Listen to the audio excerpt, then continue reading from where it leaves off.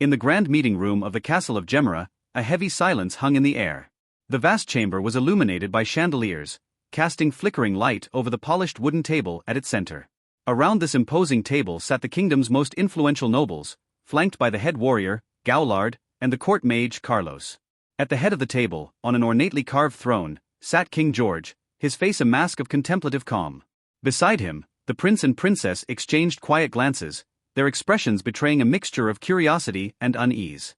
The meeting had been called urgently after Bale's swift and decisive resolution of the monster infestation that had plagued the kingdom. The nobles, aware of the gravity of the situation, awaited someone to break the silence.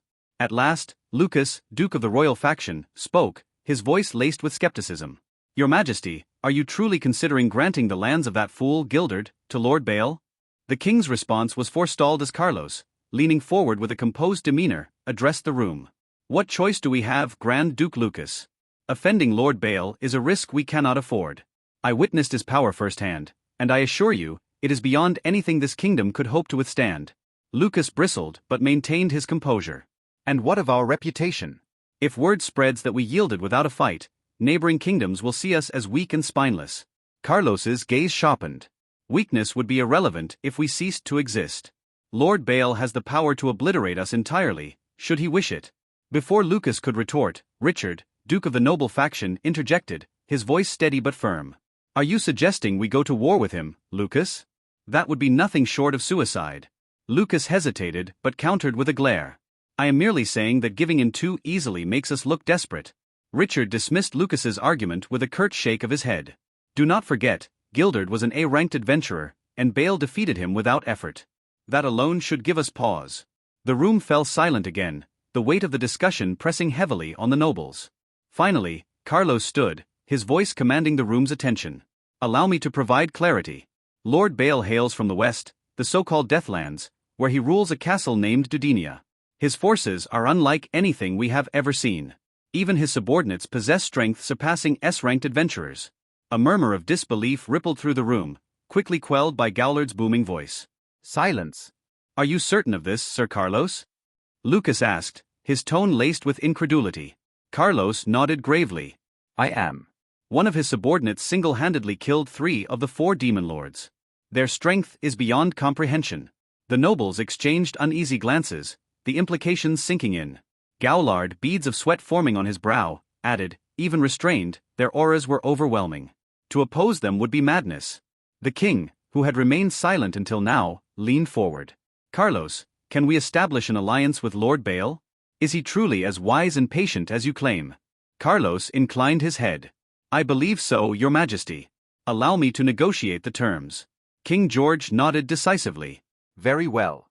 Inform Lord Bale that I am prepared to cede the lands in question and recognize his rule over them. Make it clear that Gemera seeks a peaceful and prosperous alliance." "Your Majesty," Prince Robert interjected. "Those lands are vital for resource transportation. Giving them away could weaken us." Princess Rubia, ever composed, placed a calming hand on her brother's arm. "Father has his reasons, Robert. Surely he has considered the implications." The king smiled approvingly at his daughter. "Indeed, Rubia. The mines remain under royal control, and we will utilize the surrounding forest for transport. Any threats within can be dealt with." Carlos, sensing the meeting nearing its conclusion, interjected. "With the crystals from the monster infestation, I can construct worker golems to assist with clearing the forest. It should take no more than a week." "Excellent," the king said. "Duke Lucas, investigate the origins of the infestation. Richard, gather adventurers and workers to begin clearing the forest. Carlos, proceed with the golem construction and negotiate with Lord Bale." The nobles rose, offering their affirmations before departing. King George remained behind with his children, offering them words of encouragement before turning his gaze toward the future with determination. Bale's chambers, Castle of Gemera. Bale sat at the head of a long table, his subordinates gathered around him. Arya, one of his most trusted guardians, voiced her concern. "Lord Bale, are you sure it is wise to let these transgressions go unpunished?" Bale smiled faintly. "Arya, there are many ways to claim this kingdom: force, manipulation, or destruction. But none of those serve my long-term goals. I seek to rule through respect, not fear. If I act too harshly, I will only sow distrust among potential allies." Adrigal, ever zealous, thumped her chest. "Let them oppose you, my lord. We will crush them all. Bale chuckled, his tone light but firm. And who will I rule if all are crushed, Adrigal? A kingdom is nothing without its people. As the discussion continued, a knock at the door interrupted them. Carlos's voice called out. Lord Bale, I come with a message from King George. Bale allowed him entry, listening as Carlos relayed the king's offer of alliance. I agree, Bale said simply, much to Carlos's astonishment. You agree? Carlos stammered, unable to hide his surprise. Yes. Inform your king that I accept his terms and look forward to formalizing our alliance. Carlos bowed deeply, relief evident on his face. Thank you, Lord Bale. I will relay this to His Majesty at once. As Carlos departed, Bale turned to his subordinates. Prepare to depart. We have new lands to oversee. The group set off, their presence a harbinger of change for the kingdom of Gemera. The dragons soared high above, their shadows casting long over the lands below as Bale planned his next steps. Nearly a week had passed since I had claimed this land, now named New Orion. It was a productive period filled with achievements and the occasional annoyance. Unlike the ghost towns that often featured in transmigration tales, my new domain remained lively. Only a small faction of sympathizers of the late Gildard, the so-called Great Gildard Sama, had left, mostly comprising his personal guards who peacefully departed. The rest of the population seemed relieved, even grateful. They understood the stakes. If the monster infestation had breached the mines, their town would have been the first to fall. News of my intervention and the subsequent destruction of the monsters had quickly spread, earning me an unexpected wave of goodwill. #### administration and adjustments. I delegated the task of dealing with merchants to Rhombus. As a marionette master, his unique talents made him an excellent choice for such negotiations. The merchants barely seemed to notice the regime change, carrying on their business with little disruption. The harem situation, however, was delicate. To avoid unnecessary drama, I gave them a choice: return to their families or remain in New Orion and work under me. Lissa, the head wife, along with most others, chose to leave, as their marriages to Gildard had been forced. Those who stayed, primarily orphans or former slaves, were assigned managerial roles, overseeing individual villages. It was a practical solution that seemed to please everyone. #### territory overview. New Orion was vast, with over 15 medium-sized villages and 30 smaller ones, totaling a population of around 50,000. Financially, the region was wealthy. The treasury I inherited from the Gilded House was staggering. 3 warehouses brimming with gold, jewelry, and armaments, plus a chest of stellar coins behind the main treasury. A smaller chamber housed magical artifacts, though one item of interest, the monster's bane armor, was notably missing. ### challenges and solutions. The adventurers presented the first significant challenge. The guild in New Orion, like others, operated under the Western Council and didn't take kindly to my rule as a monster. Several B+ rank parties even attempted to challenge me as if I were a dungeon boss. I let Arya handle them. Suffice it to say, most adventurers decided to stay in line after that, though some fled the territory altogether. Then came the nobles. Messengers bearing invitations to tea parties and veiled threats arrived in droves. I dealt with them subtly, sending my dragons on aerial patrols. The sight of enormous winged beasts circling the skies quickly dissuaded any thoughts of rebellion, while simultaneously improving road security. During this time, I finalized an alliance with King George. The agreement ensured mutual aid against national-level threats and granted my nation trade rights and tax-free exchanges with Gemera. While I offered the lion's share of benefits, the king understood his position and accepted without resistance. ### progress in governance. I introduced several policies inspired by my old world: affordable healthcare, better sanitation systems, and food security for the poor. While cliché for a transmigrator, these measures were effective. I also began constructing high-quality roads connecting the mines to neighboring estates, with nobles required to pay for extensions into their own territories. To boost agriculture, I summoned druids to oversee crop cultivation.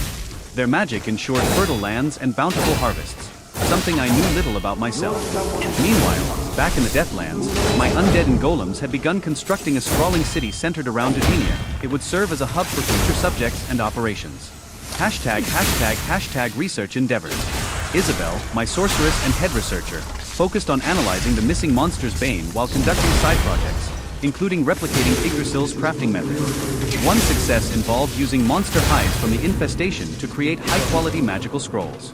This discovery opened up new possibilities for magical item production in New Orion. ### shadowed intentions. A mental message from Arya interrupted my thoughts. Lord Bale, the shadow demons you summoned have gathered intelligence. Speak, Arya, I replied. The Grand Duke Richard has commissioned the Adventurers Guild to organize a mass quest in the Wild Forest. A mass quest? I muttered aloud. Gabriel, my strategist, clarified. Master, this refers to a large-scale mission involving multiple adventurer teams working together to achieve a goal. Interesting. Tell the shadow demons to observe from a distance and avoid engagement. Understood, my lord. I mulled over the implications. A mass quest of this scale required significant funding and planning, something only the king could authorize. Was this a coincidence? Unlikely. Piecing it together, I realized the truth. The Wild Forest was the king's backup plan. By ceding New Orion to me, he relinquished control of the crucial trade route to the mines. Clearing the forest would provide an alternative, albeit more dangerous, route. A clever move, but he underestimated my ability to interfere. Let's see how you react to my next move, King George, I murmured with a smirk. #### Adventurers Guild, capital of Gemera, 3rd POV. The capital buzzed with activity as merchants, guards, and citizens filled the streets. At the Adventurers Guild, a large crowd had gathered to hear the proclamation of a new quest. On the guild's central stage stood Robin, the retired A-rank adventurer turned guildmaster, flanked by his secretary, Rhea, and a royal messenger. The messenger raised his voice. By decree of His Majesty King George, adventurers are to clear the wild forest of monsters. Rewards will range from 10 to 50 gold coins, depending on contributions. Excited chatter erupted among the adventurers. Robin, annoyed by the noise, barked, "Silence, you brats." The room fell quiet as Robin, respected for his legendary feats, continued. "This quest is dangerous. Consider the risks before signing up. Leaders, meet me in my office to discuss strategy." Among the crowd was an unusual group of 4, Riku, Haku, Tsuzu, and Misu, otherworlders summoned years ago by Demon Lord Leon. While their skills were impressive, they were far from the overpowered heroes of typical Isekai stories. As they debated their participation, 2 figures approached, a tall swordsman clad in enchanted armor and a robed mage exuding an aura of power. The strangers introduced themselves as Armin and Ari, fellow adventurers seeking to join their party. Though wary at first, Riku and his team accepted the newcomers, unaware of the storm brewing in the shadows of the wild forest. Hey, welcome to another audiobook on Quantum Audiobooks. Sorry to disturb you, but if you enjoy it, please make sure to subscribe. It motivates me to create more audiobooks like this. Also, don't forget to like the video and share your thoughts about this novel audiobook in the comments below. This week, on Toronto, our Icecade from Japan group is approached by 2 adventurers who claims to be from a faraway land. They now join hands to complete the quest given by the king along with a large group of adventurers. Continue. Narration 3 Oddpav. After the 2 parties introduce themselves, Armin asks a question. I had a question, if you don't mind. Are you otherworlders? Otherworlders. Riku was a little confused with the new term. People who got summoned from another world are referred to here as otherworlders, understanding that not many know of this term. Armin explained. Hearing the explanation, the group visibly tensed up. During the first year of them getting summoned in this world, the only thing they experienced was fear and suffering. So hearing that someone was inquiring something which they were, made them feel cautious. The thought of, what if we agreed to his question and he starts thinking bad of us, went through their minds. They had heard some larger kingdoms holding rituals to summon people like them, only to be enslaved and used. Even though they suffered at the hands of Leon, they were in fact a little grateful that he let them go and even giving them a chance to live long. This thoughts of fear, anxiety and a hint of wariness was easily seen through by the 2 individuals. I am sorry to ask this if it's inappropriate. But you see, I happen to be friends with a guy who was an otherworlder, whose name sounded like yours. So I couldn't help but ask. Seeing the group hesitate about how to answer his question, Armin further explained to calm them down and to reassure that he meant no harm. A friend? Then there should be no need to worry, right? Thought Riku. Hearing that Armin had a friend somewhat relieved them, since if they had a friend like us then surely they won't be hostile to us, right? So Riku finally answered. Yes, we are otherworlders. We come from a country called Japan. Japan, huh? Hey Armin-san, we gave you so much info, what about you guys? Where do you guys come from? Tsuzu attempted to know more about Armin, but was left dissatisfied with his response. Ha ha ha, Tsuzu-san, we really come from a faraway place. Maybe I will tell you after we finish this quest. Hey, no fair. Ha ha ha. At the antics between Tsuzu and Armin, her friends could not help but laugh. But seeing Armin's companion not even moving an inch of her face quickly made the mood awkward. Ah, don't mind her. She is just quite shy. You'll get used to it, seeing them, Armin said. She doesn't look shy though. It was true. The look Ari had was equivalent to saying, I am annoyed by your mere presence, go and dig yourself a hole and suffocate in it.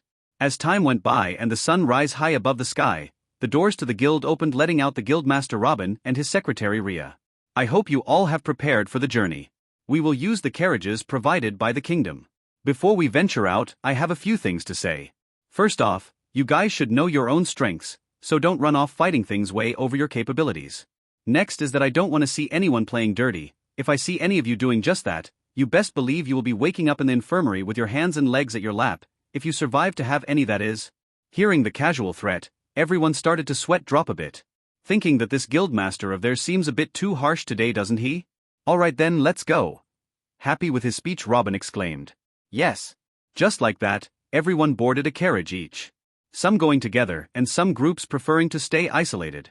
The Japan group and Mysterious group decided to go together, seeing that the carriage was large enough to fit all of them. During the journey, they started to open the conversation with some light talks. One of them being, So, Armin-san. Do you guys have a name?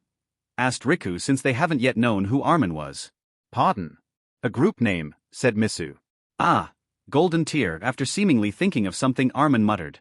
Golden Tear, huh? Riku sounded the name. So cool, unlike our sighed Haku. What about you guys? Armin questioned back. It's Kibu. After hesitating, Riku answered, a little embarrassed. Kibu? It means hope in our language. I named it. We wanted to give ourselves a name with which our desires resonate with it, said Riku. Our wish is to go back to our old world and return to our old lives, meet our family again, so I suggested the name Kibu. But at that time no one opposed it. Why now, ha? Haku, said Riku with a slight reddening cheeks, which quickly turned to anger gazing at Haku as he asked him why had he not opposed the name at that time. Alright, sorry. We were just too lazy to give another suggestion. Now we have come to regret it. Raising his hands in mock surrender, Haku lazily answered. Haha, a dream of going back to the world where you came from. It is truly something admirable. But I must warn you, it will be difficult. Quietly whispers, in fact it's impossible. Haha, I guess so, tittered Riku, who didn't hear the last part of Armin's sentence. Armin-san, why are you wearing a helmet? Hoping to divert the embarrassing situation, Haku asked. It's a promise of sorts. To the otherworlder friend I mentioned. You see, I promised him that I will wear this helmet and never take it off for 10 years. A sort of bet, you could say. PHFFD. It's so silly. Suppressing her laughs, Tsuzu expressed. Tsuzu-san. Chided Misu. But Misu-san, it seems comical, no? By the way, Armin-san, what is his name? Your otherworlder friend, that is? Asked Haku. Suzuki Satoru was his name. Riku asked, was? He's not in this world, Armin's voice lowered as he answered, making the group think that he was saddened by remembering some past memories. Ah. The cheery atmosphere suddenly seemed to lose its appeal to the ones present inside the carriage. Everyone entered a solemn silence, as if to pray for the departed Suzuki Satoru. Soon, the sun began to set and our hero's party had started to set camps in a layout, with the top-ranked adventurers making a circle outside the layout with weaker adventurers staying inside. The guild master's tent too was inside the circle, but close enough to the outer ones so that he can assist them in any attacks that might occur. Which was non-existent till now. The road till there was relatively well made enough for a smooth journey. And since the capital was close, there was no signs of bandits or monsters. Though in the next day's journey, they might appear soon. Our group rested in one of the outer tents. The Kibo group were inside their tents discussing something. After what Armin-san said, we didn't properly apologize for our rude behavior. It will be bad if they were to be angry at us, you know. As a true and polite Japanese person, Misu voiced her thoughts. You're right, Misu-san, it was inappropriate of me to ask him of such things.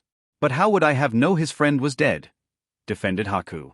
Tsuzu teased. Oh, shut up, Haku, you're quite impulsive on such things, always speaking more than you should. Ha!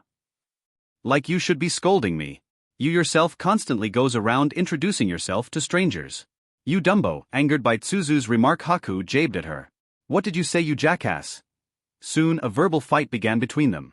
Seeing the two fighting like children's, both Misu and Riku gave a long sigh. Guys, I think we're forgetting why we are here and what we were discussing about. Riku said, hoping to end their fight.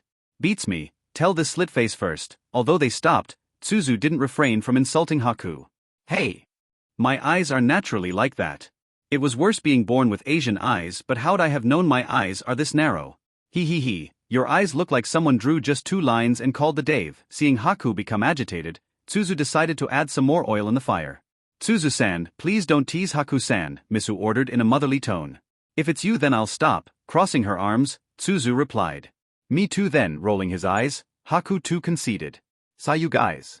Okay then let's go talk with Armin-san and Ari-san, sighed Riku, finally relieved that the bickering has stopped. When Riku and his friends went outside their tents, they could see Armin and Ari sitting on a large log beside a campfire on which some meat was being roasted. As they approached the campfire, Armin and Ari noticed their presence and turned towards them. Hey Armin-san. We came here to apologize for what happened earlier. A little hesitant about how Armin was feeling about them, Riku bravely stepped forward. Yeah, it was unprofessional for me to ask so much about others whom we just met. I am truly sorry about that. Please forgive me. Haku also expressed his apology and bowed deeply. As Haku came forward and bowed, his friends also joined him and bowed as if to ask forgiveness for their dear friend. Looking down on the ground, they waited with closed eyes for a response, but none came. After a few moments they opened their eyes in confusion, but still bowing 90 degrees. PHFFFD. Ha ha ha ha. An amused laughter was heard. Looking up, Riku saw the owner of the laughter to be Armin. Armin-san? Misu asked, unsure of what Armin was thinking. Haha, sorry. It's just too funny. I had thought you guys were sad to hear that the otherworlder who you guys seemed to want to meet was dead. And that's why you guys didn't talk to us. But it seems you guys thought the same too. After finishing his amused laughs, Armin clarified. Finding the situation amusing, Tsuzu said, Huh? It does seem funny, right? We were unnecessarily anxious about something non-existent. Armin agreed, it would seem so. Still, I would like to apologize on my friend's behalf, Riku persisted. It's fine. I appreciate your thoughts though. You are really good people. Always looking out for others' feeling, Armin said, deeply impressed by the group's gesture. Thank you, Riku expressed. But I must warn you, not all who you meet will be kind and respectful to you like us. Some might even deceive you. Hearing Armin's warning, which they saw as a kind gesture, Riku and his friends showed a solemn face. We are aware, answered Riku as their leader. That's good then. Oh. The meat is almost ready. How about we eat? Reassured, Armin asked. Meats. Foods. I am always ready, exclaimed Tsuzu as she walked towards the boiling pot of meat soup. Is it usual that she gets excited over such things? Whispered Armin to Riku. Sigh, you'll get used to it, sighed Riku in exasperation. Haha, she seems lively. Don't you think so, Ari? Chuckling, Armin directed a question towards Ari, his companion. Yes, Armin-san, with a slight hesitation in her voice as if he didn't want to use the term, Armin-san. Ari replied. For all this journey, Riku and his friends had not even heard Ari's breath. So hearing her soft and melodious voice gave them some relief that Ari can still speak and has not gone mute yet. As the group once again joined together and chatted over food. The moon rising high above them slowly descended. The darkness going away to make way for the reddish glow of the morning sun. The sun peeking through the horizon and the slow and gradually diminishing darkness in the other side created a mesmerizing and beautiful scenery. Our group, standing over a small hill, was appreciating this view, which even in our world was hard to see. Standing beside Armin, Riku started a conversation. No matter how many times I see this, it's always beautiful and I can't help but appreciate this world. Indeed, I heard from my friend that in your old world such scenes was not normally seen, Armin asked. You could say that. Our world was filled with tall buildings that you won't be able to see the sky properly without the boring buildings going in your way. With a look of nostalgia in his eyes, Haku sighed. True. I have watched scenes like this on YouTube, but in your normal life, you won't stumble across such a beautiful view. Still looking out at the horizon, Tsuzu concurred with Haku. What is this YouTube you speak of? After a pause, Armin asked a question. A place of sorts where many people come together and show everyone their works, their achievements and other entertainment purposes, explained Riku in the simplest form he could. I see. Looking over the distance for a while longer, Armin decided to return to the tent and prepared to set out. The other adventurers had already started to do that after admiring the view even they appreciated. With Armin going, Ari too naturally followed him. The Kibu group too descended the hills. The whole group, ready and prepared for another journey, started to depart the place. Like this they were to spend 4 more days until they reached the wild forest. The group could have reached the forest in about 3 total days if they rushed, but since they were taking this slow and the roads were very rough and bumpy, the journey was consequently slow. But this didn't hinder our group who along the journey, got to know more of each other. Becoming more of a one group rather than two different ones. During the third day of the journey and 1 day away from reaching the forest. During the time of noon, Armin sensed a disturbance a little farther ahead. He discreetly looked around to see that none had noticed anything. Deciding to look into it himself, he told Ari to stay with Kibu group and separate from the group, saying he had to talk to the guildmaster about something. The guildmaster's carriage was the one leading the carriages. Since he was the one leading the group, so he was normally in the front of the long line of carriages. Whereas our heroes were positioned at the back. But the distance did nothing to slow down Armin as he soon reached the carriage and entered. The inhabitants of this carriage was taken aback that someone had abruptly entered the carriage which was moving. But soon, the guildmaster Robin, who the individual was looking for, addressed him. Lord Dash. Sir Armin, why are you here? You were supposed to be at the back of the line, right? Just before Robin could say something like Lord Dash, he instantly held his tongue and continued. Indeed, guildmaster, but I sensed some disturbance further ahead. Disturbance? I sensed none, but as a fellow A-ranked, I believe it will be best to check it out. Ron. Heeding Armin's words seriously, Robin called out. Boss. A voice was heard from one of the corners in the carriage. Please go ahead and confirm if Sir Armin's warning is true. Turning to the person who responded, a figure who was a definition of a stealth ninja, Robin asked. Yes boss, Ron acknowledged Robin's task and disappeared. Ron was a B+ ranked adventurer who specialized in tracking, stealth, and speed. He was the best choice to confirm if what Armin had said was true or not. After a few minutes of waiting, Ron returned and his face showed a hint of seriousness. Black bandits. His 2 words were enough to make the carriage's atmosphere solemn. In this kingdom, there was an infamous group who raided and pillaged villages, merchant groups and even nobilites if they were unlucky enough. This group was called the Black Bandits. This group consisted of several former B-ranked and 3A ranked adventurers and many criminals convicted of murders, *P and many atrocities. Their crimes were too many to count. The kingdom dispatched knights to subdue and capture them many times, but they will always somehow find out about it and eventually flee. Once safe, they start their criminal activities somewhere else all over again. This group was called the Black Bandits, whose leader was a former A+ ranked adventurer, who specializes in tanking attacks and also dealing massive damage to opponents with his broadswords. Although the adventurers group had more A-ranked adventurers and many more B and C ranked ones, it was hard to believe there won't be any casualties. And such a thing was not something which Robin would want with what quest they had taken. To clear the wild forest filled with dangerous monsters, even the lowest of adventurers were an asset, and to lose them here would be disadvantageous. I am sorry to interrupt this silence, but can Guildmaster Robin tell me who these Black Bandits are? Said Armin in a half-hearted way. Certainly, we might need your strength after all. So knowing about the opponents is a must. This Black Bandit group is a criminal group consisting of... And so Robin started to narrate whatever reports were stored of this Black Bandits, which surprised Rhea. Rhea had never seen this grumpy, irritable, perverted guildmaster speak so long to a complete stranger. Now that she is being more observant, she has never seen this guy in the capital. Is he a new here? But to talk to Sir Robin like this... Just, who are you? She could not help but wonder who is this individual to whom Sir Robin is so respectful. Bale POV. That's all there is about those Black Bandits. Was the voice heard in the carriage, where a discussion was being held. I see, thank you for the info Guildmaster Robin. Another voice was heard replying to the now identified Guildmaster Robin. It was my duty after all, so no need to thank me Armandano, Robin said to the person whose name was Armin. Then, I will return to my carriage. I will want my team of this, Armin stated before he went outside the carriage. Certainly Armandano, will also be preparing for the ambush, Robin directed a reply to Armin as he exited the carriage. Bale POV. With that I exited their carriage to reach mine. If you didn't guessed it already, then let me clear your doubts. Armin is me and Ari is Arya, the Sentinel's commander. After hearing that there were some activities going on related to the forest which was right next to my territory, I had to look into it. So, I disguised ourselves as wandering adventurers and registered in the guild. Now, how did we become a ranked, you might ask? Well, it's simple really, just some mind magic and a bit of reality was all it took for us to get this rank. Then why not higher, you might think? Because A rank is the most suitable point for us to start as adventurers. As we get more famous and our deeds get known by more people, then it won't be long before we climb the higher ranks. In a rank, people will neither be that nice and stick up to you like your SE kind of celebrity or not that low that they will look down on you. The current guild is not that developed as seen in the time Rimuru went to Ingracia. You could say the infrastructure was just getting laid, so joining the guild was a matter of going to the kingdom's capital and registering your promotion will directly be held there if you are ready for it. Whereas in the future, for higher ranks you had to visit the headquarters and possibly encounter the grandmaster that was Yuki Ka-something-ku. The less I meet people like him at my plan's development phase the merrier. I don't want to swat flies all day around, rather than doing something productive.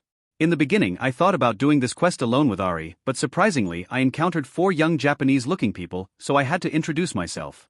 In my original life, I was not a Japanese, and then in the Overlord Earth, I didn't get the feel of being a Japanese because it didn't matter in that world really. The giant conglomerate of companies ruined the entire world. Their culture and tradition meant nothing in form of torturous work and sucking their employees dry. If I ever get a skill that makes me world travel, then the first world I will be visiting is that Earth and blowing that place up to kingdom come. Anyways, enough of this past monologuing. I just wanted to meet some Japanese people for the first time, and here we are now. Also the fact that they might hold some interesting unique skills in their possession was an added fact. I learnt that they were summoned by Leon in his search of his best friend. They were quite lucky in my opinion. They did not get to suffer the same fate as Shizue, thinking of, should I save her? Does she bring any benefit to me though? None. Then let's make Rimuru grant her last wish. Along the journey, I learned of many things about them. The fact that they were from a timeline where YouTube already existed meant they were most likely from the 21st century. Should I make them join me? Again with a case of if it brings any benefit to Denia then no. Other than them being interesting and being Japanese, I have no real reason. Maybe if they show their worth then I could reconsider. I have yet to see their skills. Could they have gotten any useful unique skills? If so then Leon shouldn't just abandon them. Or he just didn't want it and was too busy finding his best friend. Now on to the Black Bandits case, they're too weak really. Even without me, such a large group of adventurers with A and B ranks will be enough to capture them. It might just need some sacrifices though. But now that I am here, I should use this opportunity to show off. Reaching the carriage by the time my thought acceleration processed all these thoughts. I reiterated everything Robin told me about those bandits. Robin, huh? If he started robbing the nobles while wearing a hood and giving the loot to the poor, he might just fit that character. So the guildmaster is preparing to counterattack the bandits. My inner musings were broken by Riku's question. Yes. Are you guys able to handle this? Tsuzu pompously replied to my light-hearted question, humph. Of course we can. Who do you think you are? I see, I had to discreetly hold Arya with my hand, otherwise I don't know what she might spout, just because Tsuzu spoke in such a manner. Just then the carriage came to a halt, signaling that something was happening outside. Knock knock. Team Kibu? Team Orion? Guildmaster Robin has asked you guys to meet him immediately, a voice was heard from the outside, stating the reason for the carriage halting. We'll be on our way, Riku replied to the voice for us. It seems we might face those guys soon. Knowing what was happening, Haku spoke. Before we go down, have you guys ever taken a life before? I asked. Something which I have less expectations for. This question made them quite tensed.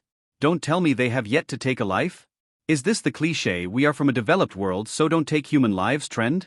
Well, you see Armin-san, by now we have only killed monsters and have refrained from taking any quest related to human killing. Riku was visibly uncomfortable speaking about taking a life.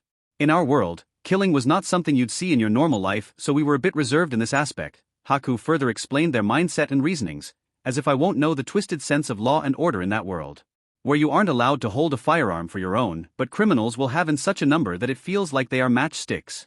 Where if only all serious crimes were dealt with a hanging, then maybe some form of order could be made. Well, this is all a big ifs. No, we're thinking about this. I understand your concern, but I must want you. This world is not the one where you have lived. In this world, there is only one true law, the strong prey the weak. Even if you don't want to kill anyone, others won't have the same views as yours. It's best if you change it as soon as possible, lest it becomes something you will regret in the future. Knowing that their mindset might come to bite them back, I explained the difference of this world and the Earth's. We know. Riku was a bit startled by my serious lecture, but he seemed to understand my words. The determined eyes were a sign of it. If it helps, then you should know those people are criminals who are wanted for crimes so gruesome that even in these world people get disgusted with it. That's a form of relief, I guess, said Riku. Armin-san, you are scary, poking her head from behind Misu, Tsuzu spoke. Haha, is that so? I guess I went a bit far then, to be honest. It will be for the best that they learn this sooner than later. No, you just meant good for us. It is true that our world and this one is not the same and that what applies in the old world won't work here, just like a mature person. Misu perfectly understood my words. They are surprisingly mature. If anyone was to be in their place, they might spout some nonsense like, people die if they are killed bullshit. So with their resolve strengthened, we headed to the meeting where Guild Master Robin was gonna give out the info of bandits. Reaching the place, there was already a large tent set up with many groups of adventurers just surrounding. Only the team leaders are allowed in. The members can rest here. Alright, Riku replied to the guard. Stay with them, Ari. Yes. Amen-san. Inside the tent, almost all the adventurers' team leaders were there. Well, the top ones really. The C and D ranks were not that important here, so only A and B ranked were present. We were the last to arrive here. As we seated ourselves, I noticed all those present here. 2 other A-ranked adventurers team leader and 10 other B-ranked leaders. Robin started. We have halted our journey here because I have just been informed that the black bandits are waiting in ambush for us a few kilometers ahead. A few gasps was heard as everyone tried to recall the information of this particular bandit group. One of the A-ranked spoke up. Guildmaster, who was the one to report this? As you said, they are a few kilometers ahead and I don't know anyone who can sense a human presence that far. It was the Golden Tier group, Cario. The leader of the group, Armin here told me. Gesturing to me, Robin spoke as all the room's attention shifted towards me. It is as Guildmaster Robin has said. We sensed a large group of people ahead and thought about informing him. Who could have thought they were the infamous black bandits? As all the gazes were turned towards me, I confirmed Robin's claim. While Robin looked like normal to anyone around, he is in fact a doppelganger from Denia, who is imitating him. I set him up so that my plans could go smoothly, which till now has been going well. I am sorry to interrupt this, but who are you? I have never seen you around. While I was in my mind, thinking about how to deal with the bandits, one of the adventurers' team leaders asked me a question. A largely exaggerated broad-chested man in his late 30s spoke up in a gruffy tone. Just his appearance screamed of a dumb, narcissist guy. But surprisingly, he was somewhat polite. Is it just me or this world is slightly not that cliché as I expected it to be? A/N, I will use Armin when Bale is disguised as adventurer. As Robin introduced, my name is Armin, the leader of a 2-man team called Golden Tier. We actually come from the other side of the Jura Forest. So, you obviously hadn't heard of us. Beyond the Jura Forest. How did you guys even crossed it? The Storm Dragon rules that forest. Oh. And my name is Philguff, the gruffy guy introduced. Actually, we just traveled from the edges of the forest, taking the path form the Dwarf Kingdom. That makes sense. But it is still amazing you guys came so far here, and managed to pass that dragon's radar, Philguff wondered. Asterisk chuckles asterisk, it was nothing special really.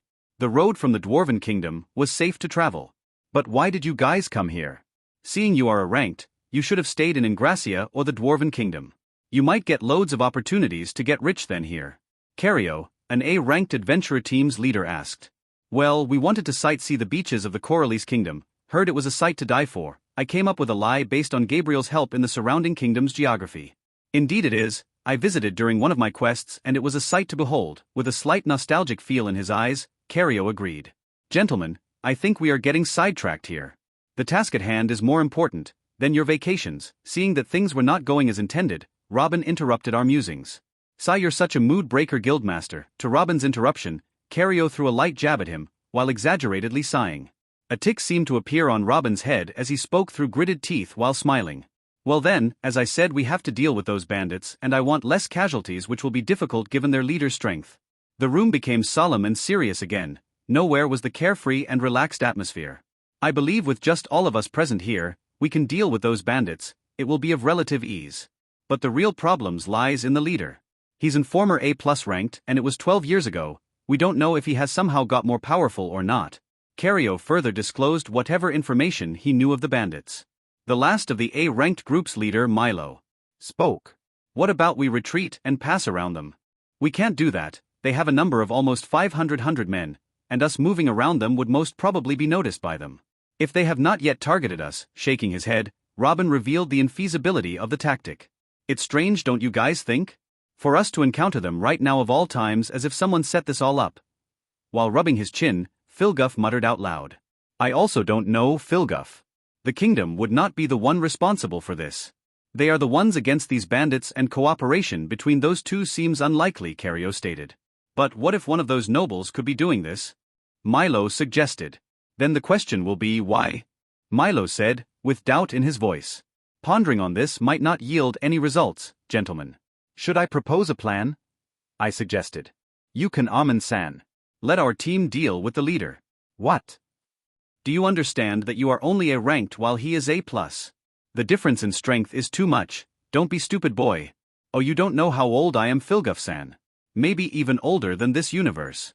I don't really remember, my lord, really, so it could be true. Filguff-san, you should learn to control your emotions. For Armin-san to have crossed the Jura forest, even if they traveled through the outskirts, will require some strength to it back up. I believe they could do it, thanks for your trust, Cario. I hope you teach Filguff some of you wisdom too. Thank you, Cario-san. If it relieves you then, I will have the Team Kibu fighting alongside me. Team Kibu, huh? I have heard many things about you guys. Some say you are rising heroes even. Suddenly Milo got interested in this argument. Nervous chuckles. It's nothing like that, Milo-san. We are just normal adventurers, Riku replied humbly. Still, it doesn't diminish the fact that one of you teammates is a user of holy magic and two of you are genius user of sword. While the other is a prodigy in magic. I believe with you too, it can be managed. Cario stated Riku's team's CV. Then, I guess it is settled then. Let us finalize the plans. Seeing that all agreed to my proposed, Robin concluded the meeting. With that, the roles of who will fight who was given out. As decided, Team Golden Tier and Team Kibu will fight with the leader of the bandits and his direct subordinates respectively. While the rest of A and B ranked will battle the next powerful personal in the bandits group. The C, D ranked will deal with whatever was left out. The bandit group consisted of the leader and his 3 direct subordinates who are his former team members. While he was A+ ranked, they were only at peak mid-A ranked. The remaining consisted of only about 50 B ranked groups in ranging powers and the rest of the men was D ranked. Most were just only commoners with no real combat capabilities. The plans for the battlefield was set. And the designated 3 RD POV. A few hours have passed after the adventurers formed a plan to ambush the bandits. It was almost time for the sun to set and darkness to cover the world. Meanwhile, in the bandit encampment, the place was bustling with activity as people went about from one tent to another delivering weapon supplies, some sharpening their weapons and some forming groups gathered around bonfires chatting away. Hey, I heard that those adventurer groups have beautiful women with them. One of the bandits in a group said with a lustful look in his face. Me too, I hope leader can spare some for us too, said his friend who together dreamed of several ways to enjoy their goods. Don't be stupid, by the time they are finished not even crumbs will be left behind, a third member who was more rational than the former lust-filled dog spoke. You're right, it seems we are too weak to even have happiness here. Having some sense from his words, the first bandit's friend spoke.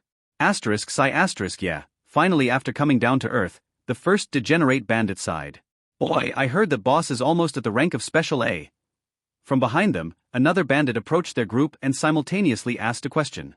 Me too, if he truly became a Special A ranked then maybe we can take control over this small country. Acknowledging the newcomer's question, the degenerate spoke. Yeah.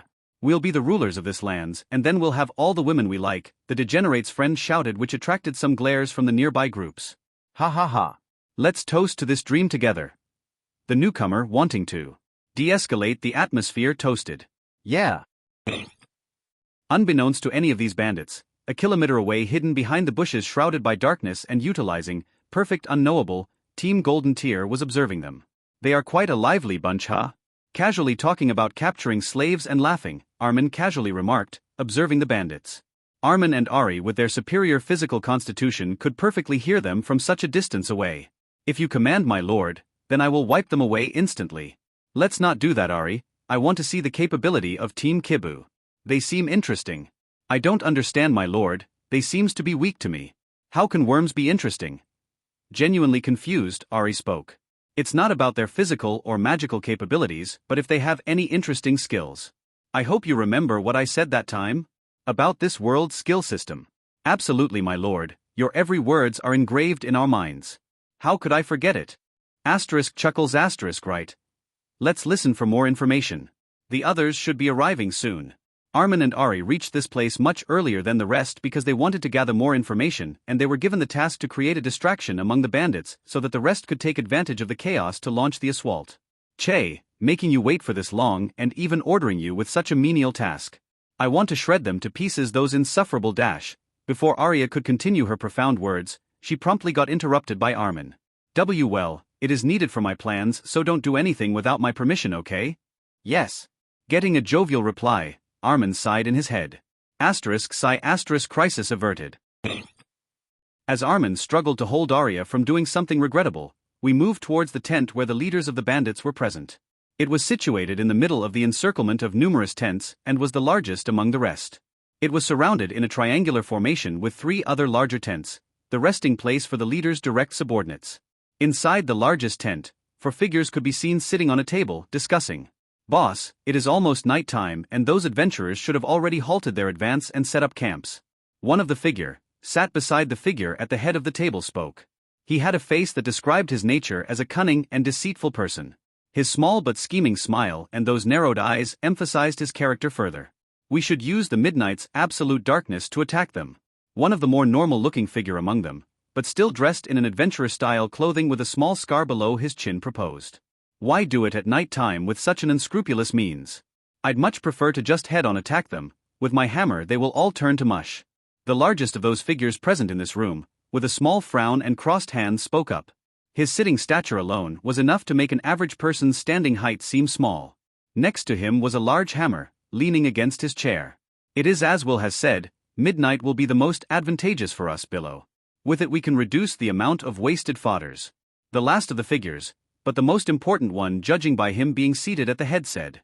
His face, a representation of the brutality this person might have gone through in his life, had 3 long parallel scars along his right eye. His right eye was white, showing he was blind in his right eye.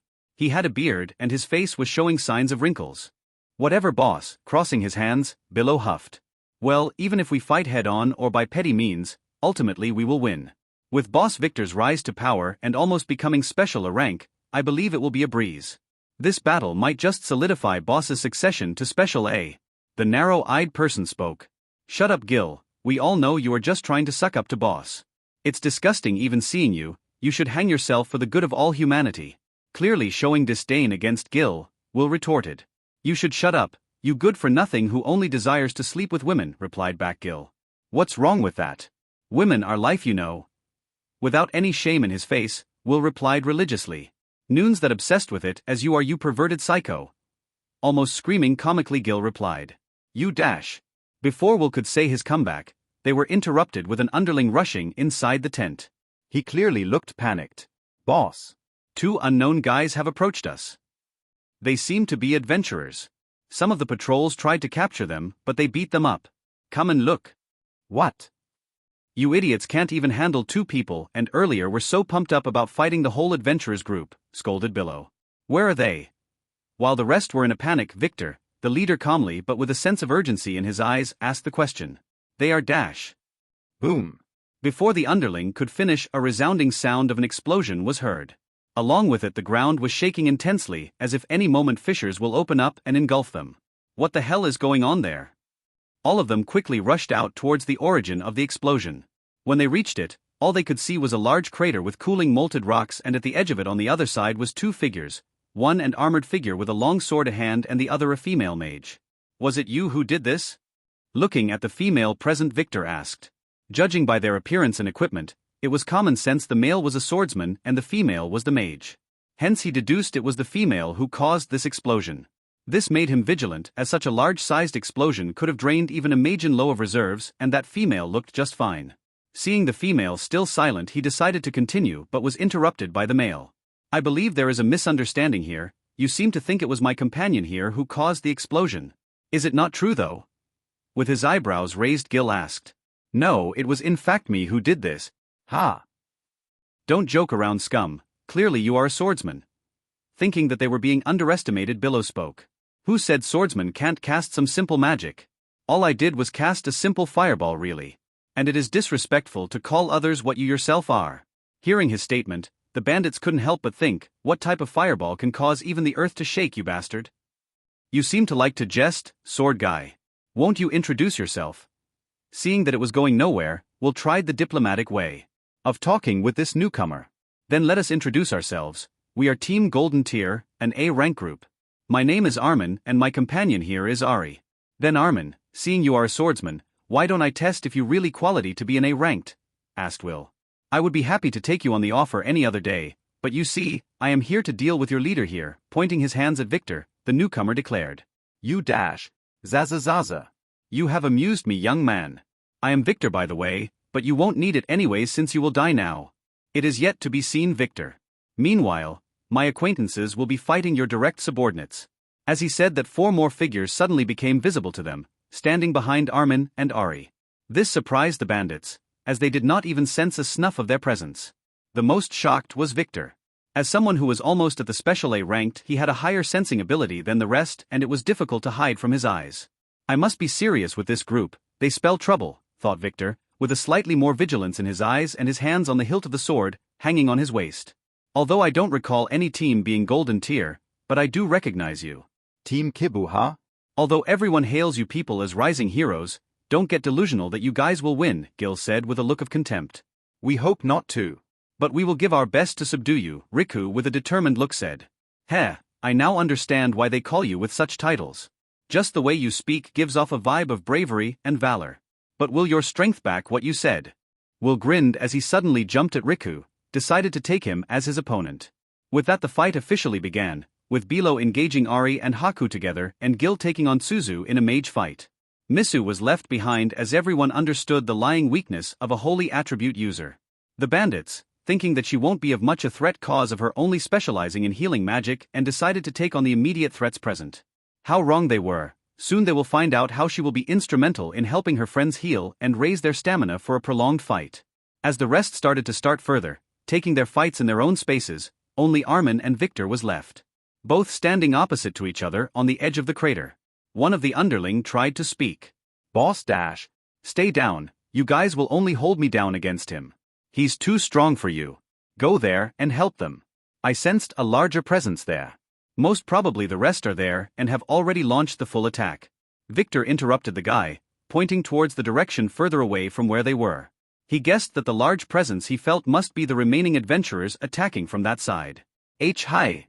With a quick affirmation they ran off, intending to be as helpful to their boss as they can. Looking at you, you don't seem the kind of bandits I imagined you to be, Armin said. It comes with experience and a long years of living that you understand the worthlessness of life at the same time their importance. Victor said calmly. True. I hope you can shed some light to your past? I am curious how you got that scar, asked Armin. If you win then, I will gladly tell you. You acted as a distraction to draw us here, right? The main force should be there. Obviously. Now, enough of chit-chat.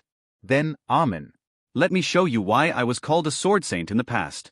With that Victor lunged forward in a speed his image became a blur, picking up wind as he reached Armin who was still relaxed. But at the last moment, when it seemed like the sword Victor was striking was about to connect with Armin's neck, it was blocked by another sword. As soon as it was blocked, Victor reacted in a millisecond and distanced himself from Armin. What looked like it took a long time was actually just a short 4-second assault. Not bad, truly you deserve to be almost close to Special A rank. And I don't understand how you are still A ranked. My strike was enough to kill any A rank and you still blocked it with ease. Victor started to re-evaluate Armin's power in his mind. What can I say, I am somewhat of a swordmaster myself. Finished with his answer, Armin now decided to counterattack. Blinking at Victor which widened his eyes in surprise, Armin struck at Victor only for him to dodge it at the last second solely by his honed instinct. Good instinct. Victor clearly confused and surprised jumped back, now holding his sword in front of him in a defensive stance. I was careless, he talked with me to let my guard down. That attack could have been the end of me. Victor was doubtful if this Armin guy was even a simple A rank and not a true Special A rank. His strength put a lot of pressure on him and his speed was hard to even trace the trails. How can such a guy exist without me knowing? Just who is he? Clank. Clang clink. Boom. Asterisk boom. Asterisk. While Victor and Armin were fighting in their own separate space, Victor's direct subordinates and Kibu group along with Ari were fighting inside the forest a few hundred meters in. A/N. A side note, this forest is just a small patch of trees the bandits used as a hideout and have no relation to the forest our MC is expediting to. Constant sounds of metals clashing and occasional magic explosions occurred.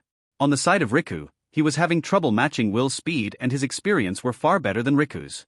But the advantage Riku held was that he held the superiority in durability and vitality which were strengthened by him being a vessel of a lesser spirit. After a few more clashes both created distance between them as if coming to an agreement. I must say, your swordsmanship is quite remarkable for your age.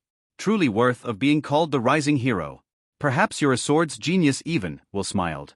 Thanks for the compliment but I can't take the genius title, It belongs to my friend Haku. Shaking his head, Riku denied Will's praise. Knowing, his friend Haku was more talented with the sword than him. Ho ho? That other guy fighting Bale, huh? I didn't notice he had any swords on his hands though. Intrigued with Riku's reply, Will asked. He is able to materialize swords matching his desires and situations. A unique skill, swordmaker, a perfect skill tailored for a sword enthusiast like him, thought Riku. This unique skill allowed the user to form and materialize any type of sword he wanted with added effects. This effects could range from a simple unbreakable enchantment to a powerful explosion attack. The only drawback of this skill is that it requires the user's magicules to create said sword, thus the more complex enchantments it uses the more magicules it needs. Consequently, the user must completely understand the functionality and theory of said sword and enchantments he wishes to put on it. Although it has a number of restrictions, but with increased magicule quantity and perfect understanding of enchantments and swords, a person can become truly powerful with it. Interesting, maybe I should have taken him instead of you in this fight. Well, no use crying over spilt milk, you are not bad yourself, Will said, expressing his regret on losing 2 chances of fighting a swordsman at the same night. You too, by far you are the most difficult opponent I have encountered, said Riku. For him, Will was truly a formidable opponent and someone he needed to defeat, no matter what. Clank, ting, clang. With sounds of a sonorous metal hitting a non-sonorous, 3 figures were fighting their own battle. 2 of them seemed to be wielding swords of different sizes, and the other they were fighting held a large hammer of exaggerated proportion. In common sense, the hammer might have already broken the swords and ended the fight. But contrary to that, whenever the figures clashed, the swords would either completely block the hammer's strike or skillfully be deflected. The more they fought, the more intense it got. There was lesser talks going in between them compared to Will and Riku's fight. The hammer wielder jumped back and with a grin started the conversation, planning to get some info. I never thought a sword could counter my hammer strikes. You guys are strong, especially you, miss. If you didn't use magic occasionally, I would have guessed you to be a berserker. A berserker was a term used for individuals who specialized in using their brawn and strength in battle, overwhelming their enemy with it to secure victory. This miss, who was called Ari by that person who is fighting his boss, was certainly strong. Whenever he clashed with her swords, it felt like she could break boulders with her punches. And not to mention the occasional thunder and fireball strikes, his instinct screamed at him never to make contact with that, least he does instantly. Although he spoke to the miss there, she remained unresponsive as she was from the very beginning. The only one to answer his occasional idle talk was the other guy named Haku. This guy was also not simple, his small frame and stature was enough to fool a naive person that he was weak. But Belo's experience spoke that this person was a genius in his craft. Which was true. This Haku materialized different swords from time to time, making him always stay on his toes. You'd never know when this guy would drop a large claymore on top of you. Not to mention the variety of enchantments it has. And until now, all those swords were of rare grades. Just thinking of how much it will cost him to buy it made his scalp tingle. Uncontrollably. This is fun. Yeah, this is fun. Ha ha ha. How long has it been, me not just smashing my opponent's heads and having a thrilling and romantic fight? Unconsciously, Belo started grinning more maniacally as if his battle maniac side was getting turned on, and indeed he felt it did. His thrill for an intense and enjoyable battle increased as he started to use his skills. Skill, Armor Body Berserker. A/N before any of you guys get confused. This Berserker he uses is not the unique skill but a copy made by VOTW in extra skill form. I think there is no restriction in 2 different ranks of skills having same name. Extra skill Berserker grants the user enhanced physical strength and a greater brain function capacity. This skill has a usage limit of 5 minutes and consumption rate of magicule is high. As for Armor Body, as its name suggests, it strengthens the body into a state similar to having full plate armor. A faint reddish aura started to seep out of Belo as he activated his extra skills, while on the other side Haku too started to use his magic buffs.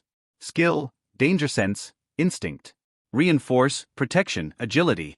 The extra skills Danger Sense and Instinct works in conjunction to each other. Both skills enhances the user's sense to his environment, making him able to pick apart minute changes around him along with the ability to sense a threat immediately. Magic buffs Reinforce, Protection, and Agility grants the enhancement of body reinforcement, body protection to any blunt attacks, effectively lowering the attack's effects and giving the user speed respectively. While the 2 powered up, Ari remained motionless, not uttering any word or activating her own skills. Noticing her unusual behavior in a fight, Haku couldn't help but ask her. Ari-san, won't you use your skills? I see, getting silence as his answer, Haku sweat drops. He expected it to happen like this, her not responding that is. By far she has uttered only 2 or 3 syllables like yes, understood, and that too to Armin's questions directed at her. Never did she herself reached out to them, and it was only a useless one-sided conversation which always resulted in the air getting awkward really quickly. Bale, also noticing the unusual behavior of that miss and her unresponsive act, asked, HMN? Is your companion there dumb? Or is she a phasic? No. Also she is not our companion really, she is with Armin. I see. Hey miss. Won't you use your skills? With your strengths you ought to have some, right? Or is it you are scared now? Bale, understanding from Haku's experience, deliberately tried to taunt, hearing hopes of getting a different response, but what he got was a silent glare from her. I guess that's a negative. Whatever. Here I come. Without any prior warning, Bale charged at the duo. With his skills, he appeared to have gotten a lot more faster. Swinging his hammer from above him, he struck down at the camera, causing a blackout. Boom. Asterisk boom. Asterisk. On a different scene not far away from Haku, Ari, and Bale's fight, a different brawl was occurring. A fight of magic and magecraft. Occasional magic blasts and fire magic were thrown around. The area surrounding the two figures who were the preparator of this was a scene straight out of an hellscape. The lands was scorched from the constant firing explosions assaulting it, and the trees all around were also burned. Only a crisp charcoal remained of the organic matter. Asterisk zwua.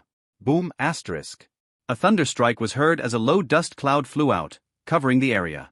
But suddenly, piercing the cloud, a few invisible blades of winds passed it and approached the male figure. As if expecting the hidden attack side, jumped and evaded the wind strikes. The male spoke with a slight grin on his face. Not bad, a silent but deadly wind attack utilizing this cloud of dust against any opponents would have been fatal for them. But unfortunately this was too expected. The owner of that sneak attack, a female, also grinned and replied. Of course it was cliché, but I also expected you to dodge that. You are fun. Say, why don't you join us? Our boss can have someone like you in our ranks, the male, named Gil, offered. I am flattered but I refuse. I don't like scum like you who kill and pillaged innocents, the female, Tsuzu, scoffed. It is not really our choice, you know? We were forced to do this. This world itself made us what we are now. Gil seemingly tried to justify his actions. I disagree. No matter what this world might throw at you, it is you yourself who will decide how to take it. Either you crumble down or stand up to it. It is clear what you choose. I am starting to like you more. Completely ignoring what Tsuzu said, Gil smirked. And I am starting to dislike you now. Not like you were any amusing before, said Tsuzu, not liking Gil's smirk at all. She felt as if those eyes just now flashed a glint of malice and dark energy. Suddenly the ground beneath Tsuzu collapsed, showing a dark shadowy hands about to grab her, but in just a second she jumped out of it. Tisk, Gil tisked, seeing his sneak attack failed. Look who is the sneaky one now. Talking to buy time to trick me was a cliché.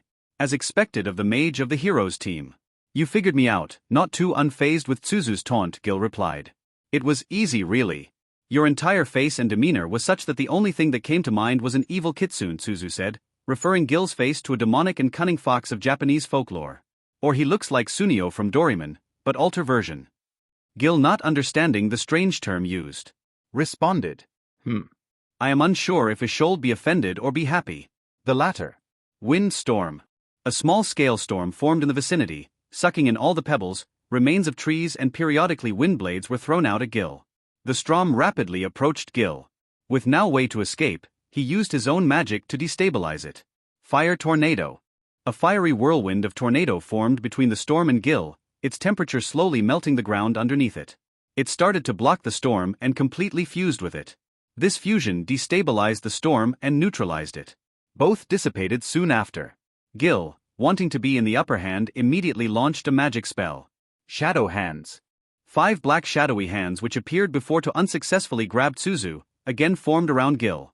As they materialized, with a flick of his hands they went towards Tsuzu. Feeling the dark magic within those hands, she understood not to let it touch her.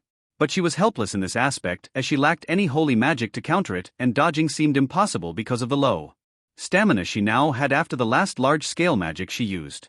Holy shield. An unknown voice sounded, after which an ethereal white light glowed before Tsuzu and started to condense into hexagonal shapes, fully covering her. It effectively blocked the shadow hands and dissipated. What? Who did that? Gil muttered in shock at having his magic blocked. Thanks, Misu-san. Tsuzu sighed in relief of being saved while looking towards her left where Misu was. Now, it was revealed that it was Misu who casted the Holy Shield. This particular spell was a downgraded version of the more complex and large-scale Holy Barrier. Its effects were also simple, where it blocks any dark magic attributed attack unidirectionally. But against any elemental or even physical attacks it was ineffective and extremely brittle, prone to breaking like glass. All this time Misu was hidden further inside the forest, as she was the weakest and also the strongest asset of the group. Her healing skills could be instrumental in this fight, while her own fighting prowess was a little above average, making her unsuitable to participate in this high-intensity battle. Seeing her friend unable to dodge the black magic attack, she decided to promptly save her. "So you can use spells like this, huh? Can you even us that spell?" Gil mused, thinking if Misu could use the disintegration spell as well. If she could, then she was a much higher threat than this mage girl before him. Huff, Huff star. Your fights with me. You should focus on me, you bastard. Thunder Lance. Tsuzu, recovering her breath, utilized another high-powered magic. This time a lightning magic. This magic shapes itself into a large lighting lance and gets launched at the enemy. When struck, it creates an unreasonable explosion, and along with it a large amount of shocking element, effectively paralyzing the opponent if he didn't get burned to death, that is. As the lightning strike passed the camera, a white light spread all over. Turning the scene, we now look at the main battlefield, where a not-so-epic battle was going on compared to the ones Team Golden Tier and Kibu were in. All around the great clearing, tents were burned along with surrounding trees, and smokes were bellowing out in the air. Bodies lying all around the land, and a constant sounds of metals clashing and magic being thrown was heard. Looking at this scene, to anyone it may look like an army had infiltrated its enemy's camp and a battle broke out. But in reality, neither sides were even some kingdom's army. On one side were the adventurers and on the other side were the bandits. Considering the numerical advantage, the bandits seemed to be the victor, but in terms of combat capabilities, the adventurers far outclassed them. As time went on, the adventurers were slowly but surely winning this battle. They steadily killed or captured anyone who surrendered. The casualties on their side was low, while the bandits were rapidly rising. In one of those areas, we see the guildmaster and the A-ranked team lead by Cario fighting off some B-ranked bandits. Killing off the last remaining on their side, Cario started a small conversation. This was quite easy. It was. All because the bandits' high power are not here, said Robin, hinting at the reason behind their quick and easy victory. Indeed, said Cario, knowing what Robin meant. Boss, who are you guys talking about? One of Cario's team mates asked what was inside everyone's minds. Since only the leaders attended the meeting, and not every details were shared, not all knew of the reason behind them swiftly securing the victory. Oh right. You guys didn't know this, but you might have noticed a slight bit of abnormalities, right? Cario asked. After thinking about it, the person replied. There is a lack of high-powered opponents here. In the reports the Black Bandits had some very powerful people. Correct, and it's true, they have the 3 direct subordinates of their leader who are ranked. The leader itself is almost at a special A rank, Cario said. Hearing this, the gathered group around Robin and Cario couldn't help but gasp in shock. A special A-ranked person had enough strength to destroy a small nation like the Corallis Kingdom or even take over Gemera. Then where are they? They are being occupied in a fight against Team Golden Tier and Kibu, said Robin. Golden Tier? Who are they? I think I heard about Kibu. Yeah, they are said to be the rising heroes. Oh. Then surely they could hold those guys off. Such a conversation occurred in the area, although they were not very familiar of who this Golden Tier was. In favor of the Kibu team, who was more popular, they ignored it. Just to be clear, the leader of Golden Tier is fighting the bandits' leader alone, feeling a slight need to clarify some of the misconceptions, Cario said. Is he that strong? When did this small country had such powerful people? If you numbskulls want to truly see them, then I suggest you finish this front first, ordered Robin, who quickly rushed towards the area where a larger concentration of bandits was present. Hi! A chorus of agreement resounded. All wanted to witness who this Golden Year's leader was to take on someone like that guy. So, with revitalized vigor, they started to fight more enthusiastically. Charge. Yeah. Third POV. A few hours has passed of the surprise attack on the bandits. Boom. A sound of something heavy falling on the ground was heard. This impact caused a sizable crater to form around the said falling object. After the dust, created by the crash, subsided, it is now clear what that object was. It was the leader of the bandits, Victor, who in our previous chapter fought with the team leader of Golden Tier, Armin, or as we all know, Bale. We see Armin approaching near the crater whose formation he is indirectly responsible for. I will be honest, you are the strongest person I have met till date. Excluding Guy, he doesn't count, thought Armin. Cough cough. Asterisk. And you are the most terrifyingly strong person whom I have found the honor to die to. Cough, Victor replied while coughing up chunks of blood from the lost blow. Oh? Then I am honored. But we both know you are just stalling for that to happen, right? So you expected it, huh? Victor grinned, but he had expected to be found out by this guy. Not expected per se, I sensed the mana around you going rapidly inside that sword of yours. It's hard to ignore, you know. A/N when in human occupied or in any commonplace, I will refer to magicules as mana cause it makes sense for me the humans will call it mana. Also if this is not canon then it is fanon now in my FIC. Then, take my final attack, my worthy opponent. World / With eyes determined to make his final move successful, Victor exclaimed. With a heavy mana-induced atmosphere and an equally larger mana-induced sword, Victor struck at Armin who stood smiling and seemingly taking the attack head-on. Just as the attack was about to connect with Armin's neck, a blinding flash of light hit the area. Rewind to 15 minutes. The light subsided to show Gil, Tsuzu and Misu. All three panting heavily, Misu looking the most out of breath of the three. While the area around them was already destroyed before with the constant fire and explosions of Tsuzu and Gil. Now, whatever remained of the little vegetation got withered away as if all their life force was sucked away. Dark clouds formed above their vicinity. The dark clouds around them swirled in a cyclone-esque behavior. The overall atmosphere seemed gloomy and a little bit of death aura could be sensed. Taking a deep breath, but still unable to collect herself, Tsuzu whispered to Misu. This is bad, Misu-san, very bad. Earlier I had the advantage because of my skills with elemental magic, but now he's shown his true colors, black to be exact. You are right, Tsuzu-san, I don't know why such a dangerous and powerful dark magic user is doing here. I am almost at my limits, huffing and taking large irregular breaths, Misu replied. Yeah, I know. I can't counter his dark magic, only you with your holy magic can dispel it, but my skill is not enough, Misu narrowed her eyes. During the interval of the start of this magic fight, Tsuzu had the upper hand due to her proficiency in elemental magic which she mixed with her scientific theories that slowly but surely suppressed Gil. Backed in a corner, Gil had no choice but to use the form of magic he excelled the best in, dark magic. This type of magic, unlike elementals, are unpredictable, their only indication is that it always carries with it a mass of dark smoke. This particular mass of dark smoke is large or small according to the type, strength and amount of mana inputted in it. That's where the advantage ends for identification. Dark magic can be in any form, from a small leg-locking curse to a spell to summon demonic beings. There is no physical or elemental way to counter it perfectly. The only feasible way is for you to have a vastly large mana and high proficiency in magic, which Tsuzu didn't have. The only other way is via holy magic or light magic. So after the initial battle, the following became a one-on-one duel between Misu and Gil, which Gil was winning. Misu was a healer by heart and had less magic defense or attack spells in her hands. The attack was covered by Tsuzu's constant assault on Gil. But what remained was Misu's lack of combat experience against a superior dark user who is also experienced in dealing with holy users. As the fight prolonged, both sides tired each other to this point, where either side has little mana left. Pants impressive. To be able to make me go this far in. You are truly the god's favored one, Gil declared. This title was given to Misu by the humans because of her never-seen-before usage of holy magic.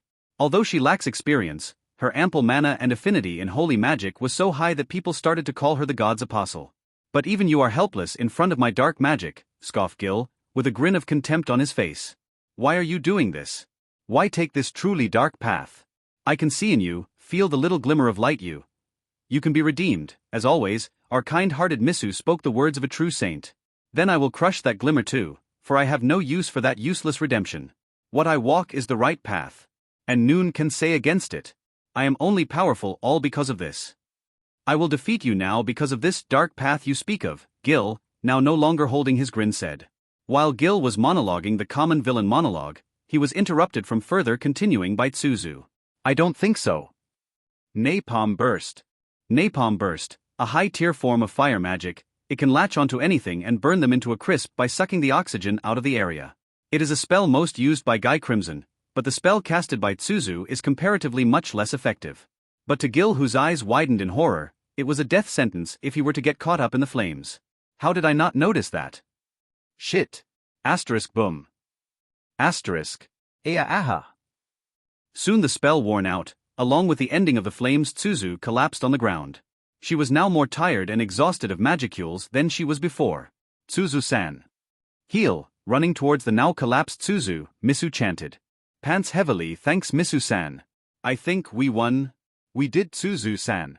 As Misu healed Suzu, Misu facing her back to the place where Gil was burned along with Suzu who was now laying on Mrs. lap, they both did not notice the dark mist that started to form from the place where Gil burned.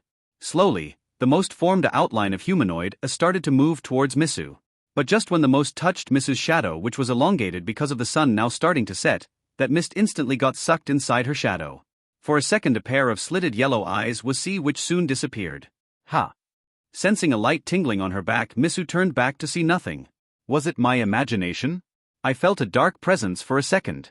As the magic battle drew to a close, another intense battle was happening on the side of Haku and Ari. Asterisk clank. Asterisk boom swish. Sounds of metals hitting blunt metal and cutting sounds echoed. Haku with his unique skill, Sword Maker, was constantly dominating Bilo by dropping different sizes of buster swords and many more such broadswords. If Bilo was not careful then, his death was only a butter slice away. Those swords were no joke for him, each a deadly weapon with equally deadly enchantments. The only solace he got was that it quickly disappeared as soon as it was formed except for the one Haku wielded, and their intervals of appearance were enough for him to take some breathers. And not even to mention about the Miss fighting him. Her proficiency, strength and skills made him slowly respect her that he unconsciously started to not even address her by her name, thinking it might be disrespectful to her. Compared to him constantly fighting with Haku this whole time, he only clashed with this Miss for a count of 15, which was much less to the clashes he and Haku did, that was about 100. But this few clashes were enough to show that this Miss was absurdly strong. Her frame was a complete opposite to what he thought of someone who had this much explosive powers. But all this time, both seemingly reached a stalemate. With another dodging of a buster sword and backflipping to a distance, he looked over at the now dissipating dark clouds at the distance. So he lost, huh? It now makes sense why my instincts always seemed to scream whenever I was near him. He's a dark user for sure. Good thing he died. Haku, noticing his gaze wanting to taunt him to reveal a flaw, spoke up. Your companion lost, it seems. You're next. HM? Oh, Gil? He's not really our companion. He's a new guy. What do you mean? Confused of what Bilo meant, Haku asked. Humph, I don't usually answer to nobodies who will ultimately die, but you have shown your worth, so I'll humor you. Gil is a new member of our group really. He joined us a few months ago, talking about losing his home village and all that shit. Never believed him really, he reeked of distrust and darkness, he disgusted me really. The way he looked, his mannerisms and all. Is that so? Haku looked at the same direction that Bilo was looking at.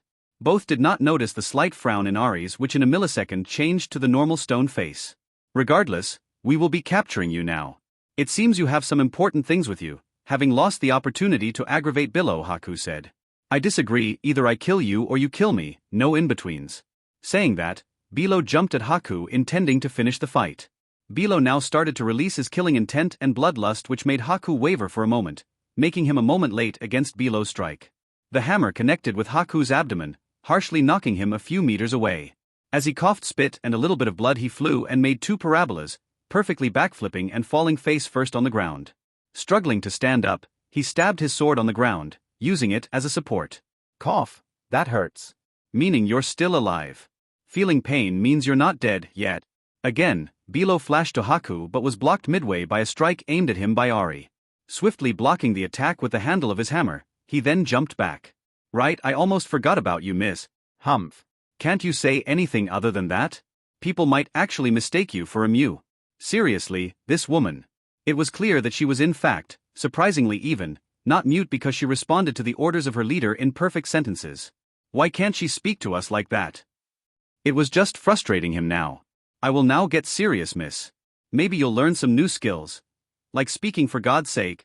Jumping at her, both started an intense fight where Bilo now looked serious with a frown on his face compared to the earlier smirking one. Ari on the other hand had the stone face, as always. From the start till now, no real change in her expressions could be seen. As if she's mastered the art of a neutral face that it might become a stone any second. Either you die or speak something, damn it. A aggrieved scream echoed in this battlefield.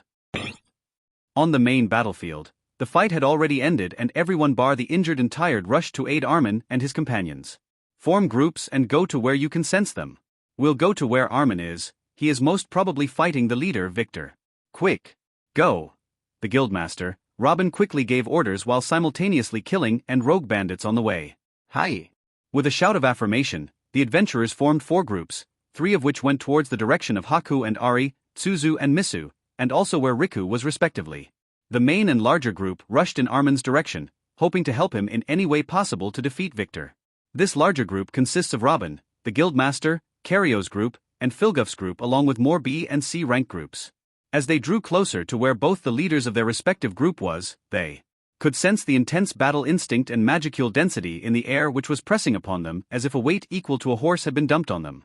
This invisible pressure reached its peak when they arrive at the scene, where none of the C-ranked were able to even breath properly, retreating midway. The B-ranked and A-ranked were not doing good either but were able to hold on. Robin, who was the strongest among them, was also sweating due to the pressure that was exerted by the fight they were witnessing. Both sides seemed to blink and appear in milliseconds in different places at the same time while sparks and stray wind gusts from their clashes flew in all directions. In small intervals, they could see the pauses between the fight where Victor stopped for a second to catch his breath and again restart their duel. During this small periods, the spectators could see that Victor was visibly tensed. It could be interpreted that he was losing against Armin's onslaught, who on the other hand looked like he was strolling in the royal garden. This scene shocked the spectators. A fight against someone who almost was on the brink of being a special A was being cornered by someone who, in paper, was a ranked adventurer who they have never seen. And even then it was not a fight where luck and great effort was with that unknown guy.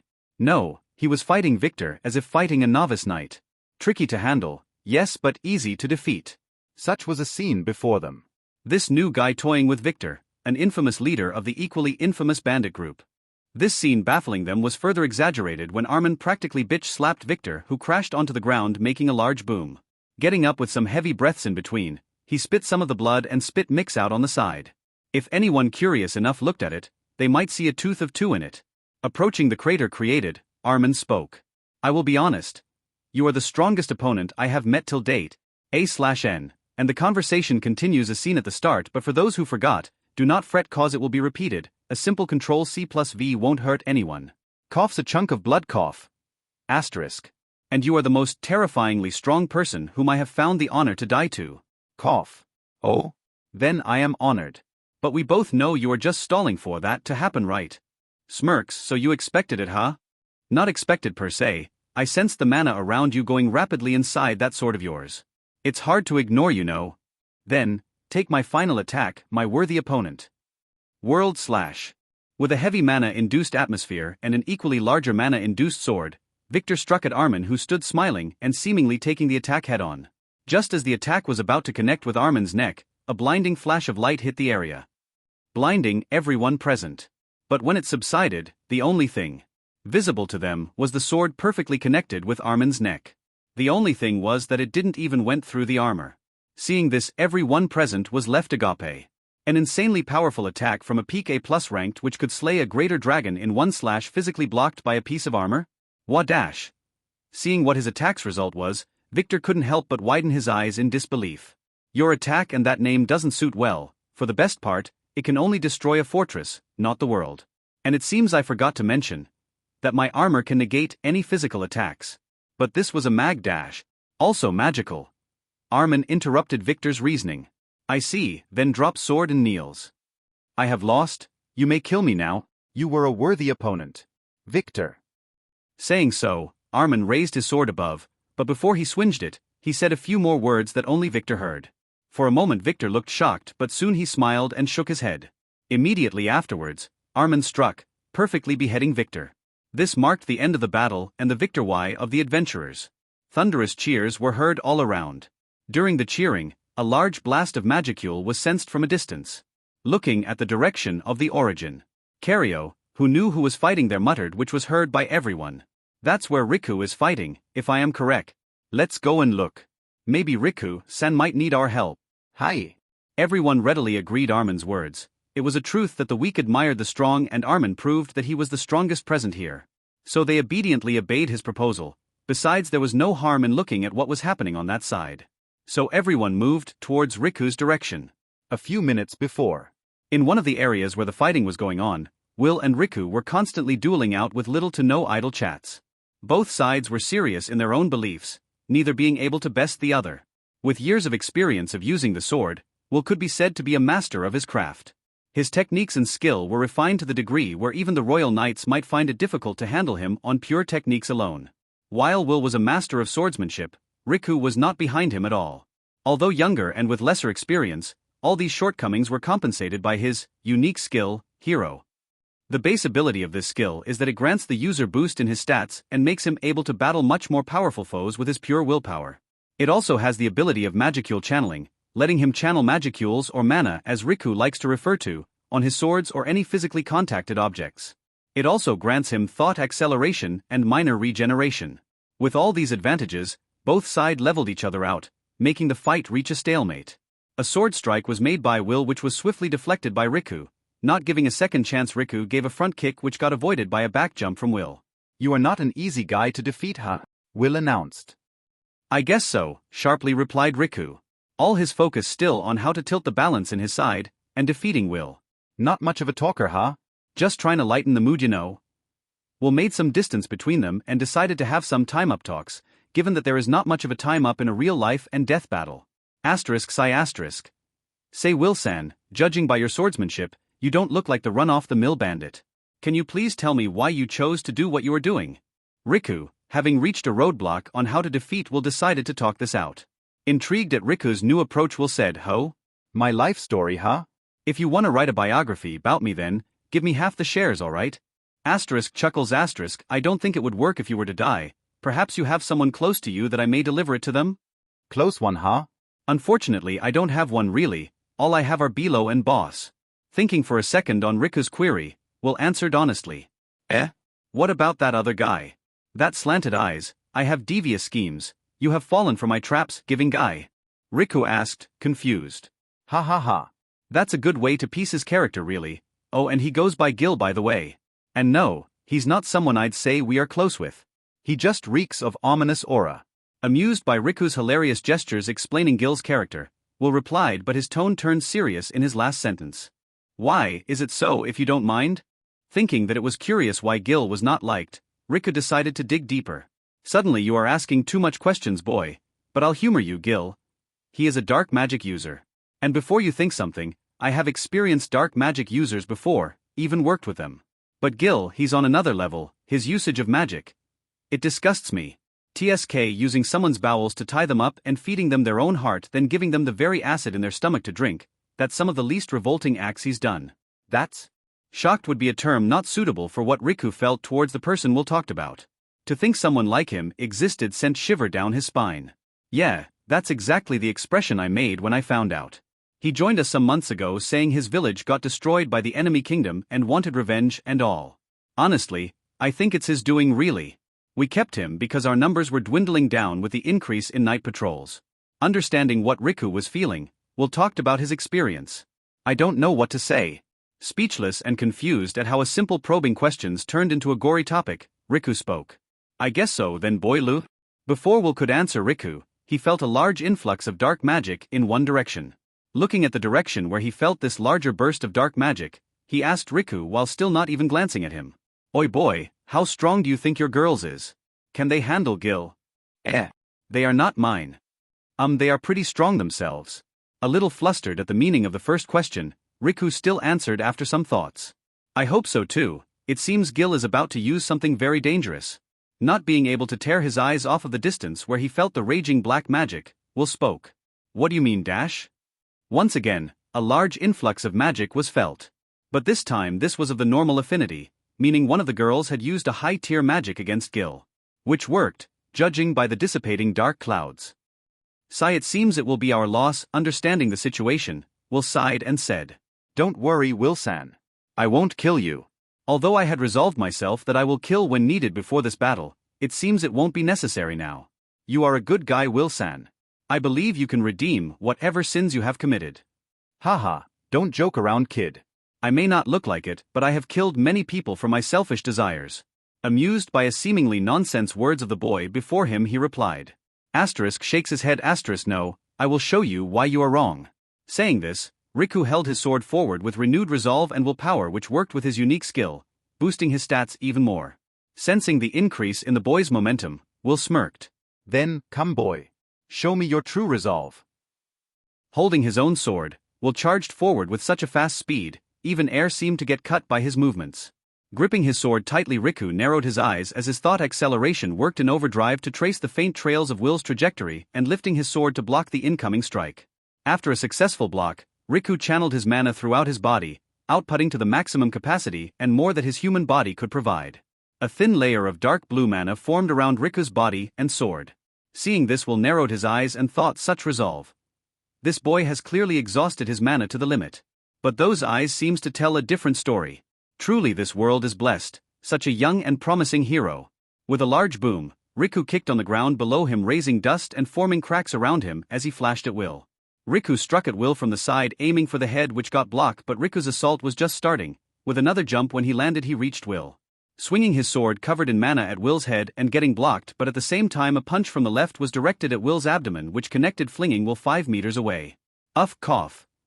Cough. With a hard look, Will looked up at Riku's approaching figure while he was kneeling on the small crater created by his fall. Boom. Just a few distance before reaching Will, Riku again flashed at Will, raising sword for another frontal slash. Seeing the incoming attack, Will forced himself to stand and used one of his powerful sword cannon strike. When both attacks connected, a loud explosion was formed. Boom. A large amount of magicules got displaced due to explosion in battle will and martial attacks. A large cloud of dust got created as debris and chunks of rocks was flung on all sides. From that cloud of dust soon 2 figures also flung back on opposite direction. Both combatants were visibly hurt, with deep scratches, cuts and blood flowing, dripping on the ground. As the dust cloud settled, Riku and Will could be seen panting heavily, both sides now completely exhausted but still holding on with sheer willpower. Gasping a long breath and exhaling, Will asked, "You said you won't kill me, that attack didn't seem to align with your words." Inhales, exhales, to fully make you surrender, I have to use overwhelming power. A few injuries can be healed later. Riku replied. You don't sound much like a hero right now. This particular sentence from Will seems to bring back past memories for Riku as his mind went into a semi-flashback mode. Reality swirled in a whirlpool. Flashback. Riku's Earth. I'll save all the people of the planet and become their hero. A young and enthusiastic boy shouted. Haha. You?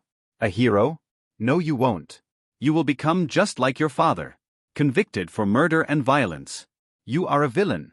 A sharp and disdainful retort was heard that seemed to echo in all directions. Yeah. You are not much of a hero, really. Another voice was heard, saying the similar phrase which echoed more than the previous one. The reality again swirled to show a different scene. The young, enthusiastic boy was now a teen now. Walking down the footpath, looks down on his phone. Suddenly a scream was heard. Looking up from his phone, he sees a serial killer who was wanted for murdering 15 young girls in a public area, holding a young girl hostage, surrounded by policemen pointing their guns at him. Suddenly, feeling a rush of adrenaline, he ran towards the scene. He recognized the hostage, someone he secretly held a crush on. Seeing her in distress, he rushed and broke through the encirclement. Hey boy. Get out of there. It's not safe. One of the policemen shouted, noticing him going through the encirclement, but was ignored by the youth. The youth shouted at the killer, "Sir, please stop this. Human lives are precious and you should not kill innocent people. Please. You can redeem yourself." Ha. Are ya out of mind? Do you think yourself a hero, huh? Is there a word stupid written on my face? The killer responded, seemingly offended by the youth's words. While doing so, he aimed his gun at the youth. Seeing the lapse in the killer's attention and alertness, the policeman seized the opportunity and shot the killer on the gun-held hand, and to not let him escape, on the legs. Disarmed, the killer was caught and the girl was saved. She rushed towards her father, who was in the crowd. As the killer was escorted limping towards the police car, he passed the youth and whispered a few words. "All of this is because of you. Don't think yourself as a hero. You are not much of a hero." As if it was scripted, the killer spoke the same familiar phrase, causing the youth to do a double take on the killer's face, and instantly he recognized the killer as the one in his childhood who always spoke the same phrase. You. Shocked, the youth wanted to speak more but was stuck on what to say. Seeing his expression, the killer smirked. See, you're in hell. Riku. The world again swirled in a watery whirlpool and reality returned to the present. With Will on one side breathing heavily and Riku on the other side, his head a bit lowered as shadows covered his face. Riku started to mutter in a low voice, his voice becoming more clear, and he went. "I am a hero. I'll save anyone who needs help. Even if they are beyond help. I believe they can be redeemed. I believe they can be saved." With a shout, Riku's aura swirled even more. A faint touch of wile was mixed in his releasing blue aura. Report, conditions met. Individual Riku has evolved into to enlightened. Tolerance to high magicules, and capacity increased. Riku, with a strong burst in his power, charged a powerful attack in his sword. A few seconds later, the sword glowed a light blue hue radiating immense magicule. Inhales ha. With a shout, Riku launched his unnamed new sword attack towards Will. Will, seeing the incoming attack, froze in terror of the magicules being emitted. He closed his eyes, thinking he is now surely dead. A few seconds passed, but he didn't feel any pain or discomfort he thought would be felt when such an attack hit him. He slowly opened his eyes, to see a large canal-like dent on the earth a little to his left. Looking back, you could see the trace of the attack going a few kilometers. All that left of the attack's path was molten lava and traces of magicules. Will's eyes looked like they might pop out of their sockets any second. Looking back at the now lightly panting boy, he dropped his sword and collapsed. It is my loss. I surrender, Will said, looking down on the ground. Great job Riku-san, huh? Before Riku could say something, he was interrupted by a voice behind him. Turning around, he saw Armin, the guildmaster, and many of the adventurers whose mouth looked like they might fit their own heads, with eyes widened to the degree that they might fall off. Smiling at him, Armin approached Riku. That burst of magicules alerted us, so we rushed as soon as we can. Seems like our worry was unnecessary, Armin said, looking at the now defeated Will. Unsure of what to say, Riku decided to just agree. Suddenly he remembered something and spoke. What abo-? You don't need to worry, Riku-san. We have won now. Armin, knowing what Riku was going to ask, responded for him. Riku-san. Armin-san. Looking at the direction of the shouts, Riku saw Misu, Tsuzu and Haku emerging from the forest with Ari following a bit behind them. Behind them, the remaining adventurers came out. Reaching Riku, Team Kibu did a group hug which Riku appreciated. Meanwhile, Ari returned to Armin's side. Armin-san. We have returned. Ari spoke for the first time since forever. Yeah, so Ari, did you have fun? I hope you talked a lot, right? Armin asked while smiling, as he knew what the answer would be. Indeed, we had a lot of fun, and I talked a lot too, Ari replied in a monotone voice. Like hell you talked. Everyone who spent at least a little time with Ari screamed in their mind while forcefully smiling in the outside. Third POV. The adventurers had won the battle against the Black Bandits. It was now midnight of the same day they had fought. A large camp was set up beside the bandits' one. Since the settlement of the bandits were basically now all turned to ashes, they had to make one themselves. Although it was midnight, there were still some adventurers who patrolled the area, and a few tents were still lit up. One of those were the largest tent. Inside it were all the high-ranked adventurers or the leaders of said high-ranked teams. With Robin seated at the head, on his right Armin, and beside him was Riku. While opposite to them was Cario and Milo. Next to Milo sat Philguff, and then the rest of the B-ranked were seated. Seeing that all had assembled, Robin began the meeting. Then, let us begin. Bale POV. Then, let us begin.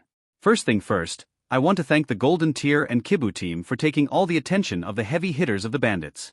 Without you guys, we might have a lot more casualties than we have right now. Robin said, grateful of what we had done. His words were replied by Riku. It's nothing of importance, Guildmaster, it was our duty to do such things. Spoken like a true cliché hero.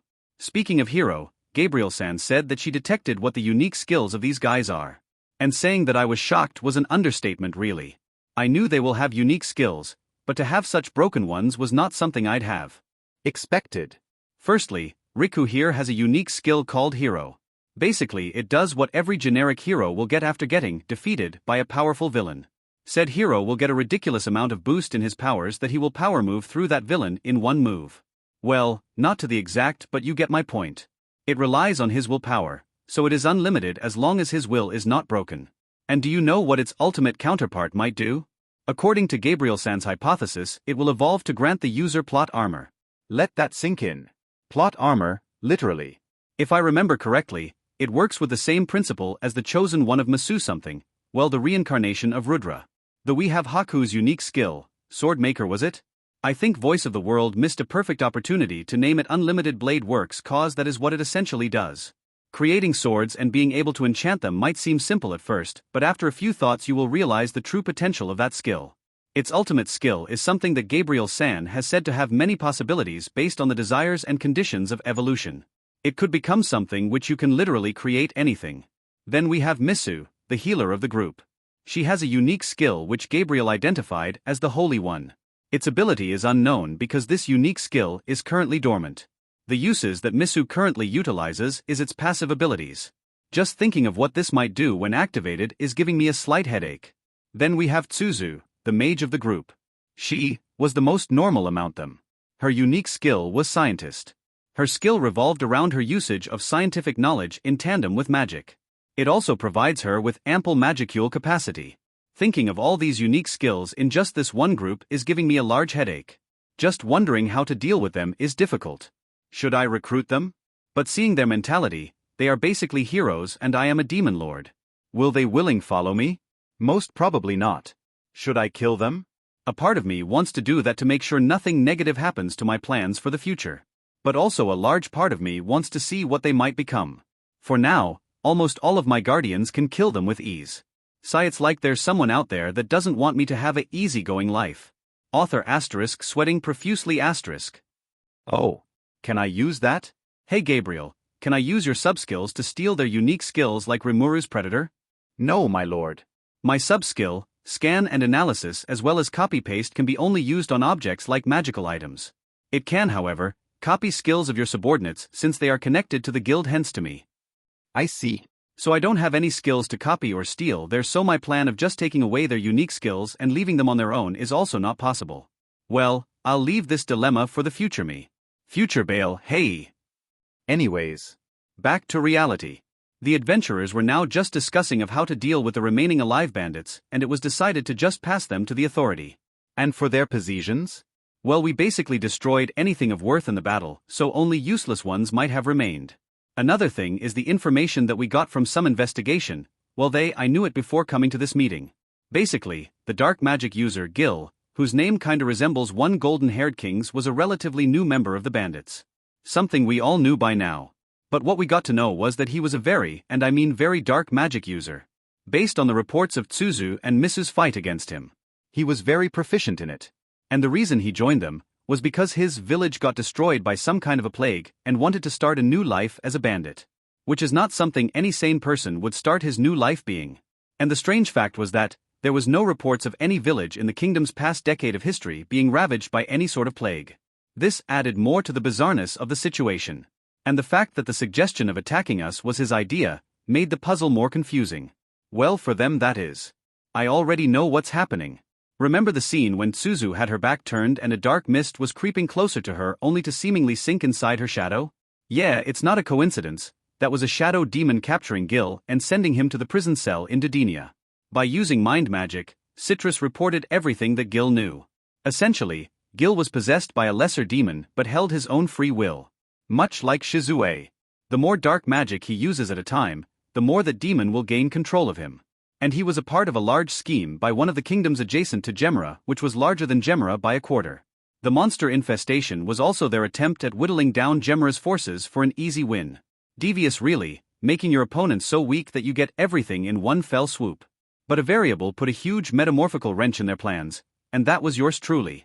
So, to salvage whatever efforts and resources they wasted, they ordered Gil, who was also the one who planted that orb in the mine's chambers, to instigate a conflict between me and Gemera. If this happened, then they will complete their original plan and also get a good idea of my strength. A well-thought-out plan, but it failed when it met me. Now I know what they intended to do and now will use the very same thing against them. Oh, and the name of this kingdom is Volan. From the general explanation of Gabriel, it's a kingdom in the far west. Between Coleus and Gemera. Its population is about 1 million. And more than half of that is in military personnel. Although it has such a large populace, these kingdoms doesn't even match to the future Western nations, much less the Empire. In the future, even Blumund will have at least 1.5 million, not to mention Inglacia and Falmouth or Falmouth, which has 20 to 30 million each. Regardless, Volan has a history of being a dark nation reputed of being a hub of dark sorcerers and demon summoning. So it's not a surprise how Gil came to be. Now, how to take advantage of this opportunity. I could use the tactic of how Momonga claimed Riestais to be his homeland. Maybe? Nah, it's not original at all. Let's think for something else. Ah. Right, how could I forget this simple trick, which has worked throughout human history? By this I mean that, I will just simply make Volan launch an attack against Gemera and then in an act of, my friend is being attacked, I will swoop in and capture it. And if anyone say that I am interfering between two nations, then I will just throw them the treaty between me and Gemera at their face. Now, the first step is to make Volan attack Gemera. Message Citrus. Yes, Lord Bale. A jovial and cheery voice sounded in my ear like some kind of an earpiece. I hope that Demon Mutant is alive. I asked, half hoping that he didn't die cause of all the torture that Citrus might have inflicted him with in these short hours. Well, even if he died, I could just resurrect him. Which is nothing but just a nuisance really. Certainly, my lord. I like my guests to be alive as long as they can, so I am currently letting him enjoy all the fun. With the same jovial tone, he answered. Very well. I will be returning tomorrow. Make sure he doesn't die and he looks presentable in front of me. I said, aware of the fact how someone will look like after even a few hours being with people like Citrus, Neuronist or Diablo. Now that that's done, I focused back on the meeting. I will send one of the adventurer teams to inform the nearest town about this incident in the morning. After which the captured bandits will be handed over. Robin said to all of us. Thinking of this, a perfect idea came to my mind to minimize the suspicion of my absence. Guildmaster Robin, if I may? Yes, Amon-san. Robin turned his gaze towards me as well as everyone present. I believe that someone should be left behind to guard the bandits in case of them somehow escaping. I was thinking that we should just wait for them to arrive and then depart. Robin inquired. I believe I say this for everyone present here that I want to end this quest as soon as possible, so waiting for the knights to arrive will take away our precious time. I said in a tone that sounded like I was annoyed. My statement was agreed by every adventurers present in the room, who voiced their acknowledgement of my suggestion. Faced with the various voices piling up on his head, Robin spoke up. All right, calm down everyone. I will agree that our time will get wasted waiting for the knights to arrive. But if you want to leave as soon as possible, someone needs to stay behind to guard them. To this, none said anything else. Everyone knew that you will get compensation for every monster you kill, so being late to the party will mean less money for you. Then allow my team to stay behind and guard them. But Armin-san, you do understand what this means, right? Riku, concerned of the disadvantage I will likely get, said. Absolutely, Riku-san, and I reassure you, we are quite fast, you know? So it won't take that much time for us to catch up to you guys before reaching the forest. All right. If you say so, then, it is decided then. As soon as dawn breaks we will prepare to depart. Whereas, Team Golden Tier will remain behind and wait for the arrival of the Kingdom's Knights. Robin finished the meeting by summarizing the plan. Fine by me too, yeah. Voices of agreement was made concluding the meeting. As everyone were returning to their tents to rest for whatever hours were left till morning, Riku approached me with a call. Armin-san. Yes. Armin-san, why did you volunteer to stay behind? I believe with the bandits captured and restrained, just a few C-rank teams might have been enough. Riku voiced his thoughts, which were certainly the usual way of how this might happen. But I had my counter to this question. Riku-san, against that particular bunch of teams, only me and Ari alone is enough to guarantee the safe handling of the bandits. There could also be a chance of people like Gil attacking to erase any evidences left behind by him. I see. How thoughtful of you, Armin-san. I didn't even think about that factor. Amazed by my wisdom, and with a glint of admiration in his eyes, he exclaimed. Besides, as I said before, I and Ari is quite fast in our movement. So it won't take that much time to join you guys. This state seemed to have solidified my purpose, as Riku visibly backed down. I see then. I will retire to my tent now, Riku-san. We shall meet tomorrow. HMN. Good night, Riku-san. Good night, Armin-san. With that greetings, Riku and I walked the opposite direction, both having different thoughts in our heads. One thinking of how his plan will go on in the future, and one completely reassured of their new friend's choices. I'll leave the rest to you, Armin-san. Robin said to me, as behind him was all the adventurers bar me and Ari. Riku and his team was standing just beside him. As planned, while everyone will continue their journey, I will remain behind to guard the bandits until the Kingdom's Knights arrive and relinquish me of this trivial task. Don't worry guys, we will catch up to you guys soon, I said as I reassured the worrisome-looking Riku and his team. Honestly, why do they even think that it's a big deal? It won't matter much really in the grand scheme of things. Regardless, as I watched them disappear in the horizon, I addressed Ari. Stay with the doppelganger and call me immediately if anything arises. Certainly, my lord. Gate. As I walked through the swirling vortex of purple mist. In my next vision, I see the familiar yet unfamiliar hall of the throne room. Its grandeur still amazed me of how a simple game design got translated to this wonderful whole art. Ahead was the throne where I would be sitting, while the kneeling guardians awaiting for me, standing on either sides with Medusa right beside the throne with a smile on her face as always. Tap tap. All that was heard in the hall was the sound of my slow strides as I walked calmly towards the throne. Neither in a hurry nor too slowly, all relaxed as all things should be. Reaching my throne, I turned around to look at the guardians. Satisfied with their presence, I sat. With my right hand on my cheek, my legs crossed. "Welcome, Lord Bale." A chorus of welcome sounded as the meeting began. Thank you, everyone. I hope you all are doing well. Similarly, I believe the castle is also functioning perfectly. Indeed, my lord, Denia is working the way you intended to. Nothing of any worry has occurred. Medusa, as the overseer, replied. Good. Now then, my guardians. I have some things I want to inform you about. I believe you all are informed of everything till my departure from the Marquisdom by Adrigal. Getting their nods as a sign of affirmation, I continued. Very well, I have decided that I won't be taking over this world by any direct means. By this I mean that I won't outright declare war on the world. Doing so would be no fun for me. I will, however, fight if we were to be instigated first. Even if we were the one to do it indirectly. My last sentence was met by a cunning smile from all of the smart guardians gathered here. Next. I have decided to make an alter ego of myself in the form of the Team Golden Tears leader Armin. I will tell Ari to report everything that has happened after this meeting. Furthermore, I want Darkseid to allocate special shadow demons to guard and watch over some people. Their information will be present with Ari's report later. As you command, my liege. Darkseid answered with a rasp and slightly demonic-sounding voice. Finally, prepare for war. I said with a smile on my face. This was met by a look of joy in the guardians' faces looking at the smiles they were having. Well, I dunno if Darkseid and Shah El-Ru is also smiling or not cause of their face being covered. But I will assume they are, for my convenience. In the near future, we will be going to war with Gemra as our ally. I have planned it so that it will seem like we are just following our treaty with them, while also seizing that enemy kingdom. Truly a devious plan, my lord. It hasn't been a month and you have already started the first step of your world domination. Rhombus couldn't help but exclaim in pure joy while praising my intelligence. Well, most of this was pure coincidence and luck really, I just utilized to the best I could. I am unworthy of your praises, Rhombus. Besides, this isn't even my first step yet. I added for dramatic effect. Which was received well, seeing the look of pure euphoria in his face as well as the others. Hee, I am having so much fun playing with them. Only if Momonga enjoyed his life like this.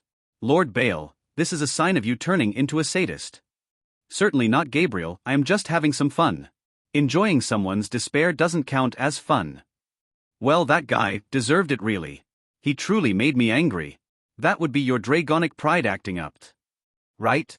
Is it just me or did Gabriel become more sassy? It's your imagination. Oh really? I wonder why. That's what I thought. Anyways, my guardians. I trust that you will follow my every command with utmost importance. Yes, my lord. Good. Then I announce that from this day forth, my kingdom, our kingdom, shall be known as Orion.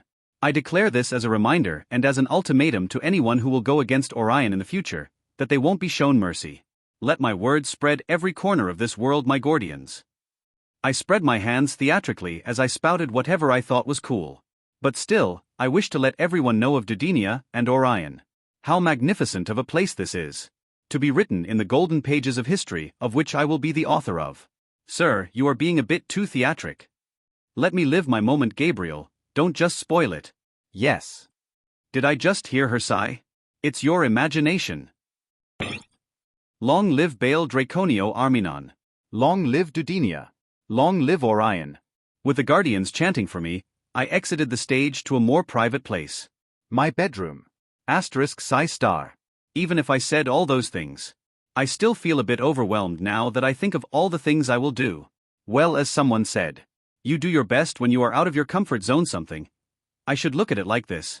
I don't have any information of any saying remotely similar to what you said. That's cause I just made it up. If this was a YouTube series, then my words would have been quoted right this moment. Bale. Now that I think about it. Maybe I should invent some things that were popular on Earth using magic. I could make phones using space magic or magicules as a substitute for internet or radio waves. Right, it might not work as I am thinking right now, but we have Gabriel, so I will look into it later. Some culinary foods could also be beneficial. As I went down the rabbit hole of what I could reinvent and popularize in this world, time went by. During all this, Denia began to work upon the intended plans I have set up for the future. The Guardians started finishing the infrastructure of a city around the castle, where my future Dudenian citizens will live. The city was large enough to accommodate at least 5 million and have space for more. Honestly, those undeads are a godsend, or is it deathsend? As for the problem of magicule density in the area, Isabel is working on it by making a machine which will suck in all the ambient magicules and store it or infuse said magicule into any equipment or ores.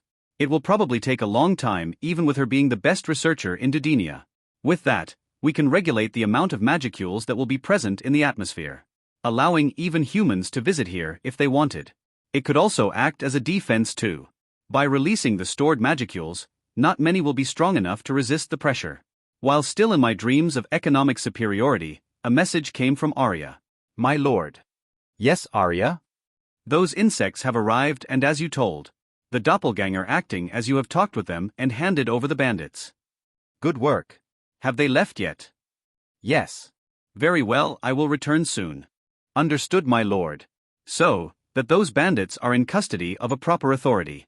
The king will soon learn of some of the pieces of puzzles that is forming against his kingdom. If my guess is right, then that princess might figure out that something is definitely not right. I should get going now. Message Medusa. The melodious voice of Medusa was heard in my ears. Yes, my lord. I am leaving now, Medusa. Take care of the castle. Understood, my lord. Ending the call, I opened a gate and entered it. Exiting the gate in my Armin attire, I was met with a kneeling Arya and the doppelganger that has reverted to its original form. Good job, doppelganger. You may return to Darkseid's side now. I am unworthy of your compliment, my lord. The doppelganger answered in a demonic voice. I say what I believe to be true. And you have certainly done a good job. Then, I accept your praise, O great one. With his head bowed even more deeper on the ground, he answered. Gate. As he entered the gate, it closed, leaving only me and Ari. Let's go. Yes, my lord. Greater teleportation. Our vision shifted to a more vegetated area. Lush grass and tall tree-filled forest from which I can already sense some of the pitifully weak monsters that this kingdom needs the whole guild to move. Looking in the opposite direction of the forest, I see the old and used path that has small grass patches growing, showing how old it has been since any human has traversed this way. I guess they have yet to arrive yet. It will take them at most 4 hours 17 minutes 43 seconds 768 milliseconds 8743 microseconds 1 dash. Alright, I understand already. Stop. Yes. Why do I feel like you would gone till some stupidly small unit like zeptosecond? I like to inform you that as a super artificial intelligence, I can go further than what human limit has reached. I guess so. Ignoring whatever that was, I casted Fly and Perfect Unknowable on both me and Ari as we entered the forest. After an hour or so, I sensed the one I was searching for. Landing a few meters away from my target, we were greeted with a den of white tiger-looking things, which I will promptly call as that. The perfect term would be white dire tigers. Anyways, as I looked at the white dire tiger, I started to think of how I could spice this upcoming expedition. Let's try that. A complex structure of innumerable amount of blue magic circle formed around me. It not only covered horizontally but reached vertically, completely encashing me and Ari. Yes, I was using a super tier spell. Wish upon a star. This spell required not the user's magicules, mana or anything like that, but their experience points, which, knowing what will happen to me, I had the devs make it so that I could generate EXP passively in the late game. And since I was already 100, and they knew the popularity of the game was dropping, they agreed. This was totally me foreseeing the future and not author making a plot convenience. A/N cough. I wish that these dire tigers level up 10 times. As I wished, the magic circle got broken in fragments and I instinctively felt loosing a small amount of something.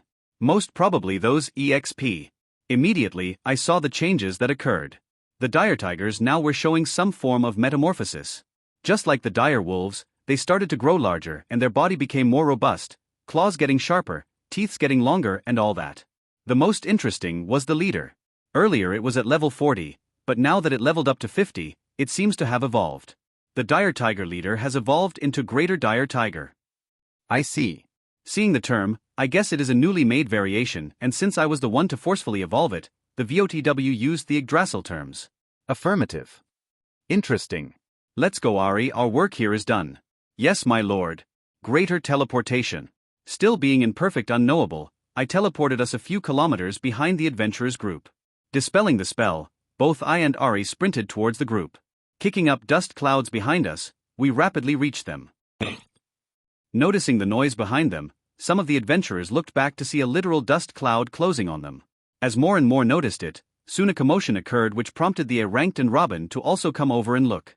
What the hell is that? It's Armin-san.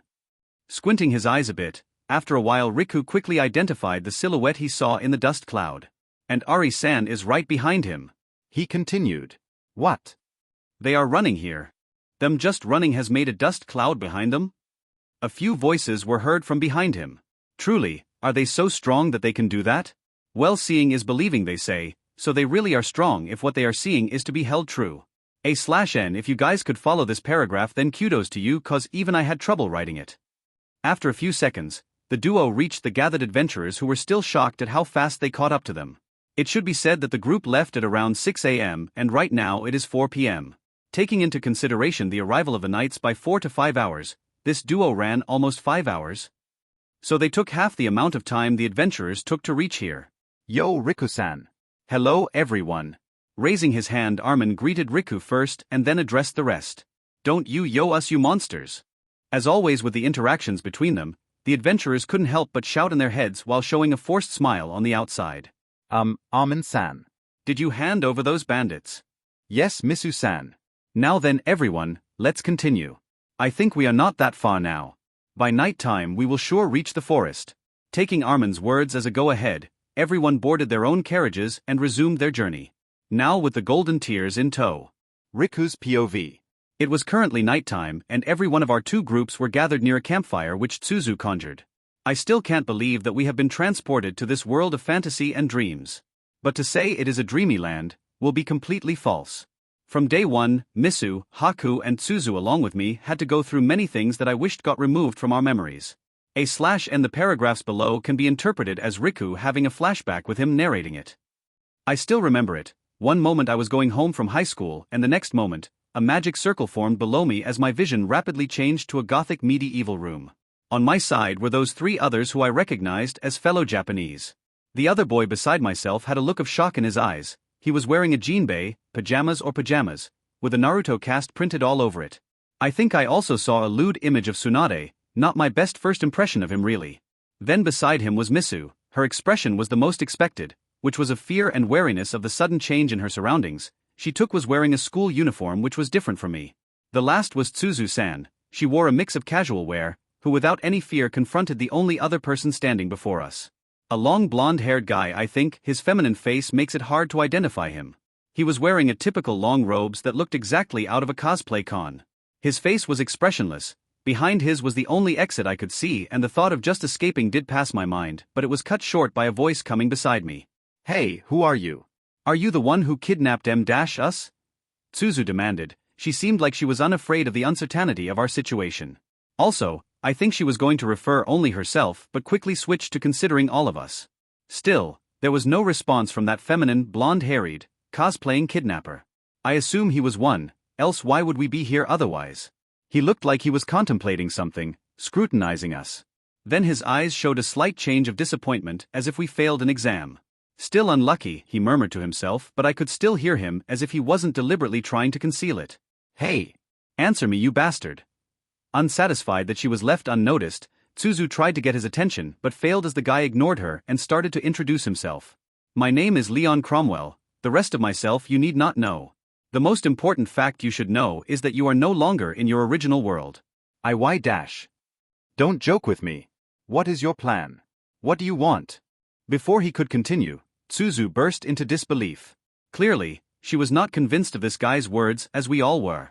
But suddenly a kind of pressure descended upon us, like all the malice of the world was dropped on us. It didn't feel like any gravitational, magnetic or any of the physically explained ones but pure unadulterated malicious intent. I advise you to not interrupt me again, or else I won't be as lenient as I am right now. This effectively shut whatever bravado was inside Tsuzu and also made us not to antagonize the guy. I am tired of this. Those who wants to take these bodies of the children may occupy them. Don't cause any harm to these children and keep them safe in case of danger, the guy said something after him sighing, but I couldn't understand any further. The air seemed to get brighter as a chorus of childlike laughing voices were heard, and suddenly one by one transparent-looking ghosts seemed to enter our bodies. I had a transparent, white-looking girl whose movements got accompanied by gusts of winds inside me. Haku had a rocky-looking guy inside him. Tsuzu had a fiery-looking girl inside her, and Misu had the most bright one among us. That ghost was completely white. Mrs. One seemed to shock Leon if his slight widening of eyes were to go by, as if it was not something he anticipated. Later on, I learned what those transparent beings were. Spirits, who held command over certain elements. Mine was wind, Haku had earth, Tsuzu had fire, and Misu-san had light attributed.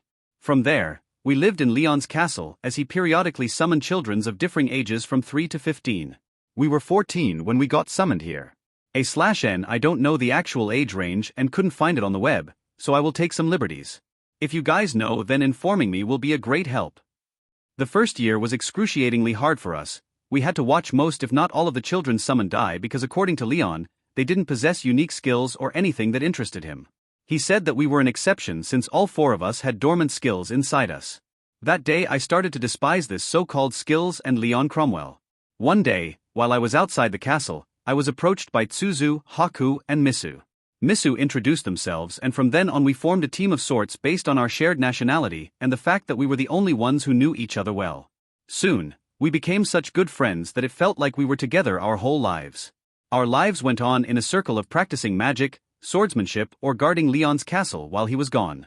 Occasionally, we also fought many monsters that resided near the castle. This made us more experienced in dealing with them and also taught us how to survive in the wild. We also met a few heroes. I say it in quotations because according to Leon, they were just take heroes.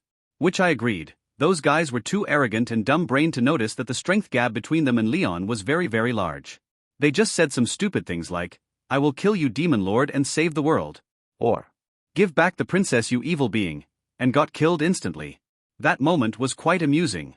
Leon seemed offended that he would have kidnapped any princess. His cloudy atmosphere and grumblings the whole week showed that it really affected his mood. As all these went by, I thought that these things would be my only entertainment, but something strange happened.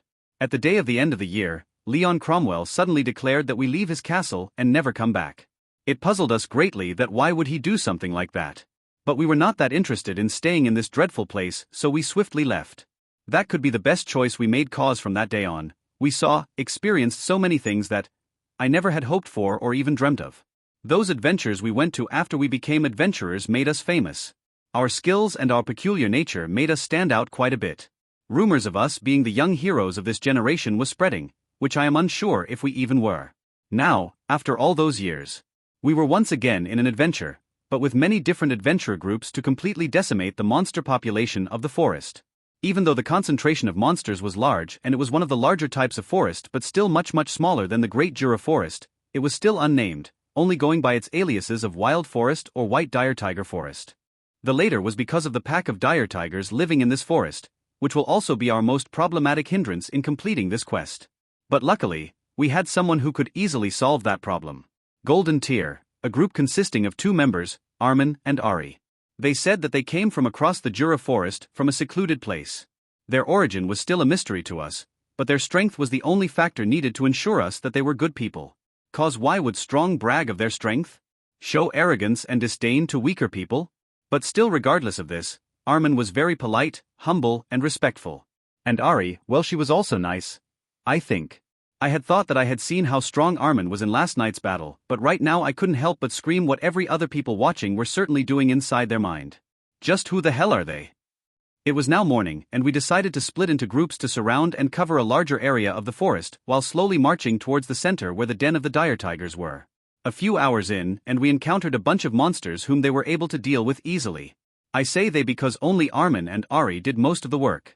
These 2 rushed forward before any of us could react, and most of the time, the fight was over before we could even react. This started to get a bit frustrating really. Just where the hell did these 2 come from? Kill after kill, the monster bodies piled up on themselves while we remained standing with dead fish eyes watch Golden Tier do the work. What is my purpose? Why are we here? I could even hear the muttering of the guys behind me. They were even having a harder time than us. Being D-ranked, they won't have that much financial freedom in their lives, so they will need as much money they could gather, but it won't matter if what happened before was to go by. Hang in there, guys, I prayed for the unlucky ones in my mind. knowing that they won't get as much as they thought they might get out of this quest. Soon, hours flew by and it was almost nighttime and we had almost completely cleared the forest of any dangerous monsters, leaving only harmless ones like slimes or horned rabbits. We were camping just a few kilometers away from the den of dire tigers. A few strong rogues were sent to scout the area and determine the overall threat level of the tigers. We refrained from attacking tonight because as tigers were nocturnal animals and by common sense, these dire tigers should be too, so launching an attack now would be akin to stepping on a tiger trap. Just like last night, my team were gathered near our campfire with bowls of meat soup in our hands. Thanks to the mages, we were able to conceal our presence, otherwise the dire tigers might have already noticed the disturbance in their territory. This should be our last night together, right, Riku-san? A familiar voice called out behind me. Turning to look at Armin-san coming with a bowl of meat soup of his own and Ari-san following right behind him, I smiled as I replied to his question. Indeed, Armin-san, it will be our last. But I hope we meet again in the future soon. Certainly, he agreed while sitting beside me. Hey Armin-san, before we go to sleep, why don't you tell us more about yourself? You promised to reveal it after this quest, and as it is, the quest is practically finished. Tsuzu said with her eyes gleaming with curiosity. Haha, I guess I have no choice then, laughing at Tsuzu's childish stubbornness at wanting to know more about Armin's backstory, which we all wanted to know. Armin began. Well, long ago, there lived a secluded kingdom called Yggdrasil. It was a kingdom where many people of different origins lived together in peace and harmony, until during this peaceful time, a law was passed which divided the kingdom into two. One side hunted the other based on their origin, language and culture, while the ones who got hunted fought back. This was how a kingdom of peace was transformed into a war-torn kingdom. The territory was divided into two halves. Unlike any other kingdom where a civil war of this scale would have gone for only a few years or even months, ours went on for 12 years. During this time, many strong and powerful beings emerged, with myself being one of them. I was a special case in this war. Although I come into the category of the hunted, I had dreamed of being at the top of this kingdom, so I formed a small group of people. They were also the same as me, hunted and oppressed. Together we became the rising heroes of our side. Along with us, different groups emerged who were strong in their own rights. But it was not as easy sailing as we'd thought. Our enemies too had a rising number of talented and powerful beings. During the 12th year, a decisive battle was fought between us, which will decide the future of the kingdom. But, stopping at that, Armin had a look of contemplation as he struggled at whether to continue or not. But what, Armin-san? Tsuzu, caught in Armin's story or backstory, blurted out, noticing how he had stopped midway right when something interesting was perceived will happen. But we had a slight miscalculation that we forgot to restrain our combat powers. Embroiled in the constant pressure of war and turmoil, we completely forgot what we were fighting for. We unconsciously unleashed magic attacks that destroyed the very kingdom we sought to take back. Eventually, none of us won. We all lost. Our home, our memories, our friends, our dreams, and most of all, our kingdom. It was not more. Yggdrasil was no more. It was now a fragment of its prosperous past, faded forever by the rivers of time. At the end, some decided to end their journey there, right where they spent their whole lives in. Some departed for another journey. Some who were just indifferent, scoffed it away and left. While some, like me and my friends, forever held the name and memories of Yggdrasil in our hearts. That was the history of my origin. I come from that legendary place. Along our journey, one after another, I lost all 5 of my friends, all of whom died a silent and peaceful death. They left their children in my care, knowing that I will outlive them. The end. Bale POV. And that was the history of my origin. I come from that legendary place. Along our journey, one after another, I lost all 5 of my friends, all of whom died a silent and peaceful death. They left their children in my care, knowing that I will outlive them. The end. I ended my not-so-true story of my origin, which I am proud to have created on the go. While I ended my story a few seconds ago, the Kibu group seemed to be lost in a trance as they looked like they are still stuck inside my story. Heck, even Arya seemed to have gotten transfixed to my story. Judging by her gleaming eyes, I wonder if she will retell this story to the Guardians. Probability of 99% is in favor of it happening. As if Gabriel guessed my musings, she answered my unasked question. Oh? Why not 100%? 1% will be her unable to retell this story anytime soon because you will just drop all the adventurer's work on her and flee. I will not. Well, I haven't gotten any more things left to do here really. But I promise that I will relieve some work off of Arya. But if she knew that you would lessen her tasks, then she might have an existential crisis of if she is not serving you properly. Well, we have that too. To be honest, after this quest, I plan on returning to being the overlord of a nation. leaving Ari to settle things on this side with a doppelganger acting as me to not make people suspicious of my absence. I could technically assign another doppelganger to imitate her, but if something important happens while both of us are absent, then the doppelgangers might get in trouble. I could make it so we alternate between who stays, but the problem of why would the subordinate be resting while her lord works may come up. I can probably say something like, "What you will do is more important than this, and I fully trust that you will do it. It seems you are learning how to use your words effectively." You think so? Right. Back to reality, these guys are still in a trance. Let's wake them up first. Swish splash. A stream of extremely cold water hit all 5 of them, which made the Kibu team jump out of their skin in fright.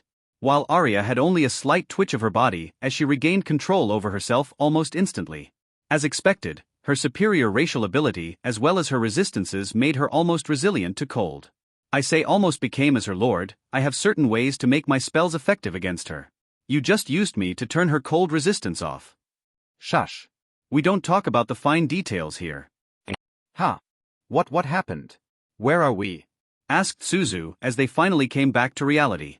You are in the middle of a forest, in a country called Gemera, in the central continent of the world, in a planet made by the dragon god inside the universe, inside the Mul Dash. All right. We understand. Shesh. If not stoked, I don't know where you might have gone to Armin-san, said Suzu in annoyance at my small joke. Sorry, we got lost thinking how tragic and also epic the history of Yggdrasil was, apologized Riku while smiling sheepishly. Same here, I still can't believe that such a kingdom existed. Haku said, his voice was a mix of admiration and disbelief. Armin-san. I haven't really heard of any kingdom that had the name Yggdrasil. Misu said, her eyes showing a hint of puzzlement. You are right, Misu-san, no one will know about Yggdrasil even if you ask them. I said. Why? Based on your story, the prosperity and strength of that kingdom might have made it quite famous, right? Suzu said. Indeed. But the thing is, the civil war happened 3,000 ago. I said. Well, they won't know, but me and the readers know that this is made up. I see, 3 though. Wait. What? Suzu at first seemed to absent-mindedly accept the explanation but soon realized how long ago the civil war happened. 3,000 years ago? Suzu shot up from her seat as she screamed, which quickly got the attention and glares of various people around us who were resting after a tiresome day. Covering her mouth, Suzu sat down on her seat as she again whisper-screamed. 3,000 years. Is it really that far ago? Yes. That is why I said no one will remember it. I nodded at her question, amused at seeing their shocked expressions. But that will make you 3,000 years old, right? Mrs. said. I am quite old, aren't I?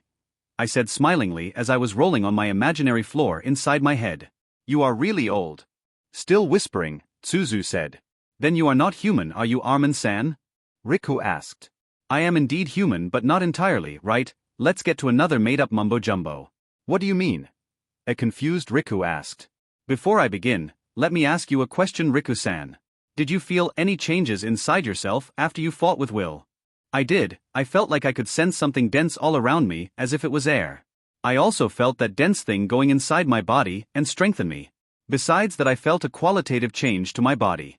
I felt much lighter than before, as if I could run extremely fast. Or I could cleave a boulder in one swing. Those are the benefits of your successful evolution to enlightened. And that dense something is called magicules.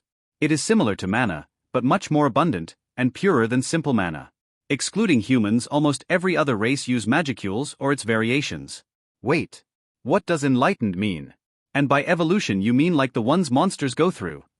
Haku asked. Yes. Us humans also have the capability to evolve into higher life forms, but it is extremely hard and rare to achieve it. If you successfully evolve though, then you will become an enlightened. The Holy Church refers it as the right way of evolution. Besides, the term hermit or sage is also used to refer to an enlightened human. This evolution, besides improving everything you have and adding more, also increases your lifespan ridiculously. So Riku-san, you are guaranteed to live as long as 1,000 years. 1,000, Riku muttered, while he glanced towards his friends. I can probably know what he is thinking right now. It would be something along the line of, if I live that long then won't I outlive my friends by a long way? Even my children and grandchildren. Something like that. Let's ease his doubts then. If you are afraid of outliving your friends, then let me tell you that since you guys have spirits inside you, all of you are expected to live at least a few hundred years. So you guys can probably figure something out till then, right? I said. But in reality, if they ever come hinder with my plans, that lifespan will not be able to save them. I have come to like them a bit really, key word being a bit. Although I like them now, but if they become a thorn in my plans, then. Right, we can certainly figure something out at that time, right? Asked Suzuar. Rhetorically to her group, all of whom just nodded. It's still unpredictable if you guys manage to find a way, but I have an idea. Although I don't know if you will take it up or not, you can decide on that. Although I know their answer, it's still worth a try. What idea, Armin-san? Haku asked. I did not tell you that during the Civil War, there was one participant who didn't take part in the war. Who, Armin-san? Riku asked. It was the king. He was a very old being, who was the most powerful in the kingdom. During the Civil War, every building, territory and regions were destroyed, yet the king's castle and his capital was left untouched. Neither side wanted to take up the irk of the king while embroiled in a war. But Armin-san, won't the king take in refuges and try to resolve the war? He sounds like he was ignoring the war, Tsuzu asked her doubts.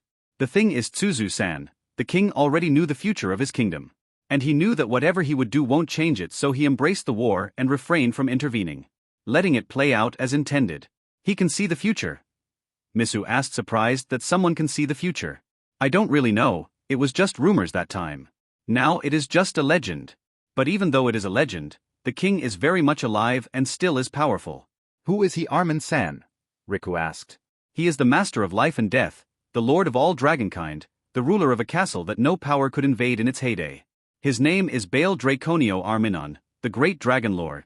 From starting to the ending of the introduction, various ranges of emotions crossed the group's face. From initial curiosity of knowing the legendary king, to gradual realization, to outright shock at knowing who the king was. That dragon lord who came to this kingdom? The new demon lord of the council. Haku blurted out, which was inside everyone's mind. Yes. Don't just yes us. He's a demon lord, for God's sake. Tsuzu screamed, to which Arya had a slight reaction of her body. Showing how close Tsuzu was from antagonizing Arya. Calm down first. Let me finish. Still unconvinced of what I was going to say, they reluctantly sat down. It's true he is a demon lord, but it is for the greater good of all. As I said, he has means of knowing glimpses of the certain future which no matter what will happen. He must have seen something which required him to declare himself as the demon lord. Even though he has all these overbearing titles, he is benevolent and just in nature. Being his subordinate was the most honorable thing at that time. Now he has shifted his base to a faraway land where no human can reach without assistance. I think I know what you mean by an idea now. You want us to contact this benevolent king and ask him to grant us immortality? Haku asked. Not immortality, he will just give you a long lifespan. Being immortal has many disadvantages than you might think. The group had now entered a thoughtful dilemma of whether to accept my proposal or not. To be honest, them accepting it will have little effects on my future plans than just outright killing them, which will be most beneficial. But the little bit of humanity in me wants to give them a choice. A chance to help themselves and let them know the consequences of going against something they should not. I don't think we are ready to take on this proposal, Armin-san. Maybe next time we can come to a conclusive decision. Riku said. Observing his teammates' unsure expressions, he knew his thoughts were true. It's fine by me. The king doesn't know what I am suggesting, so it doesn't matter how much you delay this. But I advise that you do it sooner. We understand. With a resolute determination, Riku nodded. By the way, Armin-san. How do you know all these about the king? The question I have been expecting has finally been asked by Misu. What will I say? That I am the king, Bale? Or that this is just a made-up story to draw you guys towards my side? I was his friends. HMN, what? You were his friend? It's funny how comical Tsuzu looks when she has a delayed reaction. Yes, he was the one who taught me everything that I ever know of. Although he was a lot older than me and was sort of a mentor of me, we were first and foremost friends, the best of friends. But after I decided to join sides and took part in the war, our relationship kind of fell apart. At that time, I was too angry that he didn't support me, my people at the time when I needed his support the most. But now that years have passed, I have realized that my anger had a very naive reason. Him participating in the war might have graver consequences than him doing against it. Am I just that good of a storyteller? Maybe I should retire and write stories. That will be a money-maker scheme. Then, why didn't you guys reconcile yet, if you realized your error? Misu said. I had been searching for him from that day but was unable to find him. But now that he has shown himself, I know where to look for him now. So that's why you came here. Not to meet the demon lord but to meet you, best friend. With that sudden realization, everyone, including Arya, had a face like they had discovered the secrets of the universe. Ari most probably might be thinking that I had been planning this since the beginning, but it's just good writing and storytelling really. Using facts as a base to tell a made-up story will seem more realistic than just a completely fake story. It seems I have found out, I joked. I think it is late now. We should rest. Tomorrow will be the last day of our quest. Yes. And the sooner we finish this, the sooner you get to reconcile with your friend and mentor. It seems Tsuzu is more excited of the prospect of Adventurer Me meeting Demon Lord Me. Haha, yes. With that the night ended. Tomorrow, we will see some interesting things. Let's see how they will fare against a leveled up and evolved dire tiger. It was currently morning, approximately 8 a.m. We were all ready and geared to take on our final hurdle of this quest. The Dire Tiger Den. Where a number of C-ranked dire tigers, 6A ranked or hazard class dire tigers and its leader, the newly evolved dire tiger, a greater dire tiger which was a calamity class, resided there. Between the bandits and these dire tigers, the den will be a lot more challenging for these adventurers. Hey Gabriel, remind me again how much human souls are required for my evolution. 100k souls of ordinary humans or 1 million monster souls will be required to commence the evolution process. It's still jarring how much souls I will need for evolution. Also, how come Rimuru needed only 10k and I need 10 times more than him? The large amount of soul requirements is factored by these 3 reasons. 1. You are a being from another world which follows a completely different leveling system, so to compensate for that, you will need much higher amounts of souls for your evolution. 2. You are far stronger than pre-Demon Lord Rimuru, so you need a larger quantity of souls than normally required. 3. Also, to evolve your unique skills which doesn't originate for this world, but is a manifestation of your skill or world item like me, a certain fraction of soul energy will be required. Adding all these up, a larger pool of souls is needed for evolution. So, if I wanted my subordinates to evolve too, then, the same reasoning will be applied to them, right? Yes, but it will be relatively much lesser than you. It is also advised that you first name them so a higher chance of them getting unique skill variation of their racial skills is higher. I think I will do that later. But for now, let's enjoy the show. Narration. Currently, it was the next day. The group were again gathered inside the guildmaster's tent to finalize the plans. Today marks the end of their long quest. For everyone participating, this might have been their most adventurous but dangerous quest they might have taken. From fighting the most infamous bandits of the kingdom to witnessing the powers of truly powerful adventurers, and now they are about to fight the dire tigers. These monsters were the apex predators of this forest. Although it has no name, it was the largest forest in Gemera and its surrounding kingdoms. It was simply named as the Wild Forest. For it contained innumerable monsters that helped the capability to tear apart normal humans on a daily basis. And all these dangerous monsters were ruled by the dire tigers. Based on their names, they can be called a distant relative of the dire wolves residing in the Great Jura Forest, although their species aren't same. This pack of fantasy tigers were headed by its leader, who was reported to be an A+ ranked or a high hazard class. It held the capability to decimate the kingdom's finest of knight orders if they weren't careful enough. Singularly, the tiger might have been easy to deal with, considering the amount of adventurers gathered inside the tent, but the tricky part is, the pack is named as such because the tigers hunt in groups, in packs. These particular group had a few more A-ranked dire tigers, which is far more stronger than normal A-ranked adventurers. Is everyone ready? Asked Robin, as he looked at every adventurer team's leaders. His voice was mixed with a sense of seriousness and strictness, as if he didn't desire any mishaps in this critical junction. Yes, all of us are ready. A range of agreements and affirmation was voiced by the leaders, their eyes reflecting their determination and strong will. But if one looked close enough, there was a hint of nervousness and fear. They knew that where they will step in might most possibly be their graves. But the allure of the rewards and recognition made them determined enough to face this situation. Good, then let's begin. With the final declaration by Robin, everyone exited the tent and regrouped with their respective groups, already on the ready to move out. The first ones to move out was the Kibu team and Golden Tier, followed by the rest of the A-ranked teams dividing and going on either side of the two teams. While the remaining adventurers divided themselves and followed the 3 different directions the A-ranked went towards. The plan was simple. Kibu and Golden Tier will be the vanguard, engaging in combat with the most powerful dire tigers, while the 2 branching groups will act as a cage, encircling the place and making sure no dire tigers escape and killing off the strays. It was unanimously agreed that the teams Golden Tier and Kibu would be the one to fight the pack leader along with his Beta, Gamma, Lambda, Epsilon, Theta, Omega, Sigma, Pi, Phi, Chi, Tau, and all the Greek mumbo-jumbo that biologists love to use to describe the rankings of predatorial packs. So Armin-san, What do you think would be the pack leader's strength be? Will it be stronger than the bandits' leader? Asked Suzu as they kept moving at a relatively fast pace towards the den. I don't really know, Suzu-san. We will find out once we reach their den, replied Armin, while side-glancing at Suzu. His small but noticeable smirk was unnoticed as he was a little further than the rest, and they were looking ahead while in anticipation of how this hunt will go. Who will hunt who? It will truly be decided now. The bandits were just a trailer. My lord, you have started your inner monologuing again. Give me a break for once, Gabriel. I just wanted to entertain myself, you know? Sigh. This skill, it's as if I always have an Alexa who is a million times more better, at the same time a mix of a grumpy girlfriend who also happens to be my assistant but seemingly have all the knowledge of the world. And by of the world I mean from 3 different worlds. To be honest, I feel like I am just enjoying myself this few days. And I think I should make this day my last until I do this sometime again. I still have plans ahead, world domination to do, and all the administration fun that follows. I could just dump the paperwork to my capable guardians, and they will gladly do it. But I think having some experience will help in the future. Let's go by the saying of, if you want to be the best, you should be best in all. Who said that? Me. Understood, recorded in database, under folder, lamest lines. Section, dumb and stupid. Hey! This skill, I think I have finally figured it out. It wants to make me go bald or convert my hair white. The amount of times it roasted me is not looking like the CV I got about it. I didn't present any CV'j.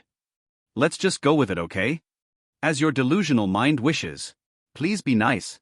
Not non-affirmative. Was that a yes or a no? You are not clear enough. Hey! Answer me. Don't just ignore me. As our MC deals with a grumpy and Sundra AI/skill, we turn towards Denia and see how the guardians are fulfilling their great one's instructions. In a large room held by 4 equally large pillars of obsidian-polished blackstone laded with gold linings where 2 long sofas and a long table in between, both made of precious materials, were placed. We see an office-esque desk with a chair behind it. Behind this office furniture, there were 2 sets of shelves used to store books and a select few scrolls. On that particular chair, we see a beautiful young maiden. Her face devoid of any emotions but still holding a certain charm that would entice any male or even women into loving her. Her long emerald dress and emerald green eyes accentuated her beauty. This maiden was rapidly writing on papers placed on the desk without stopping in between. Soon a stack of papers piled up on her left side. When she was satisfied with her work, she stopped writing and flashed a small smile while looking at the pile. At that exact moment, a knock was heard, soon accompanied by a maid present at the doorstep to announce any visitors entering the office. Lady Medusa, Lord Rhombus is here to meet you. The maid bowed and quickly relayed who was waiting outside without any hesitation in her voice. Let him in. Just as the voice fell, the maid gave a short bow of acknowledgement and opened the door, letting in the masked doppelganger. He was holding a black file with gold trims on his left as he strode inside the office, casually stopping before the desk and placing the file on it. I see you have finished, huh? Asked the masked doppelganger. Just now. I still have to review it. I can't show a sloppy paperwork to Lord Bale, right? While taking another empty file from the side and systematically putting the pile of papers in it, Medusa answered. Indeed, but I think Lord Bale will be proud of our work. Although I think he will already have known about it and was just waiting for us to come up with it ourselves. Holding his chin with his right hands while resting the elbow on his left, Rhombus pondered out loud. Couldn't agree with you more.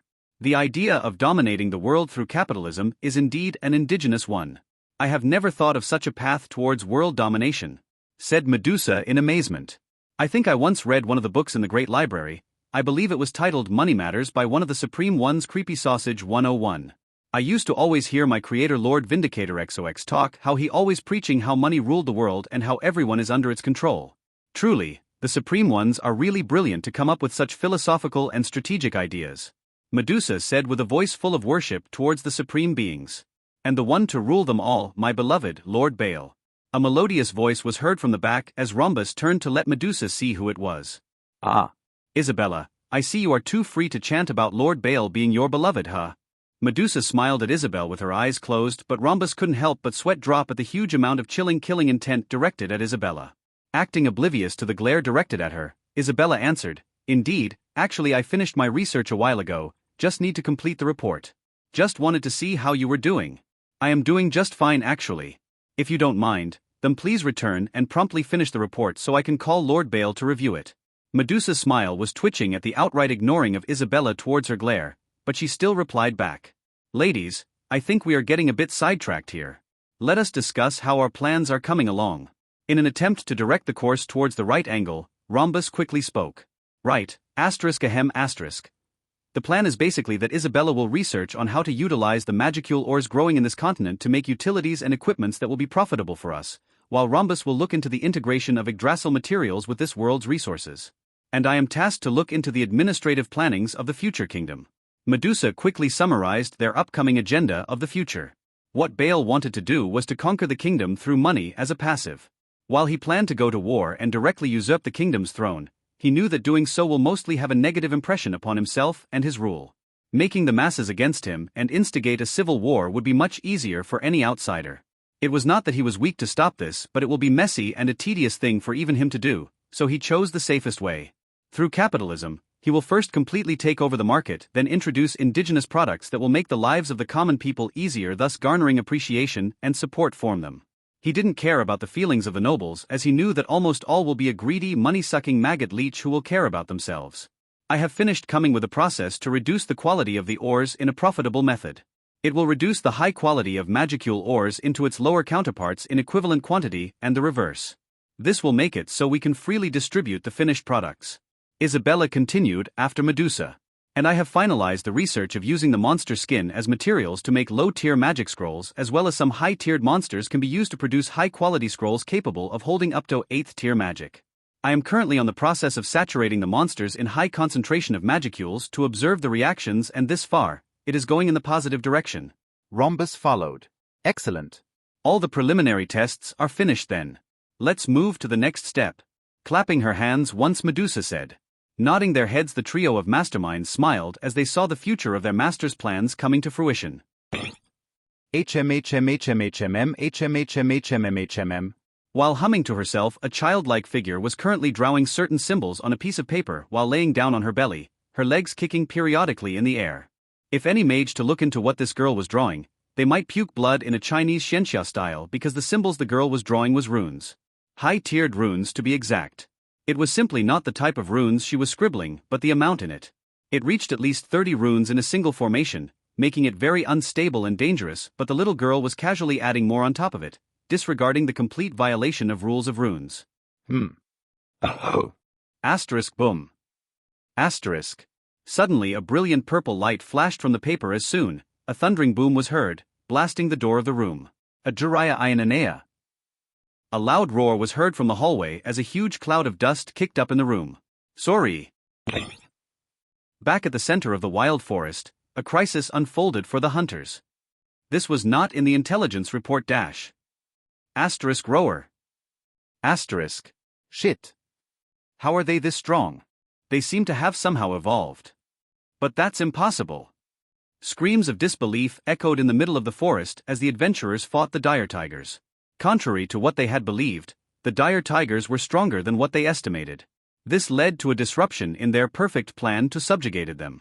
While they were struggling to keep up with the high combat force of the tigers, the vanguards were currently fighting the pack's lead dire tigers. Why the hell is this tiger attacking me only? Riku shouted as he dog-dead and simultaneously attacked at the dire tiger leader, who seemed to have fixed Riku as its target. It seems it likes you very much. Why don't you go and pet it? A frustrated jab was thrown at Riku by Haku, who was also busy dealing with two powerful dire tigers at once. Their hides are stronger than normal high-grade armors, and their teeth and claws sharper than swords, and their strength could be equivalent to two fully grown elephants. Analyzed Suzu, who was a distance away protecting Misu and herself from another dire tiger who was trying to get inside the barrier, while Misu was constantly buffing the boys. Then have you figured out their weak points yet? Screamed Riku, who was slowly getting overwhelmed by the leader. Just a moment. Suzu tried hard to think of a solution. While Kibu Group was embroiled in the most intense fight of their life, Golden Tier was currently having a great time watching them using Perfect Unknowable. Before engaging in combat, both used illusion to make it so that a large part of the dire tigers had retreated, and both decided to pursue them, while the remaining 4 dire tigers fought Kibu. In reality, the so-called retreated dire tigers were in fact teleported by Armin inside Isabel's laboratory. That's it. How could I ignore such a clique weak point? Riku. Haku. Attack their eyes and mouth. Try to do as much harm as you can. Suzu exclaimed while she at the same time started preparing another magic circle. Right. Riku charged his sword with excess magicules which he just recently learned to use and was currently unable to control the amount. Asterisk swish. Asterisk. While also charging his feet with mana, he zoomed towards the leader, aiming his sword's tip at its eye. The leader, as if perfectly knowing what Riku was doing, moved its head sideways and punched at Riku, who already reached it with its paws, sending him across the field. If it was any generic monster, then that strategy might have worked. Unfortunately for them, this leader is smarter than a normal human, thought Armin, amused at the shocked expressions of the group. So that didn't work, muttered Suzu while a little downed at her genius strategy not working. It seems that we need to use brute force them, said Haku while using his skill to the maximum and beyond. 50 swords of various ranges of shapes, sizes started to form behind him, each containing powerful enchantments of approximately low special ranked. Swish swish. With a flick of his hands, the sword swiftly approached the two surprised dire tigers. Soon, the swords reached their target like homing missiles and exploded on impact. The unprepared dire tigers soon perished in the explosion. When the dire tigers died, Haku again used his attack. Now half the number of swords swept towards the fourth dire tigers, killing it. My turn, said Riku while charging his sword with magicules and also using his skill. Let's attack on my count. Suzu, now freed of the burden of using a barrier while simultaneously attacking, started charging her magic spell. Haku also started to use his move once more. But now, drops of sweat could be seen on his face while his forehead had a small line of frown on it, signifying that he will soon reach his limits. A glow of light appeared on the bodies of the trio, which soon disappeared. Thanks, Misu, said Haku, grateful of the buffs Misu had casted upon them, while Misu reciprocated his thanks with a nod. Then, everyone attack! Suzu exclaimed. Ha! The first one to go was Riku, who now disregarded attack any weak points and chose to just attack the largest area the leader had, its body. The eyes of the tiger widened while it was unable to properly dodge the attack and got hit, making it skid a few feet away. The attack did little damage to it, only leaving a slightly large scar on it. While it was still stunned, a big ball of fire soon approached it. Nuclear explosion. The supercharged nuclear magic sent by Suzu soon completely covered the tiger, making a fiery tornado reaching for the clouds, dyeing the sky red. Swish swish. Multiple swords soon entered the tornado, explosions resounding with each impact of the sword. The tornado went on for 3 minutes while everyone waited with bated breaths for the result of their efforts. And it was definitely fruitful. The dire tiger leader was now a searing mess of exposed and burned skin mixed with blood oozing out of the orifices. It was now weakened but still held on, as if mocking the efforts of the group. It seems we were late to the party, Armin said as he walked towards the group form behind.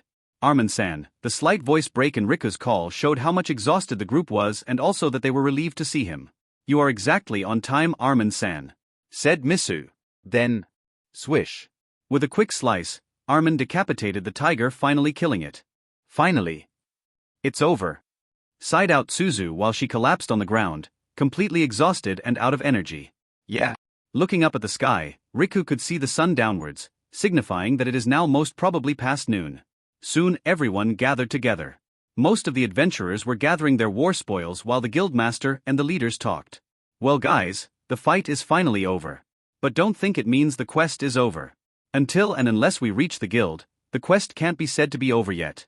Yeah, we understand, guildmaster, spoke Cario, who was tired of the recent battle and just wished to get some well-deserved rest. Sigh, we all need rest, Cario, so I will make this short. We have almost cleared all the dangerous monsters in the forest and have just left out weak ones for the rookies to try their luck on. Subsequently, a chunk of the forest will likely be cleared to make pathways by the kingdom, so if anyone want a side source of income, then there's that. That's all. We will depart after a short break. With that said, everyone dispersed to take some rest. After an hour or so, everyone was energized enough for the journey back, which will again take 3 to 4 days. While on the journey, Kibu and Golden Tear chatted about what they would do after this. Riku as the leader spoke that Kibu will likely travel to nearby kingdoms and look for more opportunities to learn something new. While Armin said that he wishes to meet the new demon lord first, then venture into a new journey. When they reached the guild, both teams parted ways and bid farewell, while also promising to meet at some point in the future. Bale POV. You know what to do, right? Yes, my lord, I will do my utmost best. Good. Arya, if anything comes up that the doppelganger or you can't handle, the call me. Don't hesitate even a bit. Understood, my lord. Assigning Arya and a doppelganger as my double to continue my journey, I opened a gate, traveling back to Denia. When I exited the gate into the throne room, I was greeted by a beautiful-looking Medusa standing diligently beside the throne with several holographic panels likely observing the functioning of the castle. "Welcome, my lord," with a bow of her head, she greeted me. Thank you, Medusa. "Call everyone for a meeting, also call Citrus and tell him to bring the sheep here." Understood. Third POV. It didn't take long for the guardians to gather and line up in the throne room in accordance to their floors. At last, Citrus entered the throne room while carrying a floating gill behind him. "Sorry for the late arrival, my lord, I had to prepare this toy perfectly to present it in front of yous." It's all right, Citrus. Bring the human forward. With a wave of his hand, Citrus brought Gil just in front of the staircase leading towards Bale's throne. Finally released form a trans-like state, Gil looked around to see what he thought was the most terrifying creatures surrounding him. "Look here, human." And the person who was seated above called out to him. The look of cold indifference made him shiver inside his core. "How dare you look at your god like that?" "Bow immediately," exclaimed Citrus at the outright ignorance of this creature. Startled by the shout, Gil swiftly bowed. "HMN. "It will be enough, Citrus." "Yes, my lord." "So, Gil, "Tell me more about your kingdom." "Why yes, Volan is dashed." While he unknowingly stated what I already knew from the mind reading, I also got to know the structure of the kingdom. Basically, Volan had no monarchy but had a democratic-like government, run by 7 ruling figures specializing in different areas of magic. Attack magic, research of magic, buffing magic, summoning magic, utilities magic, defensive magic and ritual magic. These fields in the kingdom have a darker variation to them. Summoning can be considered a ritual in of itself, but it seems that since Volan specializes in it, summoning magic was considered a field in of itself. The most powerful and influential fields were summoning, ritual and research, followed by attack and defensive magic. Utilities and buffs were seen as weak but still was important enough to have an area of its own. The heads of each field come together each month to discuss the path Volan was following. Luckily, said meeting will happen just 5 days later, making this a perfect opportunity for me. Mind control, mind protection. Gil, listen carefully. Re-enter Volan and stay near the area the meeting will take place. "Yes." A monotone voice came from Gil, who was under the effect of the mind control spell. This spell makes the victim a complete slave towards the whims of the user if he has no counter to it. While mind protection prevents any probing of his brain, if anyone were to get suspicious and attempt to try and look into his brains, they will see only fake memories. Dark side, go with him under his shadow. Hide until the right moment and use your skills to do what we planned. Understood, my lord. Darkside entered Gil's shadow, fully merging with it and removing any presence of his gate. With that, Bale sent Gil to the border of Volan, where he will reach the capital, and the following plans he set up will unfold.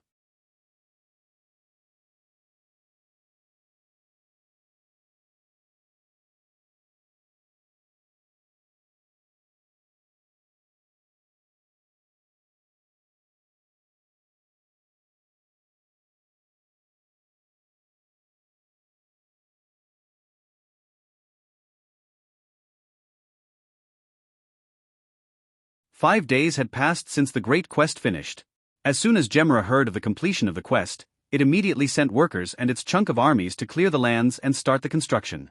Soon news spread of the kingdom's intention of using the forest route as the new main highway for the ores. This news made many happy that the kingdom was thinking ahead and was not going to depend itself on the new demon lord's pity. While an equally large amount of people were worried of the demon lord's reaction. It was common knowledge that demon lords were easy to offend, and the destruction that follows was a whole another nightmare fuel. But after even 3 days of the project beginning, no response came from New Orion, which made the populace question whether the demon lord was even aware of the news. But soon it was clear why there was no response from the demon lord. The city was sending traveling carts out with what seemed like horned magents towards various cities and towns in the kingdom, selling various indigenous and useful equipments. Some were to heat water, some to produce a limited amount of water by magic, some to preserve foods, and some to even heat it up, some to make fire, some to produce simple things like grinding of wheat. All of these were powered by magic batteries that you could buy at a reasonable price. This made it so that even common human with no prior experience of magic and who didn't even have mana in them could use these by just making their pockets lighter.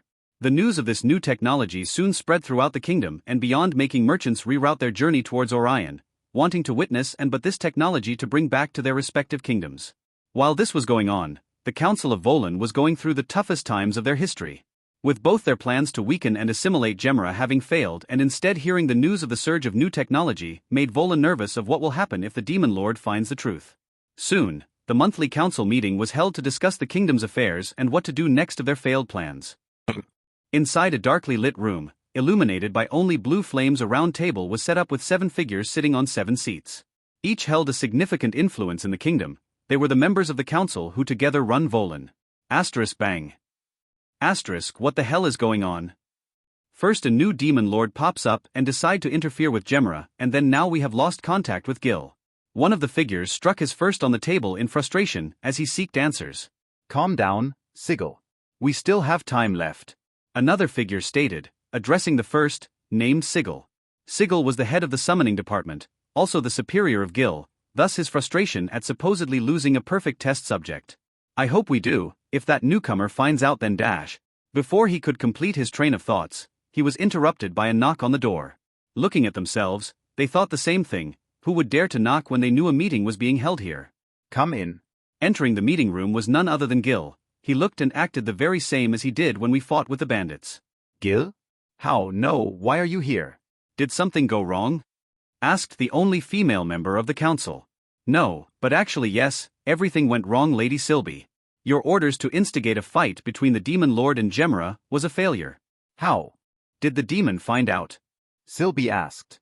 No, there was 2 powerful adventurer teams in the mix. Team Kibu and Team Golden Tier. Kibu? I see. Wait, who are Golden Tier? I have never heard of them. Another figure spoke, first understanding why their plans had failed, as the reputation of Kibu being a group of heroic people was a known fact. But he soon realized another team was mentioned and he didn't recall any named Golden Tier. A new group, I suppose, but its leader killed the bandits' leader. That A+ ranked traitor? Another figure asked, clearly knowing who Victor was. Yes. Sorry, but who are we talking about? And is he really A+ ranked? Another figure asked, confused at having left out of the loop on the details of the plans. Simply told, the bandits' leader was Gemra's former loyal soldier who was also the former commander-in-chief of the army named Victor. He was supposedly betrayed by a noble whom he married his daughter to. Something like this and that happened, and now his family is dead while he is branded a traitor, his military history erased off the records. Explained Sylvie. Damn, his life was tragic. Sigil said. Yeah, anyways, do you know more about this Golden Tier? Sylvie asked. Yes, it is a 2-member team. Both are very powerful and I estimate them to be at least a low A+ ranked, especially the leader Armin. He easily defeated Victor and it is not impossible to say he already is at high A+. That's impossible. Such a small kingdom, and how could such strong people just appear out of thin air with no previous history? Another figure stood up, slamming the table as he refused to believe Gil's words. It doesn't matter if you believe or not, you will now follow the Supreme One's every order. A deep and mysterious voice echoed from all over the room, alerting the people present, except for Gil, who stood still. Who is it? How dare you trespass here? Show yourself immediately. Sigil ordered. My, how impatient you are. Can't even see me, and you are trying to be bold. Once again the similar voice was heard, but now it was easier to identify where it came from. They turned to look at the source of the voice and quickly saw a dark figure emerging from Gil's shadow. The members immediately understood what might have happened and screamed. Gil, you traitor. Silence. A demonic voice escaped Darkside as everyone swiftly closed their mouth. The people tried to pry open their mouth with their hands, but found it shut closed tightly. I do not want to extend this meaningless meeting too much, so I will be on point. You will declare a full-scale war on Gemra. And also target the new demon lord Bale. Darkside ordered, using his skill, which allows him to manipulate the mindset of any being lower level than him. Yes, we will. With a pensive expression, everyone chorused in sync as if they had practiced earlier. Good. With that he re-entered Gil's shadow and spectated from them on to make sure everything went as his lord had planned. Tap tap tap. A hurried footstep was heard as a sweating and panting soldier quickly reached the throne room of the castle where a meeting was being held. The guards guarding the door to see if the figure rushing toward them was an ally or not. Identifying the figure as a friend, they quickly scanned him as he was reaching the door. Looking at each other and nodding in understanding, they quickly opened the door to the throne room without any delay. They understood that by the way their friend was coming, it was urgent and any delay may cause great harm. So, as experienced door guards, they knew when to stop someone from entering and when to unconditionally let someone pass. Even if there was a meeting, it was not forbidden for someone to enter. While the nobles and the king were discussing the next step for the road planning from the capital to the mines, the soldier entered the room. Your Majesty. Grave news. It's very bad. Calm down, soldier, speak slowly. Gaulard quickly calmed the soldier down and the soldier, now calmer, spoke. Your Majesty, Volan has declared war against Gemra. Their council is now preparing for a full-on assault from the plains of Adrift with their whole army, and they have also declared Demon Lord Bale's claim as Demon Lord a heresy and stated they can fight both of us at the same time. Did they finally go mad? One of the nobles muttered out loud. Everybody knew that each kingdom had at least a few dozen spies that monitored other kingdoms' movements, so Volan must have received news of the display Bale showed in his arrival, not to mention the fight and the monster infestation incident. All this entails that Bale is not someone who you should mess with willy-nilly, but to claim they could take on both Bale's anger and Gemra was a far stretch. Yes, they had superior magic firepower, but that was no ground to say they can defeat a demon lord. Thus the nobles' reaction. Let's discuss our plans later, this takes precedent. Gowlard immediately start mobilizing our army to the plains of Adrift. Also inform Demon Lord Bale of this news, since the message unfortunately include him also. King George ordered while taking a tired sigh. Understood, Your Majesty. Saluting the king, Gowlard and the messenger quickly departed to complete their duties.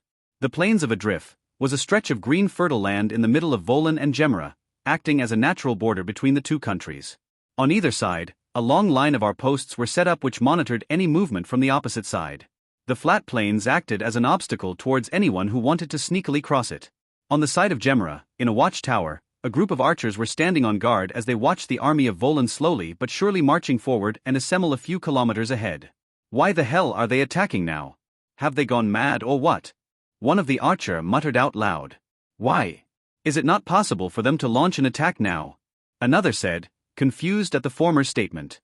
This is because, currently there is a demon lord residing in Gemra, and I have heard news that Volan has decided to declare war on that demon lord as well. Making this situation a bit absurd if you think about it. Captain. Another voice from behind explained, making the archers to look behind them to see their squad captain also looking ahead. I never thought someone would be foolish enough to do such a thing. Clearly, there is someone or a whole kingdom. To think they can take on a demon lord. Another person who looked like a messenger said, joining the group's chat. Have any messages arrived from the capital? The captain asked. Yes, the kingdom is also mobilizing their whole forces here. The nearest army should be reaching the outpost by sundown. As such, while Volan's army assembles, our first line of defenses will be ready. The person said. That's good, I thought Volan might strike first, but it seems they intend to wait for us to get ready as well. An archer sighed out. HMN. Now it makes sense why they even bothered to send a messenger first. They want a full-on war. Meanwhile in Denia, Bale was strolling the halls of the castle with Medusa by his side. Bale was lost in his own thoughts while Medusa was silently worshipping Bale's back from behind, thinking her lord must be thinking something philosophical. HMN, why was Orange named Orange? Because orange was orange or orange is orange. If a human gets injured we use holy magic, then if a zombie gets injured, do we use holy magic or dark magic? Using dark magic will be the common sense. Then what about the first part, Gabriel? Gabriel? Hey, don't just ignore me. To answer that, I need to be a Giga Omniversal skill to qualify to even comprehend the question. Sheesh, humans are really mind-boggling. Coming up with incomprehensible questions. That would be correct. Humans are capable of doing many things, even stupid things such as walking straight into a wall. What? Shit. While Bale was lost in his philosophical thoughts, he completely forgot where he was walking and was about to hit a wall just before Gabriel mentioned it, saving his image in front of Medusa. Doing that was impossible, I have thought acceleration for God's sake. There was a slight technical issue, I guess. It was you, wasn't it? Sorry sir, I have the right to remain silent. Just when did skills have rights now? In the lush and green plains located in between the countries of Gemra and Volan, two armies were assembled with innumerable amounts of tents stretched till the horizon. In between those tents, countless contraptions were stationed such as a Gant crossbow or a catapult which was quite advanced in nature, or some battering rams to breach the walls or enemy lines. In numbers, Volan had the high ground with approximately 700,000 soldiers, which itself made the whole population of Gemra, but due to the need of protecting other territories from any backstabbers while they are busy with war, they had to leave 200,000 behind. Making the total population participating in the war 500k, which was still a considerable amount of numbers compared to Gemra's only 400,000 soldiers. And due to them being shielded by two mountain ranges from two directions and having a port in another, their burden of guarding these posts was much lighter. Therefore the one and only post that was cleared of any physical barrier was the plain of Adrift itself where they would battle. Therefore, Gemra could send almost its whole army, leaving some experienced soldiers mixed with reserve soldiers to guard the other outposts as precaution.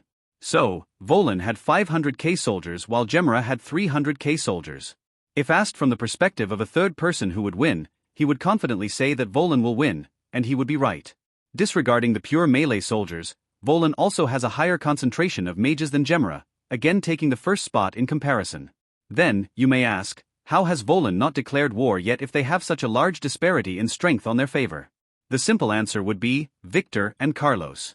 While it was understandable that Carlos was loyal to the kingdom and would fight for it, there may be a question of why Victor was a problem to them. It was because even if Victor was indeed branded a traitor, Volan knew he hated the people in Gemera, not Gemera itself, so if the country itself was threatened of its history then he will surely take sides. Logically, it was a perfect opportunity for Volan to strike since Victor is now dead. Dealing with Carlos will be a matter of how they do it. But there was another problem, another aggressive kingdom potentially taking this opportunity to attack Volan from behind. Volan might not have launched a total war but just a probing battle might have occurred normally, but now since the High Councils was controlled into this, thus the war is happening. Even with all these restrictions, everyone knew who would win. Even both the sides' army knew who would win this war, but both sides had a certain thought in the back of their minds. That was, if that demon lord joins then the tables might turn. In this hope, the army of Gemera firmly resolved their wills to hold on till his arrival. After what Bale did to save them from the monster infestation, the populace has a faith in him that he will save them again. If it was true or not, only Bale knows. In the throne room of Denia. Inside this grand hall, the guardians gathered with Bale seated at the throne. My lord, I have just received message that a messenger from Gemera has arrived at New Orion and asks for an audience with you. Adrigal, the guardian in charge of monitoring the noble's territory Bale gained which was now named New Orion said. Tell them to inform the messenger that I know everything and not to worry about anything. And to send a message to the king that help will arrive when they need it the most. Understood. With that Adrigal quickly went a little away from the lineup of guardians to message her subordinates stationed at the mansion in New Orion. Lord Bale. Why would we wait till they need our help the most? A curious Adriana asked. My lord, allow me to explain your grand plans for you. Before Bale could reply, Rhombus asked in a worshipping tone, as if it would be his greatest virtue to recite his master's grand plans. HN. You may Rhombus. Thank you my lord. So Adriana, basically Lord Bale wants world domination, right? Yes. Then, we need to assimilate all of the kingdoms to ourselves. Rhombus continued like a teacher teaching and Adriana responded to his short questions like an obedient student while the rest of the guardians including Bale himself listened to what Rhombus was gonna say. Right? But Lord Bale wants to do something more interesting so he chose to not use direct war and play by the rules. By which in this war he wants to first weaken both sides and at the last moment sweep in to take all the glory, while also gaining the favor of Gemera so that the populace will accept his rule more willingly. Oh. What about Volan's populace? Since it was Volan who instigated this war, by the rules of war, the winning side has all the rights in a diplomacy and here, Gemera will be too weak to hold any say, so we, Denia, will be the highest voice in the negotiations. Making it so that both the kingdoms will have to listen to us, willing or not. Oh. I see. Did Lord Bale think this far? As expected of Lord Bale. Clapping her hands as if finally understanding a concept taught by her teacher, Adriana complimented Bale as if she was breathing. That's not all. Lord Bale has though much further ahead than even I can imagine, I only said what was infinitely small in comparison to his grand plans. Rhombus said, pushing his non-existent glasses up his nose bridge. Damn, I didn't even think this far ahead. I just wanted to delay my arrival so that the populace will like me more and be more flexible to my rule which he did mention, but not the negotiation thing which is quite good. Good thing you let Rhombus answer for you, huh? Yeah, wait, was that sarcasm, Gabriel? It was your imagination. Good job on explaining my plans, Rhombus. You are wasting your praises on me, my lord. I only said what was obvious. I don't have the capacity to think millennia ahead, my lord. Rhombus replied, bowing his head deeply. Why am I having a sense of déjà vu? But still you should learn to accept my praises, it is quite precious you know. Then, I shall graciously accept it, my lord. In the plains. It was now sundown. The sun has finally set in the horizon and night will soon settle in. There was an unanimous pact between the two sides that they will battle in broad daylight so, the war was scheduled to happen tomorrow.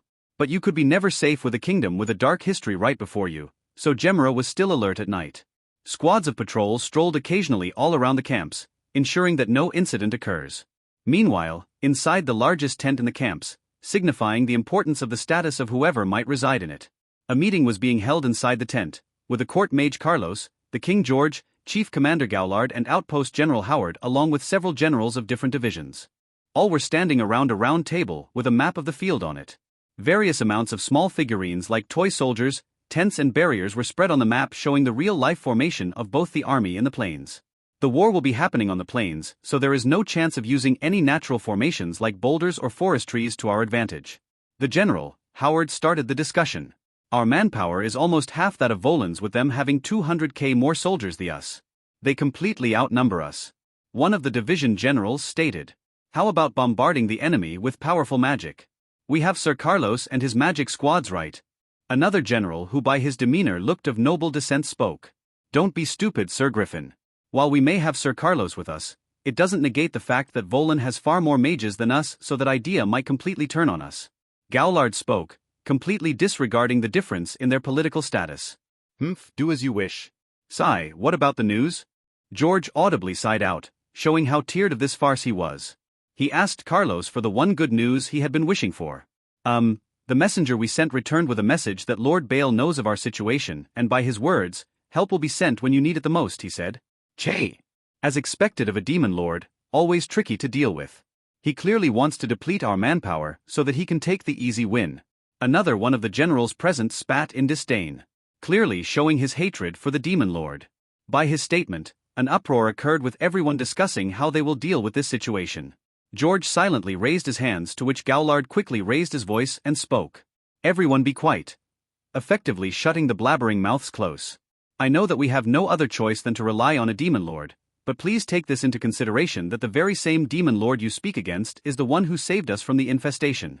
Thus, let us put some faith in him and hold on. George announced, deep inside feeling guilty of the state his kingdom had become. During his grandfather and then his father's rule, Gemra was one of the most prosperous nations in the area. Every kingdom wanted to be its trade partner and no nation wanted to earn its ire. So there was no meaningless wars on resources because the rest of the kingdoms will side with Gemra in order to gain more favors. But from the moment he came in power, it seemed as if subtly but quite quickly all this prosperous and peaceful state was slipping from his hands. The rise of bandits, the recent monster infestation, then this war was a clear sign his reign might end soon. And he was quite on point, because a very powerful predator had set its eyes on his nation first to satiate its hunger. Waiting on potential help will not do good for us. Let us come up with some preliminary strategy to slow down the enemies. Gowlard stated. With that, another round of furious but productive discussion went on the entire night. The brightly shining moon hung high in the sky as another meeting was being held inside the tents of Volan's side. Is this really wise, Lady Sylvie? A mage asked as a group of mages, Sigil and another counselor along with the army general were sitting around a round table. Sylvie, as the attack magic division head, was sent to administer the war, while Sigil as the summoning director considered this war as the best opportunity to use the dead bodies to summon more demons and also assist in the war. While the third and final counselor on the battlefield was the defense director OLR. Silence. Who told you that you have any right to question our decisions? Be quiet and follow our orders. Sylvie instantly spat, venom in her voice as if it itself was capable of melting the poor mage. Yes, of course, my lady. Trembling in fear of getting killed, the mage quickly shut himself up. Any news of the demon lord's arrival? Sigil asked. None. It seems this so-called demon lord is a coward, he dash. As another mage was going to continue his mockery, he along with all the people present inside the tent sensed a deep, primordial fear zapping through their spinal cords as a cold chill passed their spines. What was that? Yo! Just as everyone was looking here and there to find the source of the strange as fearful feeling, they heard a jovial tone entering the tent. Gil? Recognizing the person, Sigil greeted him. Yo, I was just looking if you guys need anything, it seems you guys are all. Never see ya later. What was he talking about? One of the mage said, sweat dripping down his forehead along with the rest as they unconsciously wiped their forehead to see a pool of cold sweat forming on their palms. What they didn't know was that, Darkseid had heard what the mage was saying and immediately controlled Gil to come towards the tent as he released a fraction of his despair aura. No one disrespects my lord, even if that person will likely go in the forbidden room. Thought Darkseid darkly as he hid in the darkness of the shadow watching, as his Dark Lord's plans coming along quite nicely. Next morning. The plains was filled with humans neatly assembled on either side with a roughly made log barrier scattered horizontally. Each human equipped with iron-plated armor to the brim. Swords, polearms or hammers tightly gripped in their hands. Cavalry stationed at the back strained their hold on the reins. Behind them was countless contraptions placed in strategic order. And behind all these was the important people leading this war. On the side of Gemera, George, Carlos and his mage squad along with Gaulard stood under a canopy tent, spectating the war. blow the horns. George ordered Gaulard while looking at the enemy's army ahead. Boo. Simultaneous to the order given, a thunderous blowing of a goat horn was heard. Instantly another ominous-sounding blast of horn was heard from the opposite side, officially commencing the war. Kea Arch. For Gemera. For our loved Honest. With a powerful war cry from the division generals followed by a chorus of chants, Gemera's foot soldiers charged forth. Goo. Leave no survivors. Volan's army chanted as they also charged forth. Within seconds both sides collided, the first line of infantry clashing with great momentum, disrupting the formation and both sides getting mixed in.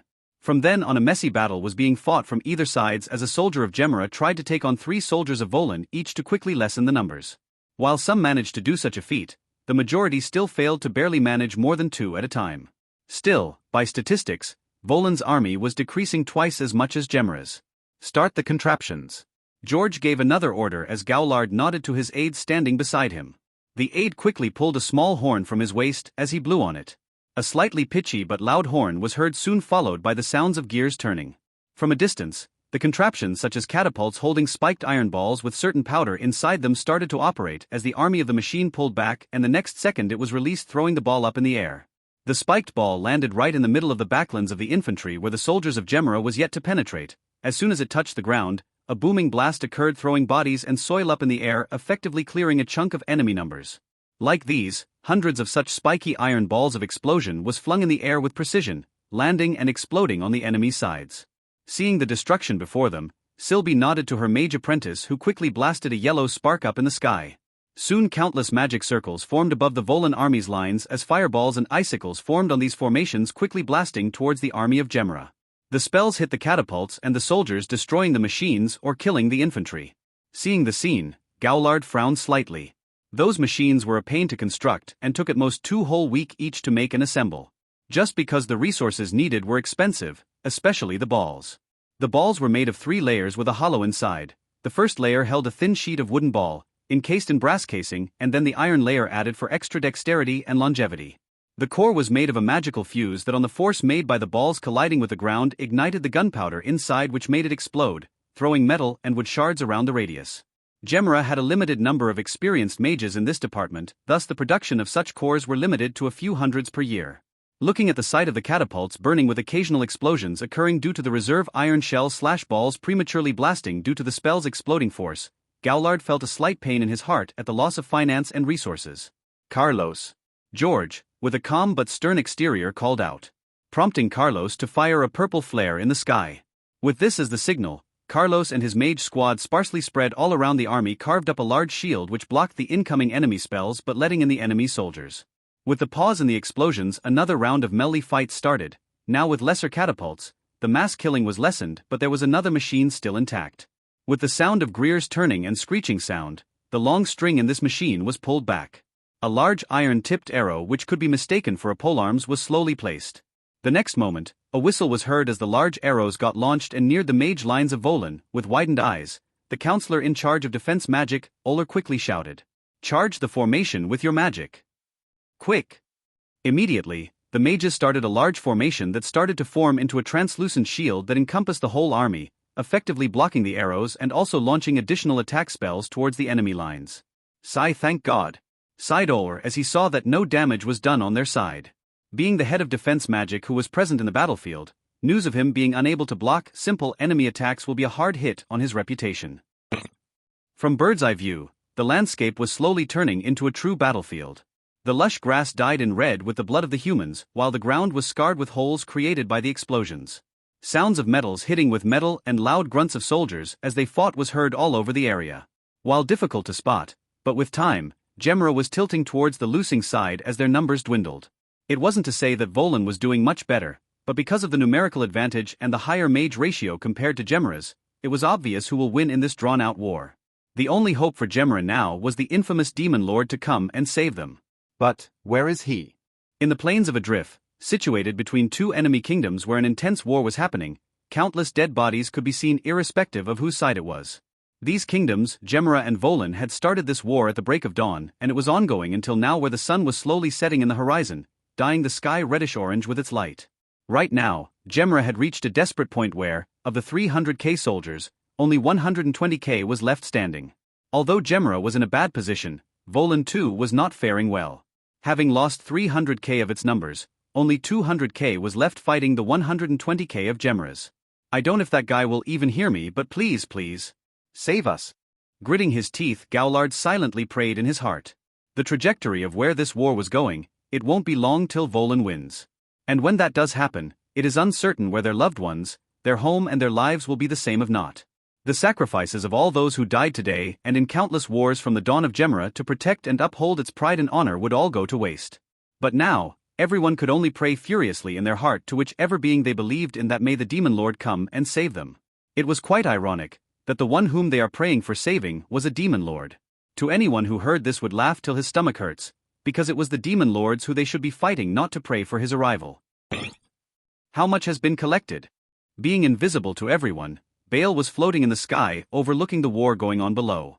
It totals to 480k souls collected.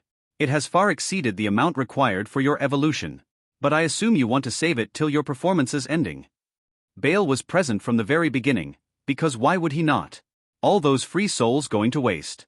So, he erected a barrier that was not noticed by any of the two kingdoms which trapped the souls of the humans killed.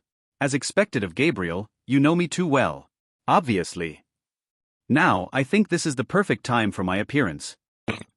Just as Gemera's army was starting to lose faith in believing that Bale would obey them and Volan becoming giddy at the fact that Bale had not arrived, a huge amount of magicule was released, instantly spreading to all the corners of the battlefield. This aura made everyone pause their fight involuntarily as their bodies stiffened in fear. The bloodlust and dominating presence of the aura was enough to make some of the weak-minded soldiers faint, as the relatively stronger ones to also kneel down with their eyes widened. What is this? Sigil struggled to even speak as he looked at the battlefield strike with fear, as he was unable to control his body anymore. Don't tell me. Sylvie tried to deny the possibility of what her train of thoughts was going to, but she saw something that would completely negate any excuses they would come up with. In the side of Gemera's army, a portal opened.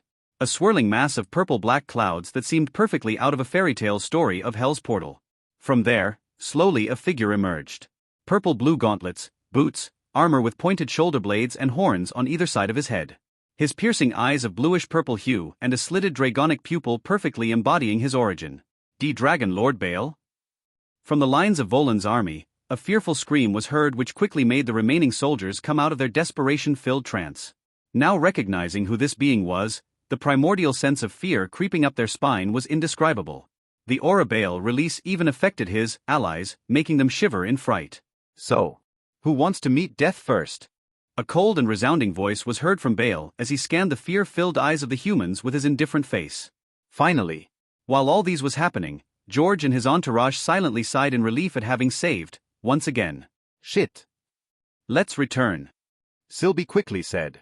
She didn't need to repeat, as the council members quickly started to charge a teleportation array only for it to break. Anti-magic? Seeing the failed array dispersing in magic particles, Sylvie slowly muttered out loud, falling to the ground as if she lost her footing. There is no escaping. Sigil stuttered the obvious. For a mage, anti-magic spells were their bane. Now that they were unable to use magic to escape, there was nothing they could do to get away now. It's always the best when insects know that there is nothing their frail selves can do. A feminine voice was heard as the mages slowly turned to look at the origin of the voice. Looking at the regally dressed female that had black obsidian armor on her with her curved horns and slitted yellow eyes, it was easy to guess who she was. Even if they didn't know her name, they knew that she was probably the Demon Lord's subordinate coming here to collect the insects that is them. Run. Slowly whispering at first, a soldier quickly turned the whisper into a scream as he turned back and ran. This action quickly turned into a chain reaction as Volan's army quickly dropped whatever slowed them down and ran the opposite direction of where Bale stood. I haven't even done anything and they are fleeing as if I am Satan himself? It is probably because of the high-level despair aura you released. One of its side effects is loss of brain functioning ability and making the victim extremely scared of the user. Huh? Good thing I directed it towards the enemy's army. Unbeknownst to Bale, even the army of Gemera was scared out of their wits and their bodies screamed at them to flee as far away from this demon as they can, but they were unable to do so because they were purely exhausted beyond their human capabilities. Who said you could run when you guys chose your own deaths? Instantly a huge tower of magic circles emerged as Bale in the center. If any Yggdrasil player were to witness this scene, they would be screaming hacker, while signing out of the game and deleting it. This complex array of magic circles was a super tier spell. But it was not any regular spell, it was on a completely another level. The size of this array was triple that of the original, while its magic power was fueled by one of Bale's special skill, harmonic convergence. This skill allowed Bale to output a higher level of any spells with almost half the cost of mana required. Soul Severin.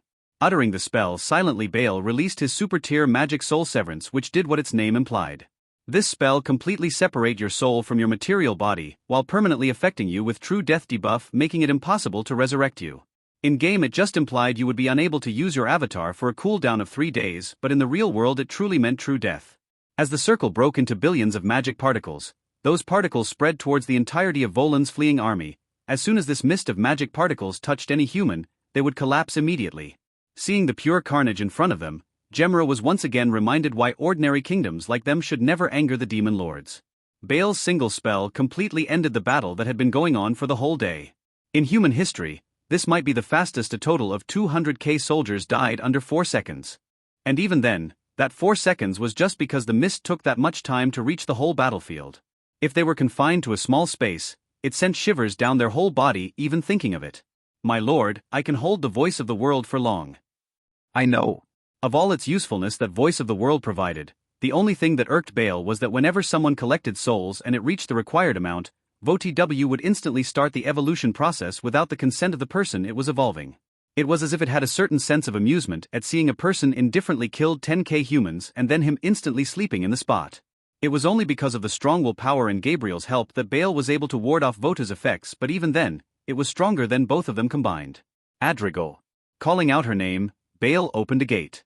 Yes, my lord. Adrigal instantly flickered to Bale's side as she floated 3 fainted bodies behind her. Send them to the Forbidden Room, also start the next phase. Glancing at the bodies behind her, Bale ordered Adrigal. Understood, my lord. Hearing her affirmation, Bale entered the gate, ready to start his evolution.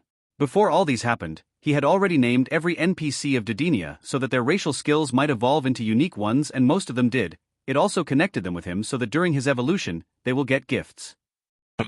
Seeing the disappearing gate, Adrigal immediately opened another from where 2 armored dragon knights, both of level 60, arrived. Take them to the Forbidden Room. Adrigal nonchalantly ordered the knights as she looked towards the direction form where George and his entourage was quickly approaching. Since Bale had already left, his oppressive aura also dissolved in the air, allowing the humans to move their bodies freely. As George reached Adrigal, whom he was familiar with, he glanced at the powerful duo of armored demons behind her. Being a human, he was unable to determine whether they were dragons or demons, and since they were covered in full armor along with the demonic aura they had, he guessed them to be demons under Bale's service. King George, my dragon hordes will be attacking the capital of Volan. Will your army be able to join us? Adrigal's query brought George out of his thoughts as he quickly replayed her questions. Unfortunately, no, Lady Adrigal. What you see before you is the only capable soldiers left. George said with a deep pain in his heart. In this war, Gemra had completely lost its military might with only a fraction remaining. This was big blow to his rule, as it was during his reign that all these tragedies happened. The future generations might see him as the weakest king to have ever ruled Gemra, adorning him with titles like the Weak King, the Coward King. Wait, what do you mean by horde? A curious voice was heard from one of the generals. As soon as his question came out of his eyes, Osif, waiting for this exact moment, loud roars and grunting of dragons was heard, followed by thunderous flapping of wings. Looking below, one of the soldiers saw a large shadow covering the plains. He gulped loudly as he slowly looked up to see what could be described as pure nightmare fuel. A dragonic nightmare. Thousands of dragons and wyverns mixed in covered the entire sky. They were coming from the direction where Denia, or the Deathlands, was situated. The dragons ranged from around 30 meters to some almost reaching 90 meters. All flying in a chaotic but ordered sense in one direction. And that was where Volan's territory. You guys are demons. One of the young soldiers muttered, but it was heard by everyone. Don't be mistaken, we are not demons. Rather, we are dragons. Far more dangerous than demons. We are possessive and prideful beings. Volan have directly insulted our lord, thus, as a consequence, we shall burn the whole country down.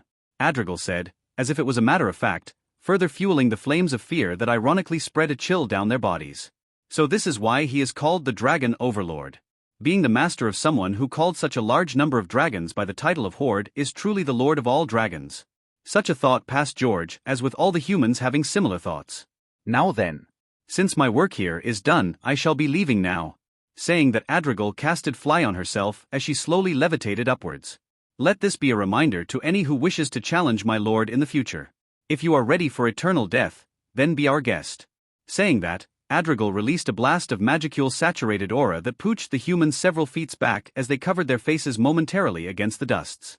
Looking up, they say large swirls of black clouds formed around Adrigal as occasional flashes of white light passed the cloud. Soon, a large roar was heard from the cloud as all the flying dragons above too joined the roaring as if they were feeling happy. Just then, a large wing, the length of at least 60 meters long, was seen from the cloud as the next second a long tail double the length of the wing emerged. Exhaling a black flame mixed with white hue, a large dragonic head came into view with 2 pairs of horns curved on its head. With a single flap of its wings, the black mist instantly dispersed, showcasing the large dragon in its full glory. The dragon, who was 150 meters long, was Adrigal in her dragon form. She exceeded even Veldora, the true dragon's length, by 50 meters, making her by far the second last longest dragon in history, only topped by the true dragon sisters, Velzard and Velgrind. Her size might make anyone mistake her for a true dragon, but her power could only be half that of them, and even then she lacked in the large magicule quantity and unique skills department. But that would all be solved with her master's evolution. With another flap of her wings, Adrigal instantly joined her horde, flying at the forefront, rapidly flying towards Volan. In a matter of minutes, the whole army of dragons was disappearing in the horizon, with echoes of ringing bells heard from Volan's side. "Are we this weak?" a general rhetorically said. He and everyone present knew that they were indeed weak, pitifully weak. Their gaping mouths and fearful eyes was the only indication needed to confirm their helplessness. In Volan. Ruin. Asterisk boom. Asterisk roar. Asterisk boom. Ring ring ring. Boom. People shouting at each other as they ran in vain to escape this apocalypse, warning bells ringing for a moment only to be destroyed by stray fire breaths blowing up the tower it stood on. Such was the scene all over the kingdom of Volan. Nowhere they will go was safe. It was even more worse in the capital of Volan. A huge 150-long black obsidian dragon with hundreds of smaller dragons flying in circles above attacked the capital. To any Game of Thrones fan, the only way to visualize the scene would be to multiply Daenerys's dragon destroying King's Landing to an exaggerated degree. Watching from a large glass window, the council members were stricken with fear. They knew not what came upon them to even order this meaningless war, or even the fact that they challenged the Demon Lord. It was true that some called this kingdom a place for lunatics, but that doesn't mean they were retarded enough to anger a Demon Lord. "What have we done?" whispered one of the councilmen. "You did what your destiny was. And it was perfect." A deep voice was heard from the corner as a figure emerged from the shadow. "Gil? Was this all you're doing?" one of the councilmen asked. "No, it was the Dragon Lord," Gil answered as a masked figure emerged from Gil's shadow. "Enter the gate," Darkseid ordered the councilman as well as Gil as they entered a trance-like state, while a gate soon opened beside Darkseid. "As you wish, master." A unison of affirmation was echoed as everyone lined up and entered the gate, where on the other side their entire remaining torturous lives awaited them. As the gate closed, Darkseid also disappeared, leaving the domed room empty. Completely silent, contrary to the muffled screams of humans, roars of dragons and destruction outside echoing inside the room. As Bale exited the gate, he walked before the throne of dragons. He sat upon the throne while overlooking the guardians present: Bar, Adrigal, and Darkseid. "Start the evolution, Gabriel." "Understood." Removing the barrier. "Report, evolution of individual Bale Draconio Armenon from Dragon Lord to True Dragon commences." An ethereal voice was heard by the residents of the world as a celestial phenomenon occurred. The evolution of a demon lord as well as the birth of the 5th true dragon has now begun. Voice of the world. "Report, evolution of individual Bale Draconio Armenon from Dragon Lord to True Dragon commences. Level restrictions of World Yggdrasil passed, level system has been disabled. Undergoing physical and spiritual transformations. Successful. Magicule capacity multiplied. Old intrinsic skills will undergo evolution. Successful. Demon Lord's Hockey, acquisition successful. Lord's Ambition, acquisition successful. Dragon Spirit Hockey, acquisition successful. New resistances acquiring. Pain nullification gained. Magic nullification gained. Holy effect nullification gained. Demonic effect nullification gained.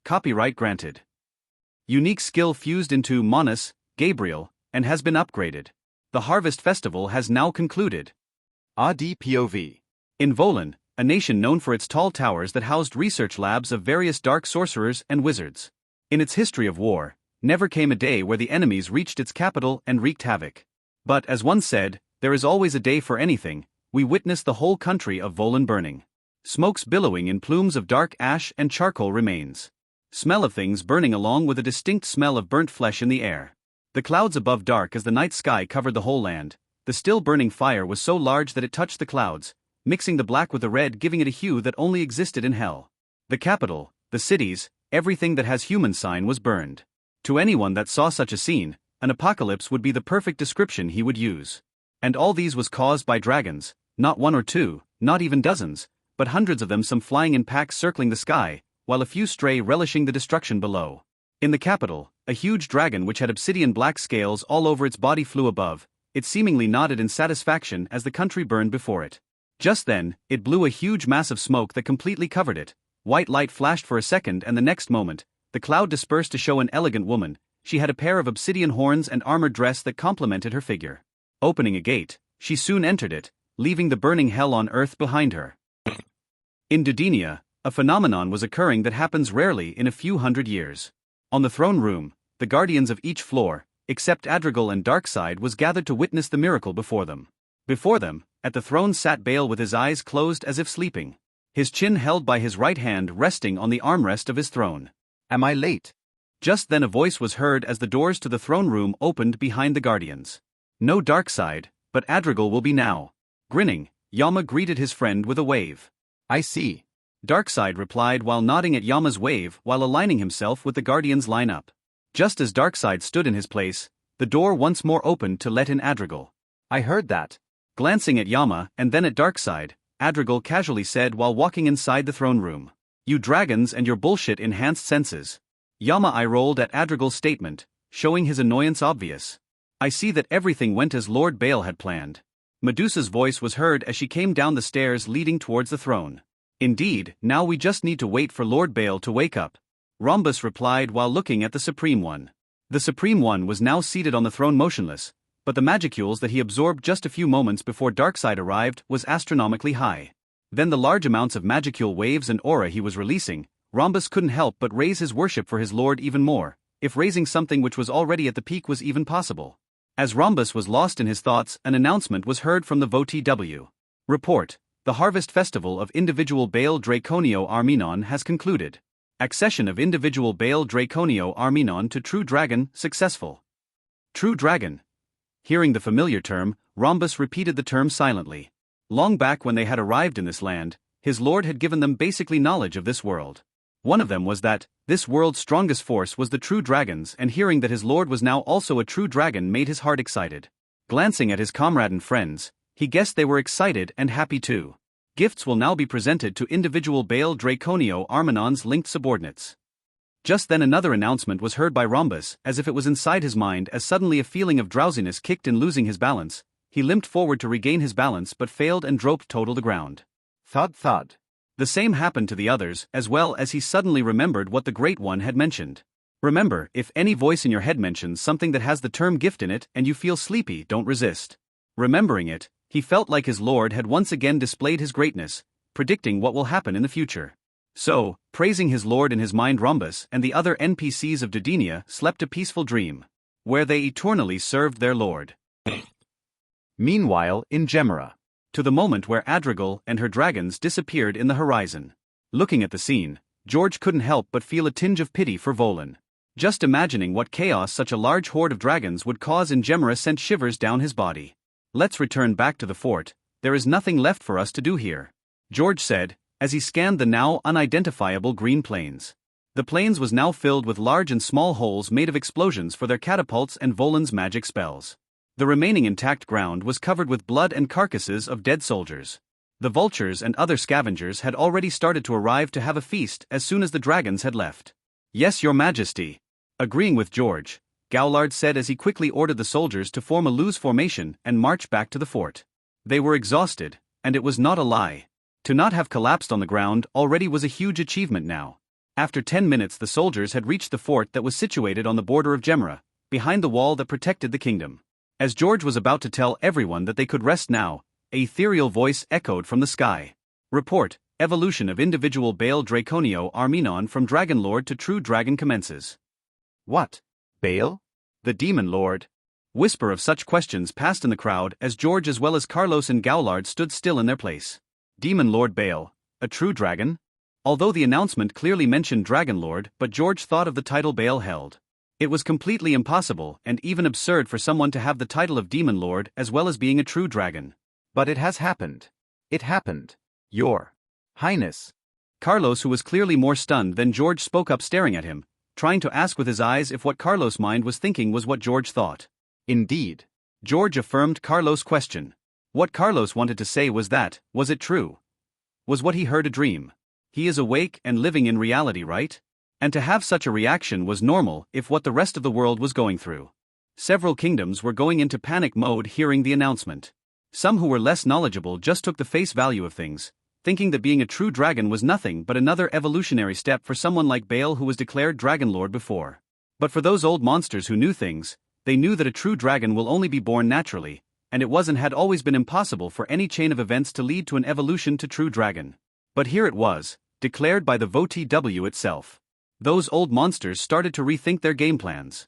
Because the emergence of another true dragon meant instability in the world. Currently, the world had 3 true dragons. One on the Eastern Empire and another at the Ice Continent on the north. It could also be said that the Western nations also have a true dragon with them. But if it was a boon or curse, only they would know. In the Ice Continent. Looks like you will get another younger brother, huh? Inside a throne room made of ice, a red-haired demon who was seated on the icy throne spoke to his companion. Said companion was a beautiful young woman who wore ice-blue dress and had silvery white hair. She was the oldest existing true dragon in the world, only being older than her would be her deceased big brother, the Star Dragon. I only hope that this one is not as stupid as the other one. Sighing, Velzard replied. Haha, right? Even I would be troubled if even he started doing some unpredictable things. And by his magicules currently blasting the whole world. Guy at first chuckled, but the next words he said, a serious expression could be seen on his face.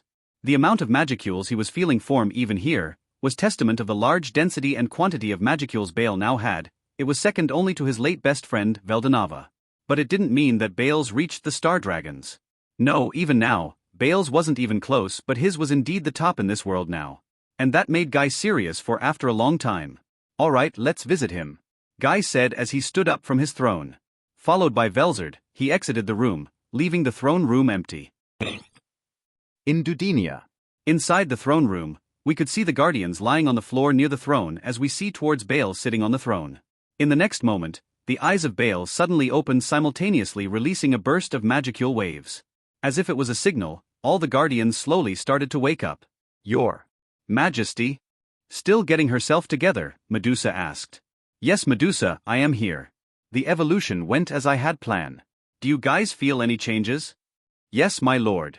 I feel stronger, as if the current me can fight thrice the number of past me and easily win. Yama replied to Bale's question as he looked in his palms. Good.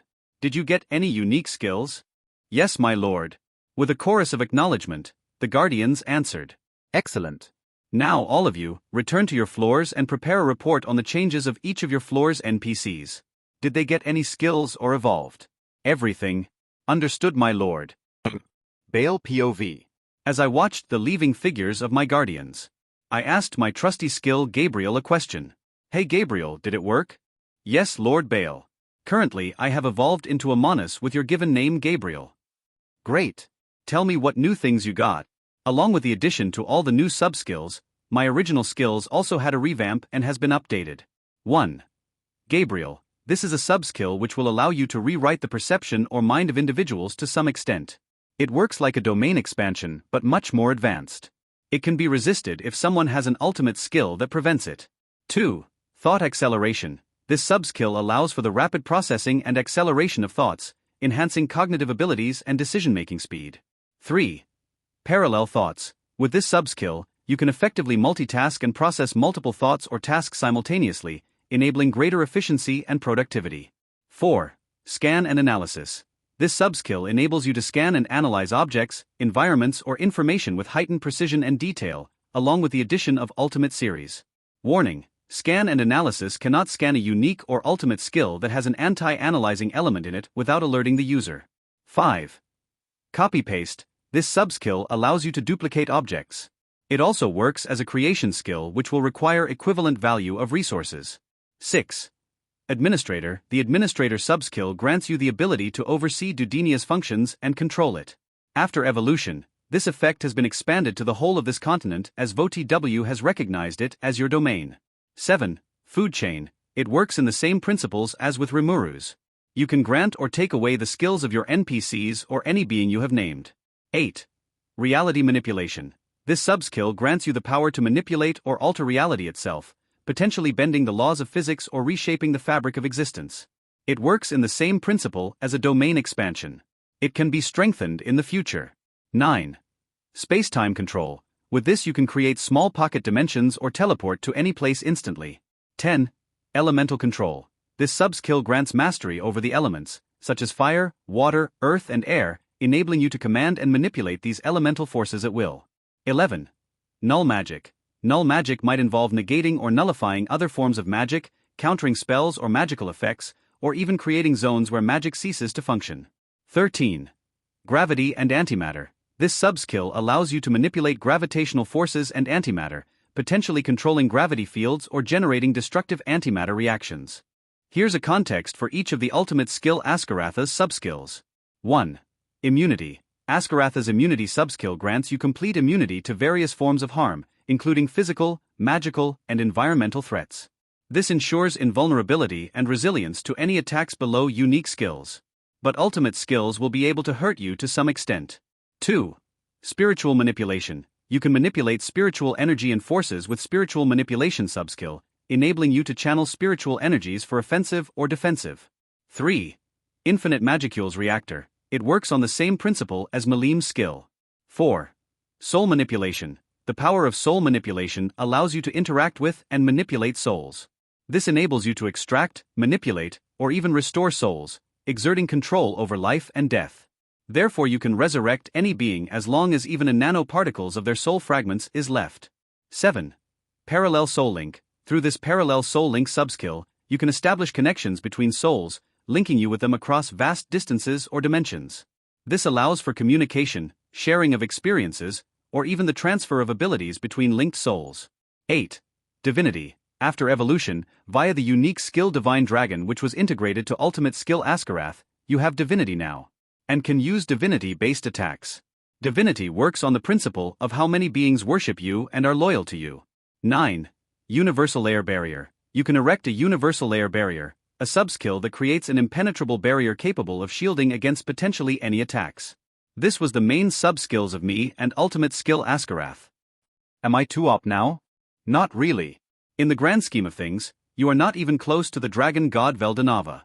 But with your potential and the newly acquired divinity skill, you have started your journey. That's mildly unsettling. That even with all these I am still insignificant in the Omniverse. Who knows how many Veldanavas are like cannon fodder to the really powerful beings. Like those Lovecraftian beings. Enough of that. Gabriel, I remember I had a skill Bahamut something. It had a function similar to Horcruxes. Yes, it was integrated to Askarath. After evolution, to whichever celestial object you bind your soul to, it will boost you passively. You can also cultivate the celestial object so that it grows with you. I don't like where this cultivation thing is going, but I understand. Can I bind to a universe or galaxy? Yes. You could, if that VOTW wasn't present. A bummer. Well, the next best thing after a universe or galaxy would be a black hole. Do you want me to search for the largest black hole in this multiverse? Please do. Confirmed. Beginning searching process, time required until result is found, 2 days. That's shorter than I thought. Well, that's Gabriel for ya. As I was praising Gabriel's computing powers, a message came from Arya informing me of the 2 high-density magicule presence which was approaching Denia. My lord. Yes, Arya. You have a guest. It's Demon Lord Guy and his companion. HN, send them in. Understood. Bale's POV. My lord. Here is Demon Lord Guy Crimson and Lady Velzard. Bowing her head to me, Arya announced the arrival of the duo. HMN? Did you do something, Gabriel? I feel offended. Why? Oh right. The angelic series. If I remember correctly then, Velzard should have Patience King Gabriel form the angelic ultimate series. This should be the reason my Gabriel is a bit grumpy. Don't worry, Gabriel. To me you are the best Gabriel to have ever Gabrielled. I know. What's with that confident statement? I thought you were upset. I just feel offended at how weak a mere copy of me could be. Its 3 main subskills is just a copy the many subskills I have. Aren't you the copy here though?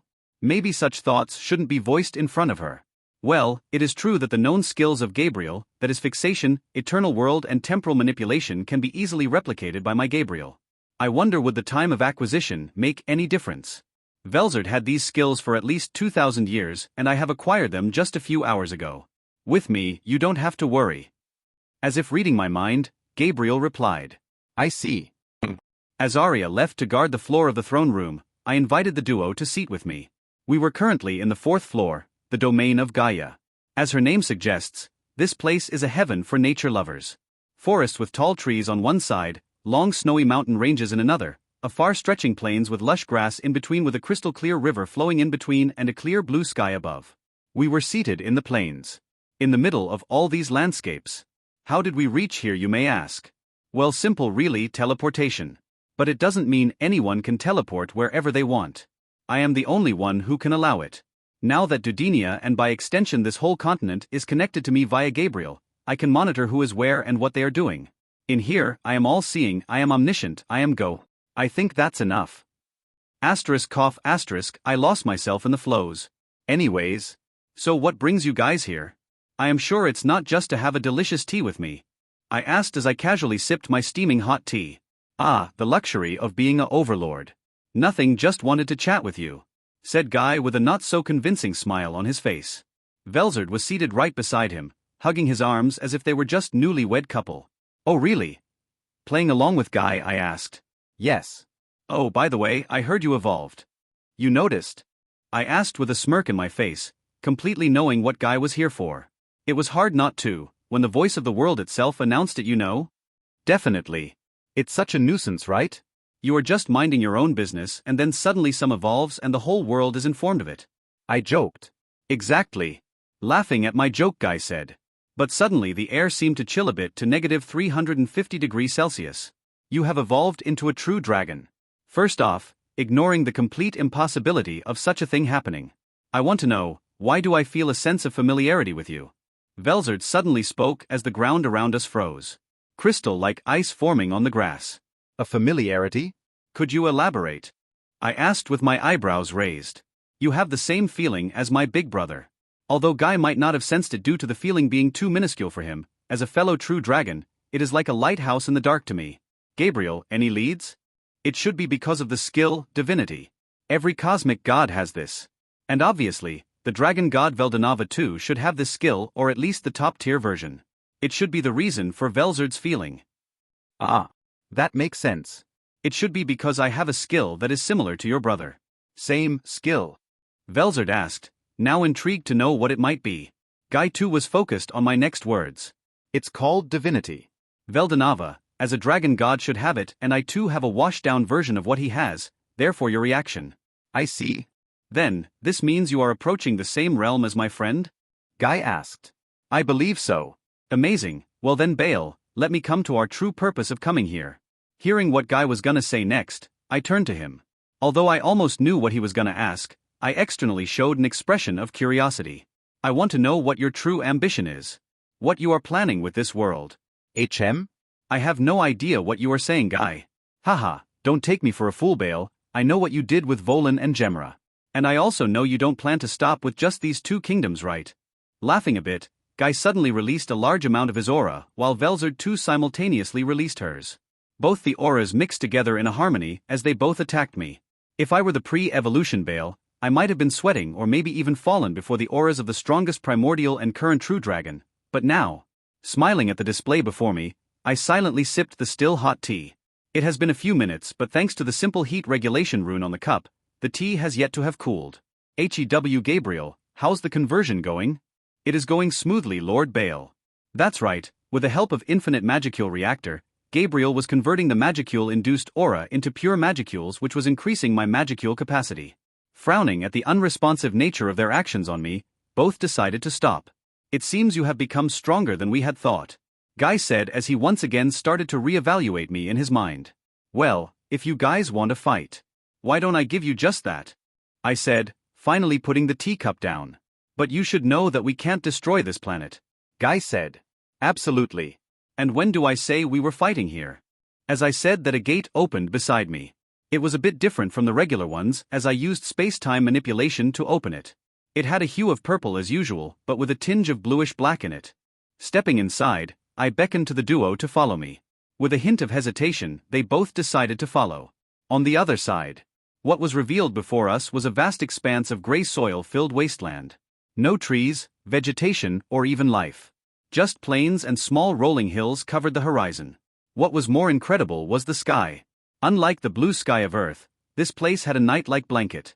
Stars dimming and shining everywhere, occasional large round bodies of differing sizes dotted in the sky. Yes, we were now in completely different planet. Far away from Tensura's main solar system. Narration. Incredible, muttered Velzard as she observed the vast expanse. Even though she and Guy was capable of exploring the outer space, after that incident, they rarely went outside the planet and just protected what her brother had left behind. To once again feel the nostalgia of exploring the outer space made her exhilarated. Looking at Guy to her side, she could also guess the same feeling as her passing through him. This guy Bale. He is reassembling more of you as time passes by, big brother. Looking at Bale, who was also enjoying the view, she finally decided to break this atmosphere first. So you want to fight us here? HM? Yes. We are far away from anything of importance and can cause as much damage as we want. Turning towards them, Bale answered to Velzard's question. Then let's not waste any more time. Guy spoke as he started to charge his magicule-infused punch while Velzard stood still, doing nothing and observed. Boom. As Guy approached forward rapidly, his right fist was just about to connect to Bale's cheeks when suddenly Bale raised his left hand to block it. This second's taking action sent waves of intense magicules in the area as debris flew all around them as if a large gust of wind was generated. Though we know space has no atmosphere to speak of. So such a thing only described the amount of magicules being released. Not even a millisecond passed and a round of hand-to-hand combat ensued. Unlike the last spar both had at the demon realm, the current one was a serious fight. The intent to kill was clearly visible in the moves that Bale and Guy threw at each other. Umu. Observing them fighting with her hands crossed, Velzard nodded her head silently as she acknowledged Bale's physical strength to be at least Guy's level. To be able to go toe-to-toe against Guy when he was serious was a feat in of itself, and to do that while also smiling was an understatement. Bale was smiling throughout the exchange as if he was have fun, not to mention Guy, who was also smirking in glee at having found an equal match in physical combat. Let's see what skills you have. After some minutes of fighting, Guy distanced himself and muttered silently as his eyes glowed. Using his ultimate skill, Prideful King Lucifer, he tried to copy one of Bale's skills at random. Keyword being tried, as he soon frowned deeply. The hell? Muttering in disbelief, Guy charged another attack, this time a lightning attributed. I see that you have noticed that you can't copy any of my skills, Bale said as he also started to charge a lightning attack. And I am surprised it didn't work, Guy said as he smirked a bit despite the wariness in his eyes. Wanna know? Bale asked. Thinking Bale was really going to spill the secret, Guy waited. But I don't wanna, saying so Bale launched his attack. The huge lightning morphed into a three-headed dragon roaring at Guy as it rushed in his direction. Head chuckling at his slight naivety, Guy also launched his dragon-shaped attack. Both the attacks collided as a large explosion occurred, completely covering the area in thrown dust. Before the dust cloud could settle, a sudden fireball was sent towards Bale's direction.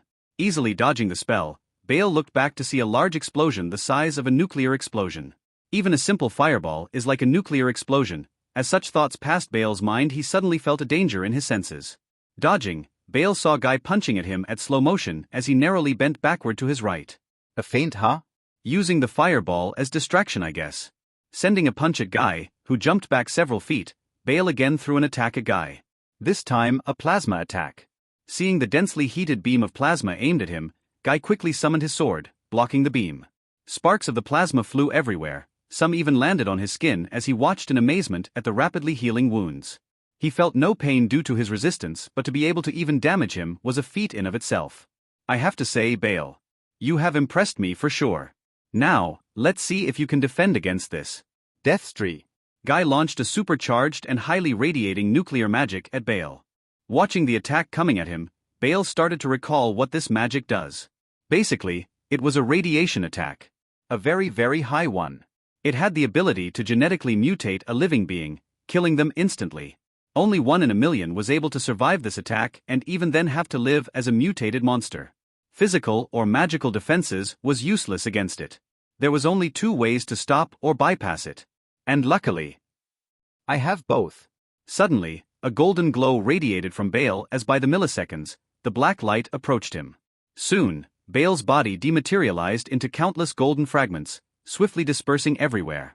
As the attack passed Bale's previous position, the golden particles again converged to form Bale. Spiritualization. Half-asked, half-stated Guy as he just watched what happened before him. No, even true dragons would be unable to completely ignore this attack. It must be something else. Quickly denying his guess, Guy said. Right on point, what I just did was not just a spiritual art. As I mentioned before, I have a skill called divinity and... Bale said as he trailed in the end, letting Guy finish it for him. This was an evolved form of spiritual art, a divine art? Guy said.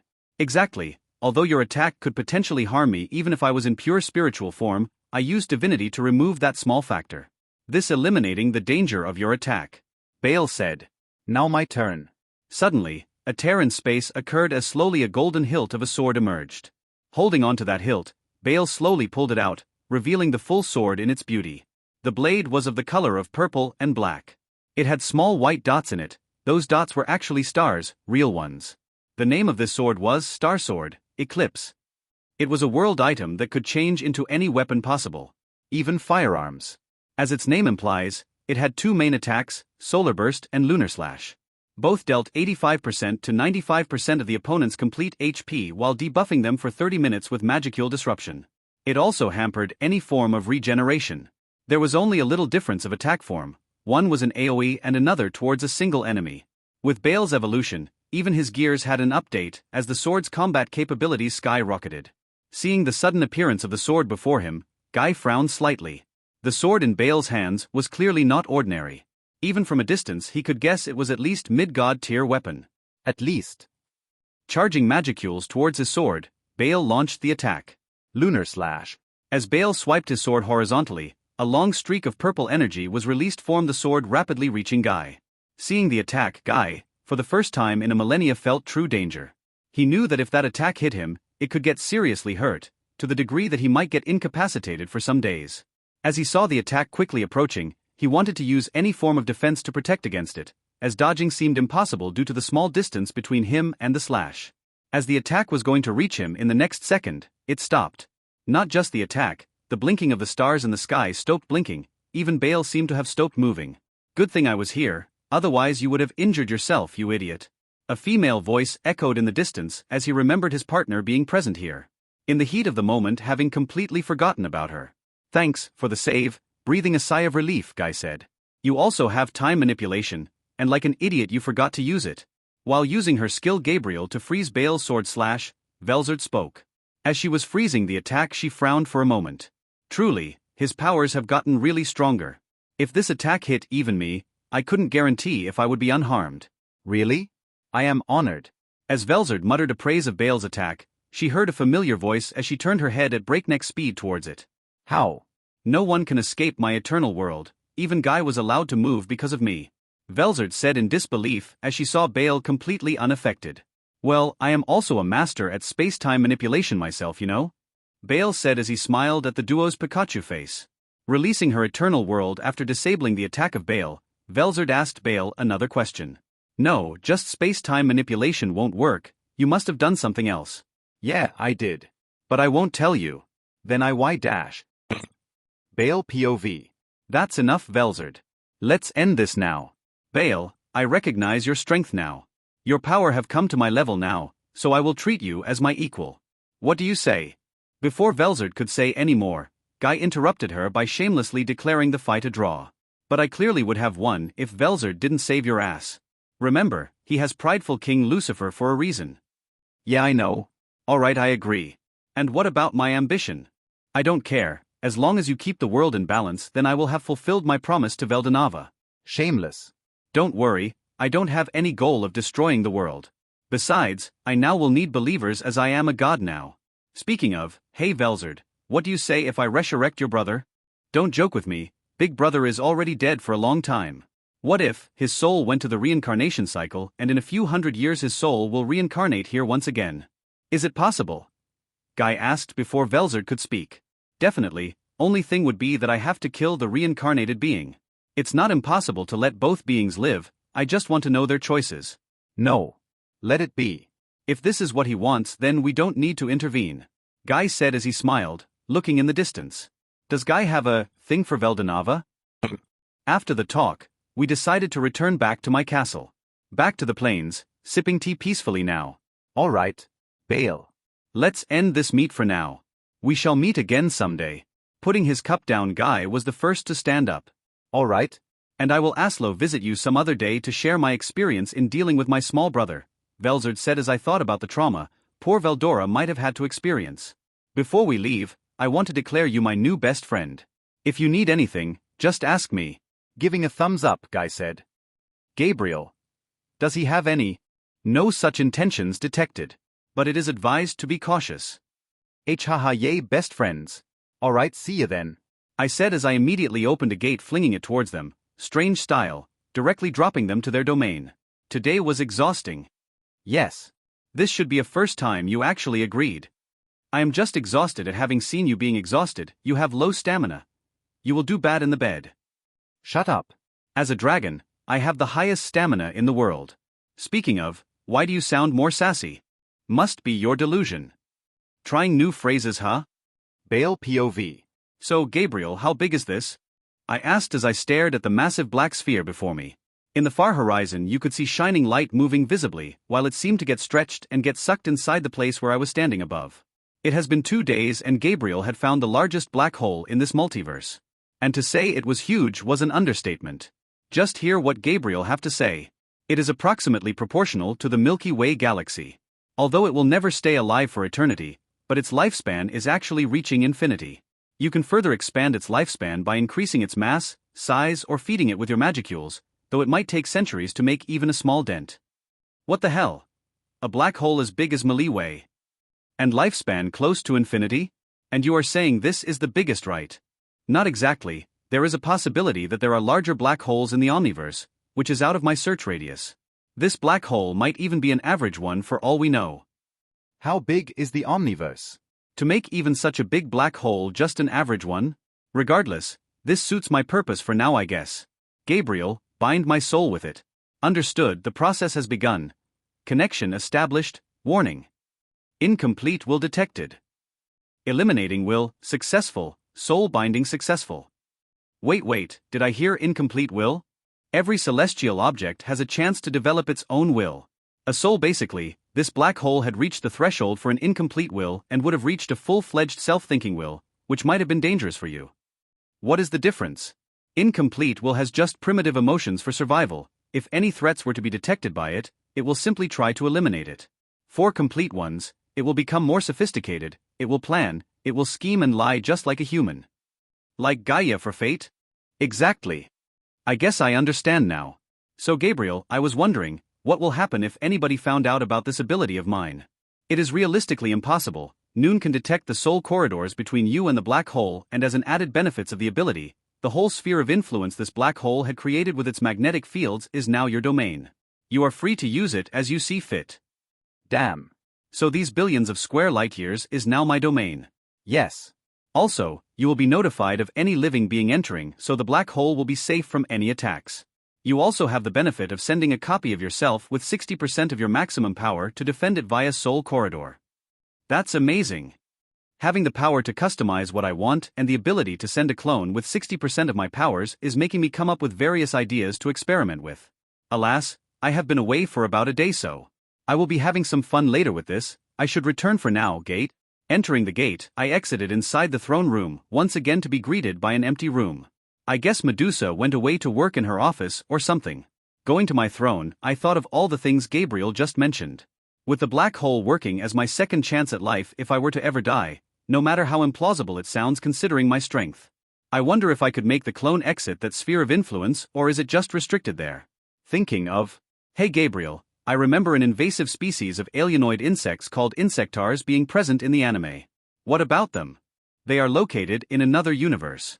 For now a barrier is erected in the Tensura universe that prevents them from invading. But every millennium, they will attack from the side of Guy's territory where there is a small crack in reality, making a gateway for them to enter. And how long till that crack reemerges? About 568 years remaining. I see. Star. A/N, this part has some eki. I have used some Chinese Xianxia style words for some terms. If you guys are cool with it then, I will change it with the uncensored version. Star. After a moment of contemplation while resting my cheek on my right hand, I decided to put it in the back of my mind. For now I had more pressing matters before me. While I had been contemplating, Medusa had already noticed my aura and rushed inside the throne room to stand by my side, just like an ideal wife. Speaking of, should I reward her? Medusa, come near. Yes, my lord. Medusa obediently followed my orders as she walked closer, stopping when we were just an arm's reach out, bending a little so that we were eye to eye, her face showing a look of confusion. Looking at her emerald eyes, I glanced at the beauty that she was. Appreciating her fragrant perfume, I slowly lowered my eyes to see her cleavage, those melons threatening to spill out of her dress. Shit. I think a tent just got erected. Let's continue, shall we? Come sit, I gestured to her with my hands towards my lap as after a look of initial confusion, look of understanding and ecstasy shined on her face as she immediately sat on my lap as if I would change my mind. Sitting on my lap, I could see the surprise on her face as she felt a slight poking sensation which turned quite lusty. As she tried to shift her sitting position to make herself as well as me comfortable, I grabbed her but with both my hands as I lifted her and sat her down again. In a way such that my erected tent would be positioned right between her thighs but closer to her valley. My lord, will you? Medusa tried to ask her questions in between her bated breath as lust filled her eyes, her imagination running on overdrive. Rather than answering, I chose to grab the back of her head and pull it towards me as I kissed her. Medusa showed no resistance to that as she freely enjoyed what was happening, even sticking her tongue out inside. After a minute or two we separate, her eyes showing a hint of reluctance as she wanted more. A thin line of saliva extending between us as we separate. This is a small reward for your hardwick.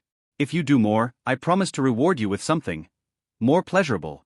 I whispered right beside her ears as she shivered at my voice so near her ear. Understood, my lord. Good. Did I just liked what I just did? Am I turning into a sadist? Must be just my dominating nature acting up. As Medusa reluctantly stood up and again returned to my side, standing, I ordered her to assemble an army. We will be returning to Gemera. Understanding my implementation, she immediately smiled as she bowed and left to complete my orders as I recounted the moment I had with her just seconds ago. I was lucky to have restrained myself, or else I might have done that on the very throne itself. I don't mind watching it. Eki ends here. Third POV. As the army of Denia was getting ready to set off for Gemera, a certain individual was just crossing the border of the kingdom. By the individual's body figure, it could be guessed it was a she. She had white robe all along her body while she covered her face with an almost plain white mask except for the two red lines streaking on either side with an eye slit. As she passed the gate where numerous merchants or visitors had lined up to enter the country, no one seemed to notice her presence.